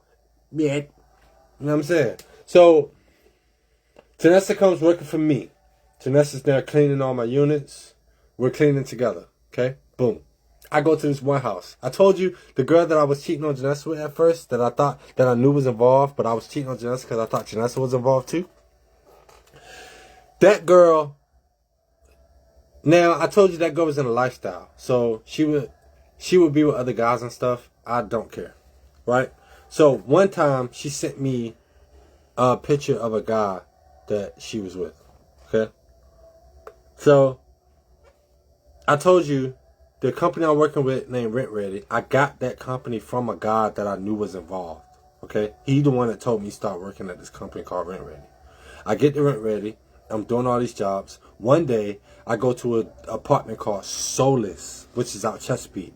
Okay? I go to this place called Solace, and I see the dude sitting in the chair. Now, I don't care because, especially when I was in a lifestyle, like, you know what I mean? I don't care. I literally don't care. I dapped the dude up and everything. Like, we talked for a good 5 minutes, but I knew at that point that now I know that Rent Ready is involved, which is crazy. You know what I'm saying? But I should have known it because the dude sent it to me, and I also believe that's the place my cousin was involved with, the one that set me up. Like, he was so, the one that went to church, he was so against me that one day I was riding down the street, right? I was talking to God heavy, you know? There was these people doing some work on the side of the road. VDOT. We ain't gonna talk about you niggas right now. There was people I was doing some work on the side of the road, and God was talking to me, and God was like, "I am God." And when He said, "I am God," I saw fire just start on the side of the road. Okay, boom, right. Inspired me because that's how my conversation with God goes sometimes. He'll be talking to me and then He'll show me in this physical realm. I told David about that. I mean, the dude about that. I said, bro, I was driving on the street today and I was talking to God and He said, "I am God." Then a fire just popped. I was like, I really do think God is with me on my journey. He was out, "Oh, for real?" I was like, "For real?" I mean, he was like, "For real?" I was like, "Yeah." He was like, "What happened?" I was like, "God was talking to me, and then He said, 'I am God.'" Then a fire broke out on the side of the road. He was like, "For real?" He was like, "Well, you know, I saw a fire being put out on the side of the road today." This is what the man that calls himself a follower of God, that attends the church on Sunday, said to me. Fully against me, bro. This is crazy, dog. What are we doing? What are we doing? You niggas playing with God. You niggas gonna be covered in blood. No one is gonna escape, bro. I'm gonna get a lot of you niggas while you're on this earth. But for the ones that slip away, it's gonna be worse for you because you're not gonna be caught here and you're gonna think you scot-free. And when you die, you're gonna stand in front of God covered in people's blood. You're gonna be dripping in people's blood. And ain't gonna be nothing you can do about it, bro. And you're not gonna be to say you don't deserve whatever fate you get. If you doing stuff like this to people, whether it's a secret cult, whatever y'all got going on, you can't believe you won't be judged for that, man. I fear for your judgment, bro. Genuinely, I do. My girl know it. I say it all the time. Like, I fear for anybody who has been involved judgment. Not because I'm some type of holier than thou person, but because I'm just a person chasing God. And anybody who's been attacked for chasing God, we're in the last days, man. The Bible said it's going to happen. I told you that girl called my phone before this started and told me that pretty much to watch out for Islam. That's pretty much what she was trying to tell me. You know what I'm saying? And we all know Islam is going to be the group that happens at the end that's going to be attacking Christians the most. We are literally living in it. If you read your Bible, we are living in it. Okay? Ain't nobody... People are tired of playing church, man. Ain't nobody trying to be perfect because we can't be. Everybody got their own flaws and stuff, but we really are tired. We want to go to a place where people are really have good intentions. Don't nobody want to go to a church that's like high school. You niggas got cliques. It's no different from the world, bro. You can't sit with us. The same, you know what I'm saying? Like, you niggas got cliques. Like, it's a fashion show. Like, niggas come to church to show off Sunday's best. All of it is for the wrong reasons, bro. All of it is for the wrong reasons. All of it is for the wrong reasons. And then y'all want us to go along with it. If we don't go along with it, then we're the problem. No, nigga. Our generation just tired. We tired. We tired. We have watched y'all play with God. We have watched you claim to love God and beat your wife. We have watched you claim to love God and talk horribly about everybody you know. We watched this our whole lives, bro. We are tired. We are tired of it, bro. And if nobody is going to do anything about it, we will do it. But y'all not going to keep living life out here. Like y'all got our best interests at heart. And really y'all are tormenting us in the dark. Y'all gotta understand, I've been sitting on this for 3 years, so excuse me. I'm a little like fired up. Alright, baby, we gotta go and get ready to close it out. I've been up here for a while. Y'all, this ain't even half the stuff that's happened. I promise you. It's only by the grace of God that I'm still standing today. Truly. You know what I mean? Truly, like, I should be dead for real. I know we heard that in the church a lot, but these people literally tried to kill me. They literally was taking loves off the cars. People literally like, exactly, bro. Everybody with that, man. People literally like messing with our cars, like I said. Traction control, none of that work on the Jeep. It's outside right now. People slashing tires. I got you on camera, nigga. You ain't even know I had cameras in the car. I got you. We got him on camera looking for the I got you. Alright, I'm about to close this out, man. I'm gonna get down to these last horrific details, and then we're gonna close it out. The police reports? So I told y'all the police and all them involved. They been on me, but they can't touch me, because I ain't dirty. Stupid. You know what I'm saying? Like, I don't care who you work for. Your badge don't make you nothing. All I see is man when I look at you. You feel me? So we filed a police report, right? Multiple. We filed a police report on the tire. In September. Okay? In September. I get a phone call from the police department. From a random nigga. He's like, hey, do you want to donate to the police department? I was like, no. Hung up on him. We get another phone call. Hey, so this is the sheriff's department from Newport News. We was just calling to see if you actually had the person's face on video. I said, why do you need to know that? He was like, we just need to know. I said, I'm not telling you that. Thank you. Goodbye. I go for a run down by the water. Cop drives past me while I'm running. I get in my car to come home. The same cops pull me over. Right? When they pull me over, got all on video. Can't make this up. When they pull me over, I immediately pull my phone out. Call my lawyer. Then I start recording them. I got a camera in the car. He was like, I got my license plate in my front windshield, right? It's not hooked up to my car. He was like, I pulled you over because your license plate's in your windshield. I said, that's a lie. I said, my license plate is always in my windshield. I said, I know why you pulled me over. I know exactly who y'all are. He was like, oh, your inspection sticker's bad too. I said, give me your badge number. Both of y'all. Right? One of them is trying to avoid it. Right? The other one is talking to me on the driver's side. He's like, I'm going to write you a ticket for your license plate, your inspection sticker being bad, and you not having a seatbelt on. I said, bro, I don't care. I said, I know. I look him in his eyes. I got it on video. None of this is made up. I look him in his eyes. I said, bro, you think I don't know who you are? I said, I'm not scared of no demons. I said, you niggas are demons. And y'all gonna be dealt with. That's exactly what I told him, bro. He was like, you got any guns or anything in the car? They was hoping I had because I keep my strap in and when I'm driving, I keep it in the seat, right? Here tucked so I can just grab it, right?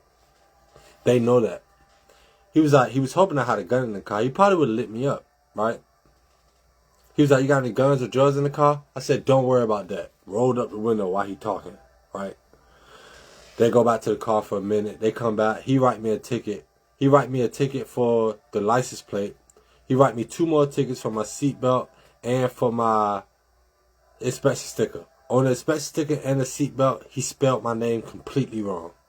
Spelled them wrong and the street completely wrong. The only one that was actually legit was the license plate one. Okay? They didn't expect me to go to court. They expected me to pay it off. I walk up in court anyway on him. When I get to court, It's early, so everybody's sitting outside. I see the cop sitting right there. I go sit right next to him. Right on his bench. Sit right next to him. And I'm just chilling. Like, you know, I'm whistling and stuff. Like, I walk in there. I tell the, you know what I mean? The judge called me up. Drop all the charges. You know what I mean? Drop all 3 of them. Because this nigga had nothing to hold me on. You know what I mean? They're just doing the dirty work of these dirty business owners. Okay? After that, I'm gonna speed up, y'all. I'm almost done, I promise. It's not my fault that this many people have been trying to kill me. You know what I'm saying? Not just me, either. I'm talking about my family. I'm talking about y'all. Yeah. You understand? Like, it's about time for us to come get what's due. You feel me? Like, if ain't nobody else gonna do it, we'll do it. Don't care about what other generations they want to do it, who else don't want to do it. We will do it. I'll do it. You know what I'm saying? So, after that, I send that girl that I said, she sent me a picture of the dude, and I went to the soda's place. I sent her a message. I haven't talked. Oh! So, mind you, they was trying to get me caught up with saying I was messing with the little girl. Okay? Let me tell you how right now. So, when I text that girl, right, all of a sudden, she told me one day, hey, I'm on a boat. Now, that's what my ex did. My ex, me and her went on a boat. We went and chartered a boat all the time. So this how I know my ex was like in on this with Eggleston type stuff. One day she was like, yeah, I'm on a boat. She was like, I lost my phone, so I got a new phone. She was like, so I might be texting you from a couple of different numbers now, but it'll be okay. Now, my spirit automatically tell me something's up. But I'm like, okay, cool. So she started texting me from random numbers and stuff. Blah, blah, blah. Now, she texted me one time. She was like, it's so demonic. She was like, my son, daughter,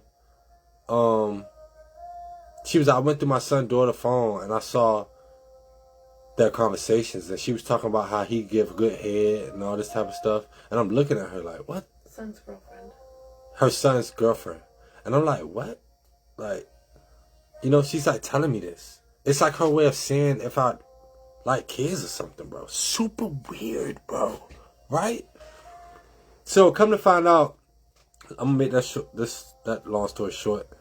She was actually, they all share phones. So, she shares a phone with her son. And sometimes his son, daughter, have the phone. So, she used to text me from like 3 different numbers. So, what they was trying to do was have me text that phone and say that I was actually talking to the little girl. What are we doing, bro? You niggas trying to get rid of me that bad that you willing to lie on me and falsify and say that I mess with kids? Remember that time I told you that first lady took me to Florida with her? They was also trying to lie and say I was trafficking drugs. I'm on you, nigga. I'm on you. You know what I'm saying? I'm on you. God tells me everything you do is a planning before you plan it. Because you're not bigger than God. You know what I'm saying? Ain't none of us bigger than God, boy. This is flesh. What's wrong with y'all, bro? Okay. So, after that, I text the girl. The only thing I text the girl was soulless. That's it. I ain't texted nothing else but soulless. Because I wanted to get a reaction out of them. Because they're not emotionally intelligent. They're children. Right? Text the girl soulless. The next day, I go on Rent Ready app. It's an app that shows us our jobs. They took almost all the jobs off. Almost all of them. Now, this is the only way we pay bills at this time. Because the last job, racist. Fired Janessa off of racist. Arcadia, racist. I quit. Eggleston, trying to mess me up. I quit. Right? So we at Rent Ready with my own business now. Okay? This is how we paying the bills. Car notes that they done messed up. The cars they done messed up. Okay? All this. Alright? We're paying all this still. Just dropped that 4 bands on the old apartment because she robbed us from that. Right? We just did that too. Okay? Now. So, all the jobs is falling off the list. We would have like 10 jobs in a week. Now we got like 2. Okay? And then they email me. When they email me my pay stubs for the week, They usually email me every job I did for the week and then a total. That week after that, the only thing they emailed me was soulless and nothing else. I did 10 jobs that week or something, and the only email I got was soulless. Okay? You feel me? So boom. I'm like, okay. I was like, God ain't telling me now's the time to say anything, so I'm not going to say anything. And I said now's not the time. God didn't tell me the time to say anything, so I'm not going to say anything. Plus, I'm a genuine hustler. Like, it takes a freight train to stop me, man. You know what I mean? Like, that wouldn't even do it. So I'm going to keep going, right? So after that, I'm like, okay, what else to do? I found a contract for Haynes, UST, right? It's a trucking company, okay? Where we deliver furniture, right? I don't have a truck. I don't have an authority for a trucking license. I don't have any insurance for a truck. I have nothing for a trucking business. Okay?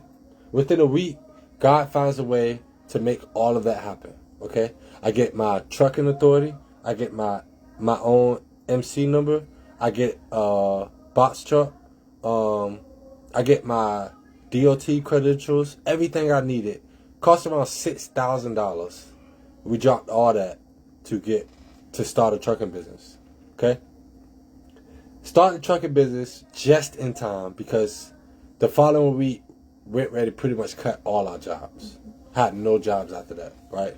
So now, trucking company. Everything these people try to do to stop us, God just finds a way to open up a brand new door. You know what I'm saying? No way I was looking to be doing that at all. It's just what God led me to do. So now, we got a truck, okay? I call my cousin, Toot, big dog. You know what I'm saying? So now, man, Toot rocking out this trucking joint. You know what I'm saying? Putting work in. Me and my guy work hard. There's not too many people. It's not a competition, bro. But me and my guy work hard. You know what I mean? We put in work. You feel what I'm saying? So now I told you we're in the Cult neighborhood. The whole neighborhood is mad because they don't want me here. They trying to run us out just like they ran us out of Portsmouth, right? So they messing with our cars. Didn't know I had cameras on everything. Like doing stuff. Two, my guy that work with me now, right? He had bought a car from us, right? So we give him the car, right? They snatch the mirror off the side of the car. His side view mirror. Break it off the car while he's out and about doing his own thing. This how they be following niggas. Weirdos! You niggas is weird! Because it's the car you drove at right? Eggleston. Yeah, that's the car I had when I was at Eggleston, so they know it. You know what I mean? Broke the mirror on the car, okay? Boom. I don't care. They ain't gonna stop me. We'll just document it and keep it rolling. Alright? We over here working. Don't have issues from nobody. I filed a police report because somebody put another hole in the tire. Got you on video. Boom. Once I filed that police report, I get harassed by the cops again the next day. Boom. Alright? So then, we go down to the court, Newport News. Try to press charges on a couple of the big companies, Eggleston mainly, right? We go down there, talk to the guy, the magistrate about it, right? He's kind of like nervous or whatever when we talk to him a little bit. Boom. We leave there. When I go to walk out of there, cops is everywhere out there. You know what I'm saying? Boom. I come home. The next day, the gas man comes to the house. The gas man is like, your neighbors are about to put up a fence because my truck is parked right next to the house. It's very tight. Okay? Very tight. The next day, yeah, man, it's a lot, man. I'm trying to tell you. The next day, it's not even half of it. I promise you. If I told you all of it, it will blow your mind. You know what I mean? But eventually, we'll get there. Just know that God is good. That's it. That's what it boils down to, man. It ain't, you know what I mean? So, what? The gas guy comes. So the gas guy comes, right? after I go down there to the city to try to press charges on Eggleston, the gas guy comes the next day. The gas guy come and he like, yeah, we got to check for your gas pipe in the backyard because we about to put they trying to put a fence up next door. No way you needed to come in our backyard to look at our gas for them to put a fence up on their house. You only did that because you came to me to give me a warning like, hey, they're going to put a, you know what I mean? If you don't chill out, if you go down there again, we're going to put a fence up. You ain't going to be to work. I don't care, right? So, boom. We filed another police report because somebody messed with the car a week later. The next day, these people come out and put a fence up. No. Sorry. Sorry. Before they put the fence up, the last time I said we filed a police report, the cops come the next day, tell me I got to move my truck from Malta Street. 26-foot box truck, okay? It's been there by now for 3 months. It's been in the front of the house now, 3 months sitting on the street, no problems at all, okay? I'm still dealing with issues every day from the neighborhood, flashing lights, you know, weirdos. They think I don't know what's going on, but I know. I'm just letting them have their fun. You know what I mean? They doing all this, and the cops come. The girl get out the car. She's not even a real cop. She's a cop assistant. You know, with a stupid truck, right? Parking aid. Yeah, parking aid. She come up, and I was like, hold up. I immediately called my lawyer, right? I was like, what you want? She was like, the car can't be parked here. I said, my truck been here 3 months. She was giving me, like, little attitude. And I'm talking to them. 2 more cops pull up. I'm talking to them like the man they are. I said, so what y'all doing here? I said, are y'all here with integrity, or are you here because somebody sent you? This I'm talking to them, so they're not really feeling it, right? She like, well, do you want to move the truck or not? I said, you can tow the truck. It'll help me out if you tow the truck. Tow it. And she like, I don't want to tow it. I was like, so what you here for? Like, you came over here to threaten me? I was like, I'm telling you to tow the truck. You know what I mean? Call your big tow and let them tow the truck. She like, I don't want to do that, blah, blah, blah. I was like, okay, well, I'll put it in the driveway. They didn't think I would fit the truck in the driveway because the driveway was so narrow. Back that junk right up in there. You know what I mean? Backed it up in there all the way back. So now, 5 cops. Yeah, it was like 5 cops outside. You know what I'm saying? Backed it all the way up. Once I backed it up, I looked at them and said, I'm going in the house. You know what I'm saying? Like, I don't know what y'all trying to do, but I'm going in the house, man. You know? So, boom. Now, the car's in the driveway. Me and my dog still working hard every day. Mind you, they're messing with my money at work now. So, the truck could possibly make $5,000 a week. Maybe, right? But after I pay, because I'm renting the truck, I got to pay all that money in renting the truck. I got to pay for all the gas of the truck. I got to pay for all the insurance of the truck. And I got to pay my guy. By the time I do that, there were days where I made less than my guy made. You get what I'm saying? And it's all because the company that we're working for was taking money out of my check that they should not be taking. $1,200 here. $700 here extra. $900 here extra. $1,500 here. Like every week. Right? So I'm bringing it up to them like, yo, everywhere I'm going, y'all got y'all hands in my stuff. Like, y'all won't let... I haven't fought back against y'all one time with all this evil stuff y'all been doing. I just been moving. Every time you do something evil, I don't even fight you back. I plant my feet and I keep moving. And y'all just following me wherever I go. You get what I'm saying? Boom. So I'm like, okay. I go down to court again. Go to another court. Where we go? Portsmouth. Go to Portsmouth. Try to press charges out there. I come back home. Another tire, right? Yeah, another tire. Yeah, a tire was flat the next day. Stupid! Got you on camera. Then Jehovah's Witness. Then we had the Jehovah's Witness show up again. Weirdos, man. You niggas is weird. And they sent me a letter in the mail talking about, don't you like peace? Like, bro. I told you the whole neighborhood I'm in is like Jehovah's Witness. So they sent me mail. If you want peace, come down to this house to get peace. Peace don't come from you, nigga. Peace come from God. What are you offering me? My soul? You want my soul for peace? Bro, y'all boys is wild. I won't sell my soul to you for nothing. Nigga, we gonna die. Well, I'm gonna gain the world, lose your soul, man. You can sell your soul and go to hell. Okay? I'm not selling my soul to you to do evil. Especially when I know your cult is evil. If I agree with the evil that you do, that means I submit to the evil that you're doing. Which means I am now responsible for the blood that's on your hands as well. Don't y'all notice how this works? You know what I mean? That's how spirit realm work. You do something, and somebody attached to you, they are now under the same covenant. All of you are doing it together. I don't want to be a part of it. I don't want to be a part of it. You know what I'm saying? So, boom.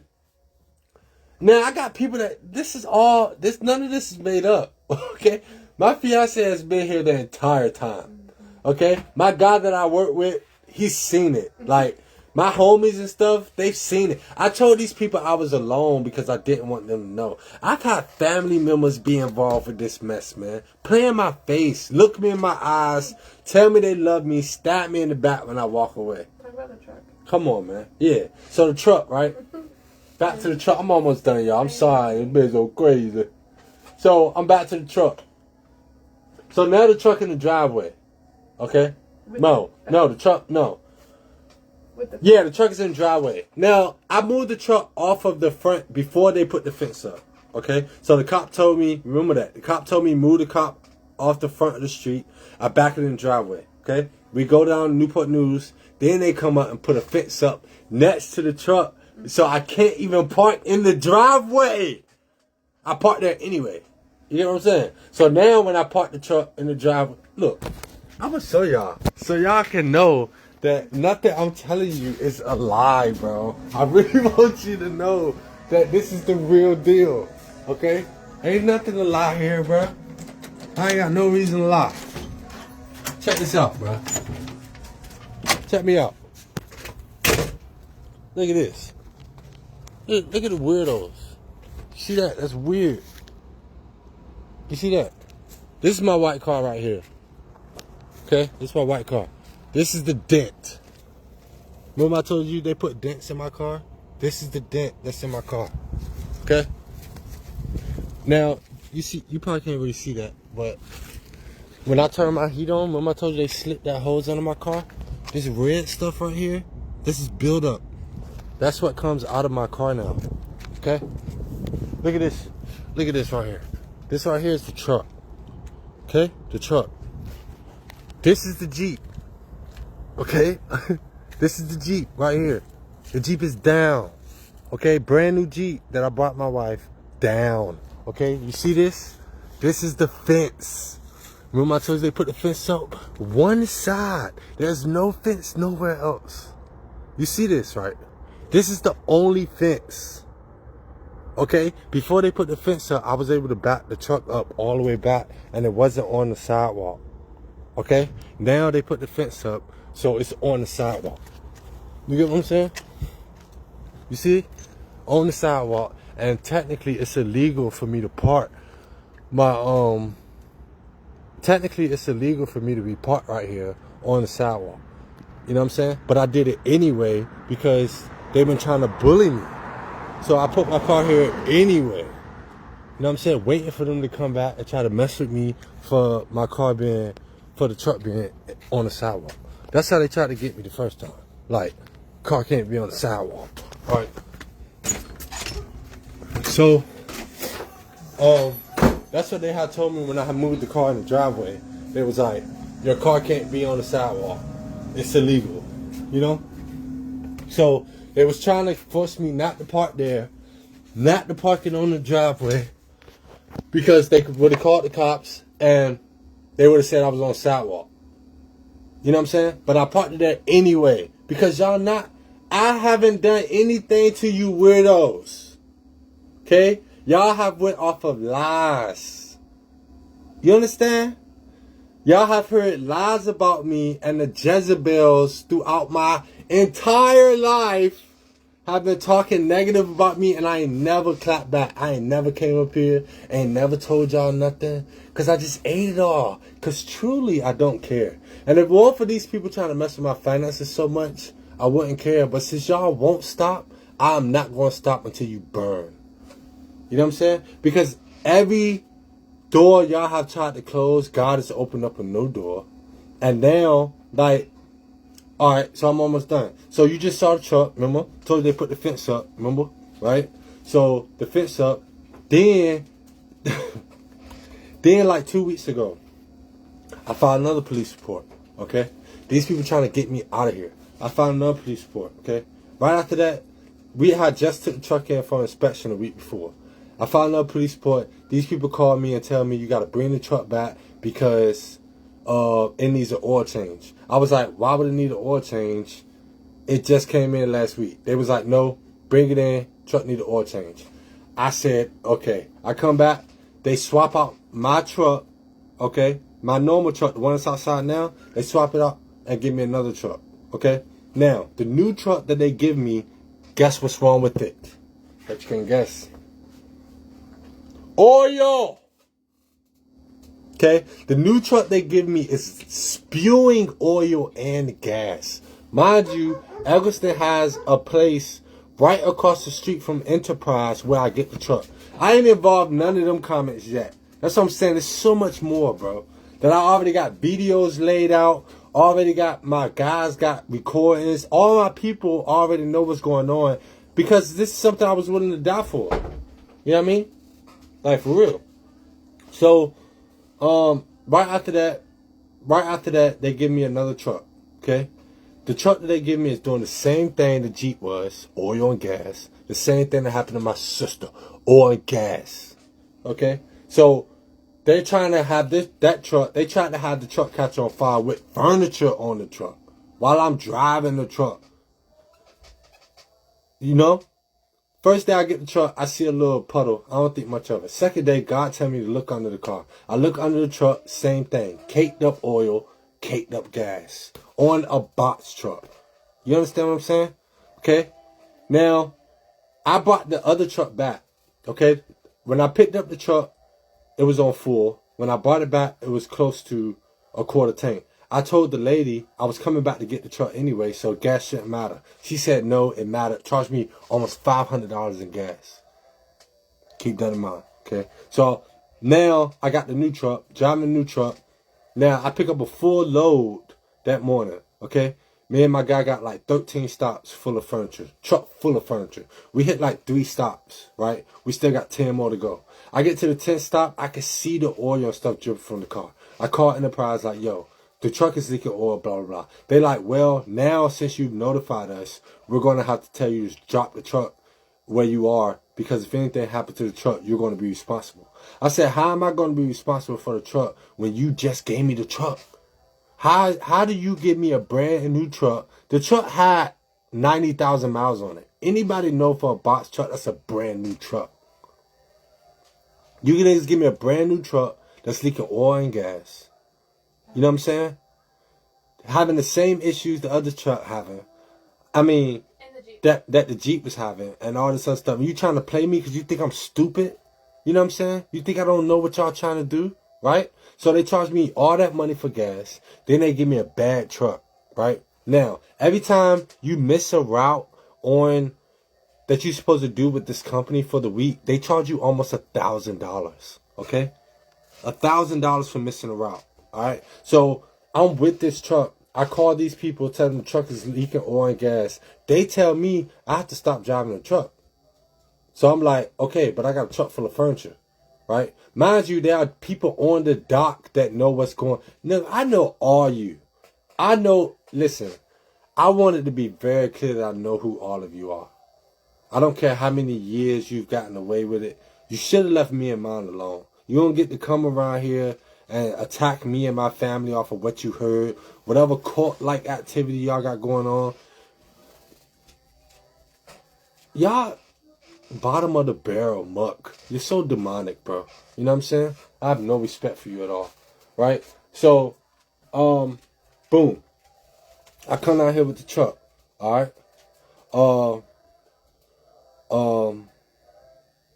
when they put the fence up, the day I parked the truck, this lady that live a couple houses down, that drive this little scooter thing, she has to come down in front of my house and go down my driveway to get on the HRT bus, Eggleston, right? They get on a little mini bus. Like, she can't use her own driveway. She don't never go nowhere at 8 at nighttime, okay? The day I park the truck in the driveway, suddenly she's coming down because she needs to go somewhere. The day I get the truck, I told the lady, I said, call the police. I said, I already know what y'all doing. It's weird. Like, I'm going to call y'all out to your face. I'm not going to play your game. She was like, you're crazy. I don't know what you're talking about. I said, lady, I know what y'all trying to do. I said, just get them to come tow the truck, right? Police come. They tell me it's not a problem. Keep the truck in the driveway. Go home. It's like, listen, man. It's like, I'm telling you, it's mad. It's a lot of stuff. I feel like I've been talking to y'all for a minute. So, you know, just know that that's the tip. That's the tip, man. It's a whole iceberg under there, bruh. You know what I mean? Of people literally trying to take my life from a Jezebel. That's why you got to watch the women you deal with, man. All the great kings in the Bible fail because of women. Adam himself failed. Now, women, I'm not coming at y'all, okay? That's not what I'm doing. Because we adore y'all. There's nothing a man could do. You know what I mean? Women are extremely important. You know what I mean? You are the backbone to a great man. I mean, truly, a great woman is the backbone to a good man. My old lady is my backbone. She's a great woman. You understand what I mean? Anyway, so after all that happened, like I said, we had to leave rent ready. Janessa hasn't been working for what? 7 months? Since June. Janessa hasn't been working since June because the companies have pretty much blackballed her. You know what I mean? Like, her old boss blackballed her. Tried to destroy her name. Tried to say she was stealing. Come on, bro. Come on, bro. Y'all thought we weren't coming? Tried to say she was stealing. So I've been holding down every bill in the household, including the 2 car payments, by myself since June. You understand? Since before that, for real. Like, and it's only because of God. It's like, everything these people have done, God is interfering somehow and allow us to stay afloat. You get what I mean? So she's been home diving into God. Like, I tell her, like, spend today with God. You know what I mean? So she'll be home worshiping, learning about God, watching podcasts. I tell her every day when I leave, you pray over our house for an hour. Give God an hour. That's the least you can do is give God an hour. Intentional hour. You know what I mean? Like, turn your music on, worship your God for an hour. You know what I mean? Pray to him, intervene for. So that's what she's been doing since June. Because the people have been messing with, you know what I mean? Like, so childish. And I've been thugging it out. Like, you know what I mean? Like, even before June, like I said, she came and worked for the business, so she was cleaning under me. You know what I mean? And I was still doing all the other stuff. So she'll come out, do a clean job. She'll work for a few hours. She'll go home. You know what I'm saying? So yeah. Come back home. Them people charge you for that. So now I got charged $1,000 for missing a load on the truck because of a truck they gave me that was bad. Right? They gave me a bad truck. I had to drop the load that day. They charged me $1,000 for that. For missing the load. It's just been crazy, man.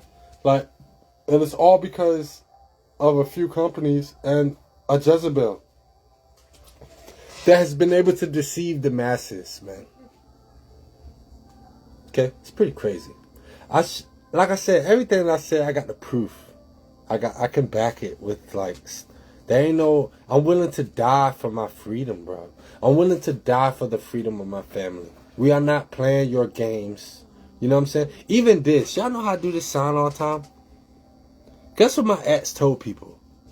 That I was claiming to be in a fraternity.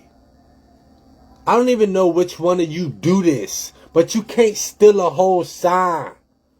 What are you talking about? I've never once claimed to be in a fraternity or none of that. That's not my stilo. I don't want to be in that. You know what I mean? But I do want y'all to know that I know you. And I know what you've been doing to me my entire life. I know what you've been doing to my family. You know? Y'all, you think you're bigger than God, or you are God, or we don't believe in the same God. I don't care how you twist it, but your time your hands are coming off, bro. You ain't gotta like it. You ain't gotta like me. You don't gotta like my family. I don't care. I don't care, bro. I don't care. I won't stop till your head's on the platter. Because you haven't stopped until you try to see my life end. So I won't stop until I see your actual corruption end. Because we're innocent human beings over here. Everything I've been attacked for is based off of a lie. You know what I mean? All of it is lies. And then you think, why would you think a lie would scare somebody who stands for truth? I don't care about no lies. I would let your lie marinate for 3 years like I did before I even mentioned your lie. You know what I'm saying? You're bottom of the barrel muck. You're toxic. You're a cancer to our society. I mean, it don't get no Lord in you. To play with people's lives in the dark, it don't get no Lord in you. You know what I mean? It don't. I love y'all. I think I'm done for now. This is just part 1, phase 1. You know? If actions don't take place and people don't do what they need to do, we're going to keep mowing until the whole thing is cut down. You know? Is this the same? No, this is, that's my ex-wife I'm talking about, Shayla. You'll see it when you rewatch the thing. Nah, I did burn her up though 10 years ago. You talking about Nikki for her and Greg, but you know what I'm saying? Something I ain't never told. There's something I'm saying I ain't never. You know, even Danny came on Facebook. My ex before Shay. You know the taller girl that I was with. She went on Facebook and was like, Isaac stand with the gay dude. Isaac blah blah blah. When Danny, all these people were lifestyle people, and I didn't know. Her name is literally Danny the Unicorn. I didn't even know what that meant at the time.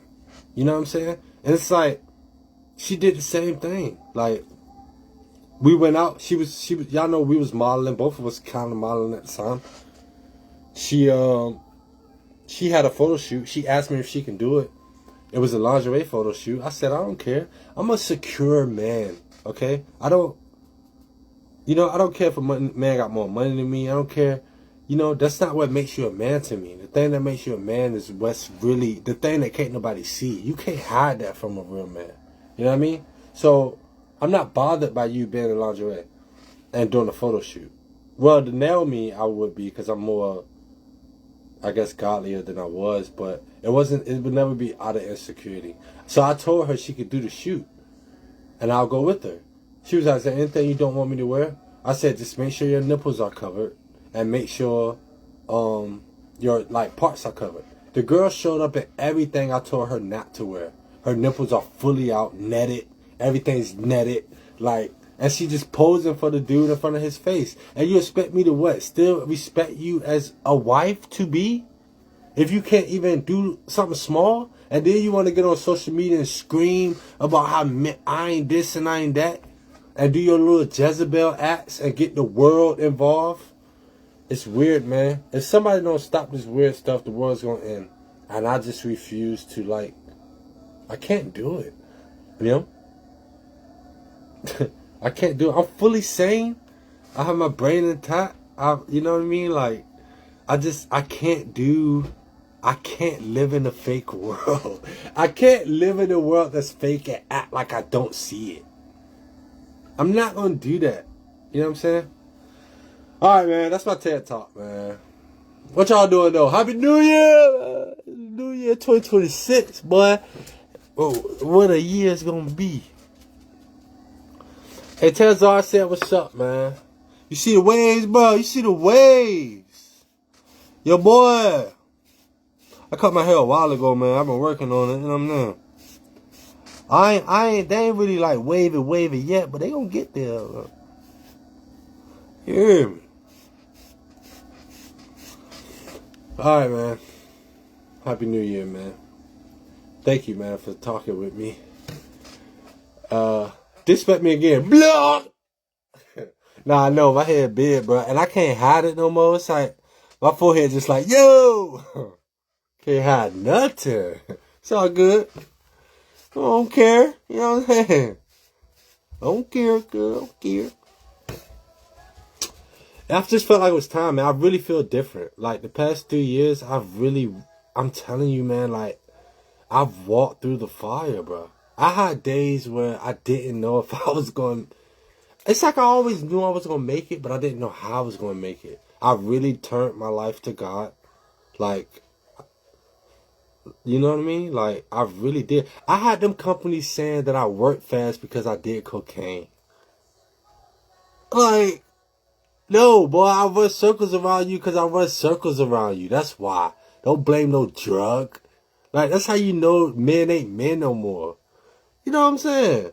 Men ain't men no more. If a man around me, you know what the pastor told me in my old church? I called her. You know what she told me? She said, the world wants you to be too much of a man. She said, the world wants you to be too much of a man. I said, how can you be too much of a man? That just lets me know that the world don't want me to be a man at all. You know what I mean? Like, why? Bro, I'm a thoroughbred man. My girl will tell you. My girl will tell you. All the lies that have been told to you, they fall to the floor. My girl will tell you, I've never put my hands on this woman ever. Never will. I've never put my hands on no woman. Okay? I do nothing but speak life into her. She will tell you. Not because she's forced to. She has no reason to be here. Okay? My life has been crazy these past few years because of a woman. She could have left a long time ago. She has no reason to be here. She's only here because she's happy. She's taken care of. You know what I mean? Like, I speak life into her. I encourage her. My girl don't even touch a door. She don't even know what a door handle feel like when she with me. You know what I mean? Like, car door, no door. Don't matter. Any door. You know what I mean? Like, I talk to my woman with respect. I treat her with respect. So any lie that a woman has told you about what I'm like as a man is a lie. You know what I mean? Any man would be a great man for a great woman. I'm trying to tell you. I'm trying to tell you. That goes out to you single women out there. If you are a great woman, a good man will be a great man for you. I promise you, bro. You know? I promise. And that's coming from me. You know what I mean? I used to be outside. I won't like crazy, but you know what I'm saying? I was outside enough. You know what I mean? And a good woman came along and that's it. Ain't no woman seen me. Ain't no woman touch my phone. Don't no woman get my attention. None of that. For what? You know what I mean? Like, I don't care about vagina. Like, grown men, bro. Like, grown men, we don't. We don't, like, you know what I'm saying? Like, what is... I can't express it enough, man. Like, I'm just on new. This year will be different. Either it's going to move for me or I'm going to move it. That's it. Like, it's not going to be no more repeats of the years that I didn't see. That I didn't see the games being played in the dark. That y'all was laughing in my face while you playing. The deceitfulness behind my back. All that is over. I'm calling it all out when I see it now. And I'm not even letting you walk believing that you have an upper hand anymore. You know what I'm saying? I've worked hard my whole life to find out you have been playing with me my whole life, bro. You know what I mean? Like, even now, like, I work hard. Like I said, that $1,000 charge just came last week. When I'm already the one paying the only bills in my house. Because y'all have tried to blackball me and my fiance for being Christians and not being racist. Those are the two reasons. Those are two reasons. I'm not. It's black people out here that want me to be racist to white people. I'm not. Because I'm not you. You know what I mean? I'm not you. I'm not you. Why would I do that, you dummy? Like I'm going to make the world a better place by hating another group of people. Bro, you niggas, y'all, boy, y'all judgment day is going to be something serious. You know what I mean? We walk around this earth like we're going to live forever. But you're going to die. I can't say that enough, man. I think about that every day. You're going to die, man. You're going to die one day. You need to get that, like, It ain't no way around it. They're never going to make a AI that lets you live forever. Because God ain't going to let it happen. They're never going to make any technology to have you live forever. They're not going to do it. We're all going to die. And we're all going to meet the person that I think we look at life, man, and we look at this as normal. But look around you, bro. This isn't... We've gotten caught up in this, in our reality being like normal, but look, how is this possible? Like, truly. Like, there has to be a God. You know? Like, do you know, do you know what goes into even making a fetus, bro? You know what I'm saying? Like, do you know it's billions of brain cells that have to align in order for your mind to work properly? Billions. There are more neurons that need to align in your brain than stars in the galaxy. That's not made up. Look it up on the phone right now. Okay? And you're telling me that happens every day, thousands of times a day for humans being born, and it's always a coincidence? It doesn't make sense. You know, we look at this as normal, bro, but it's not normal. You need to understand that there's a God in the sky. He sees what's going on. There's no... You know what I mean? Like, for real. Sometimes I'd be surprised, man. I could look at a light bulb, bro, and be like, that is mind-blowing. It's because how does it work? We are just so used to it. But it's not normal, bro. You know what I mean? Like, we gotta understand there's a higher power, man. And everybody's connected to something. We're all connected to a source of some kind. You are. You are, bro. You are. You know? And it's up to you to choose which source you're connected to.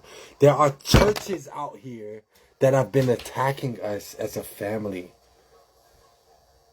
So if you're attacking me on Saturday, what God are you worshiping on Sunday morning? Bro, we're in delusion, bro. The world is... I'm not trying to be like a... I don't know. I'm not trying to be like a downer or nothing, because to me it's exciting. Like, I know it sounds crazy, but I look at the world ending as... Because it's Bible prophecy. The Bible tells you what's going to happen. Everything we see happen is in the Bible. You know? So, I'm not afraid of death.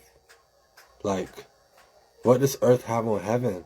There's nothing that we could be offered down here that is greater than what we was promised for doing what we were supposed to do. Like, what? You know what I'm saying? That's why heaven is the goal, man. It's nothing, no money, no nothing. The only reason why any of this has been done because right is right and wrong is wrong. And wrong has to fall. Or wrong will take over. And when wrong take over, how can you tell what is wrong or right? Because when wrong sits at the top for a certain period of time, wrong begins to change the rules to the game. And if you allow wrong to change all the rules, you won't be to tell the difference between what's good and bad. And then wrong would claim that your good is bad, when really, the bad is so good. Oh my God. It's crazy. We just stole a president. We walked into a nigga old country and grabbed him. Come here, bro. Get off your president's seat and come here with us. We stole this man and his wife. And we try to act like the world is not in it. I love you all. I don't even know who's still up here, but I love you. Thank you, man. I've been working hard. But you know, Monica, I don't know. I've kind of been like this, though, man, right? It's just more so, I'm more with God now, for sure. Actually with God now, not for, like, show and tell. And I guess my morals and stuff didn't really change. I just don't care anymore. You know? Like, I would dim myself a lot because people get offended so easily, bro. You know what I mean? People get offended so easily. You can't be yourself around certain people because it's all about how they feel. You can't post what you post on your social media because you might offend somebody. Like, bro, y'all too emotional for me. Like, the world is too... No one is allowed to have an opinion anymore. It's like, you think the way we think, or you're too odd for us. Or, I don't know, man. It's... If somebody don't stand up for something, then... Yeah. I appreciate y'all listening, man. Share the video if you want. Like I said, what you heard in this video, man, was not even... You have no idea. It was not even a tip. You know? I shared the video to let my adversaries and the people that's been attacking me and my family know that I know. That you don't know who I know. You know what I mean? You don't know what we're capable of. You don't know who we are, bro. The fact that I've been able to sit here and watch you play in my face for 3 years and not tell you a thing, you not even realize it, should let you know how dedicated I am to this. You know what I mean? Like, so last thing, Ashley hit us up last week and told us to drop the charges. Right? We don't even have charges out on her yet. She hit us up, told us to drop the charges. A cop came by the house. I got him on video, so none of this is lying. Cop came by the house. He was like, hey, can I talk to Janessa? I was like, what you want to talk to her for? He was like, I need to talk to her. I said, this is my house. You talk to me. He was like, I'm just trying to figure out what she wants to do about the police report she filed in September. Okay, this the police report we found against Ashley. September. He just came by last week.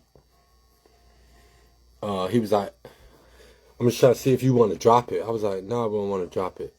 He was like, well, can I talk to her to see if she want to drop it? I said, she filed it because I told her filed it. He was like, oh, you told her filed it? I said, yeah. I said, bro, who do you think you are, bro? I said, you a man in a badge. You ain't no superhero. Like, your badge don't give you superpowers. You still a regular man and you're using your authority to do witchcraft. You know? He looked at me, he was like, nice home you got, and walked away. And then put his flashlight all in my car. You want to know why? Because they looking for them cameras in the car that they won't find. Stupid. You know what I'm saying? This type of stuff we dealing with.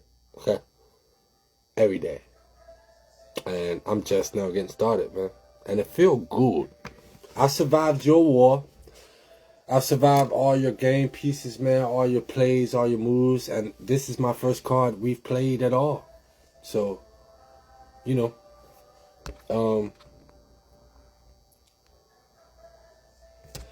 We got to do something, though, man. Like, I want to be free. I work too hard. All y'all up here, I don't even know who's up here, but you know me. If you're watching, and I'm sure you know me. You know my character. You know I've been like this. You know? Like, you know that I only want the best for people. You know that I don't think I'm better than nobody. There's nobody. There's nobody on this planet that I am better than. Nobody. Nobody. There's nobody on the planet that you are better than. You are not better than nobody. It don't matter what money you got, your car. None of that matters. We all got souls. When you die, you can't take nothing with you. Do you understand? Your money ain't getting buried with you. You're not going to be buried with your car. You ain't going to be buried with your house. You ain't going to be buried with none of that. You're going to be buried with your body. And your soul is going up. That's it. God ain't going to be like, how much money did you make when you was on earth? What are we talking about? You know what I mean? We got to get back to the love, man. I love my family. I said it a lot. I ain't always been around for my family. I didn't even know you niggas. I didn't know what was going on. The upbringing, we talked about it. You know what I mean? Blah, blah, blah, blah, blah. Doesn't matter. Let's change it now. It's 2026. It's a new year. That's why we waited until now to do this. It's a new year. And 26 is going to go one way. And one way only. You know what I mean?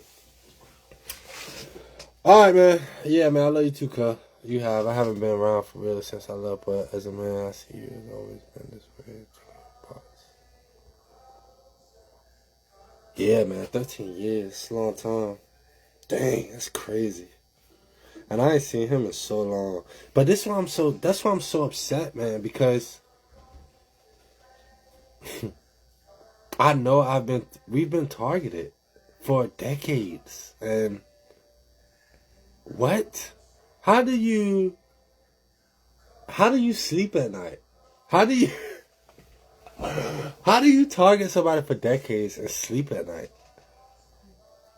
Dang. Did you never think the wrath was gonna come back around to you? But we just getting started, man. Alright. I don't know how long I've been up here, but I love y'all. And I love you, Monica. I love all my family that's up here. You know what I mean? It's gonna be a great year, man. We're gonna keep God first this year for real. We're gonna stay on track. We're gonna fast. We're gonna pray. We ain't gonna care about nothing on the outside, man. We're gonna keep our blinders on and keep moving. And we're gonna run over anybody that get in the way.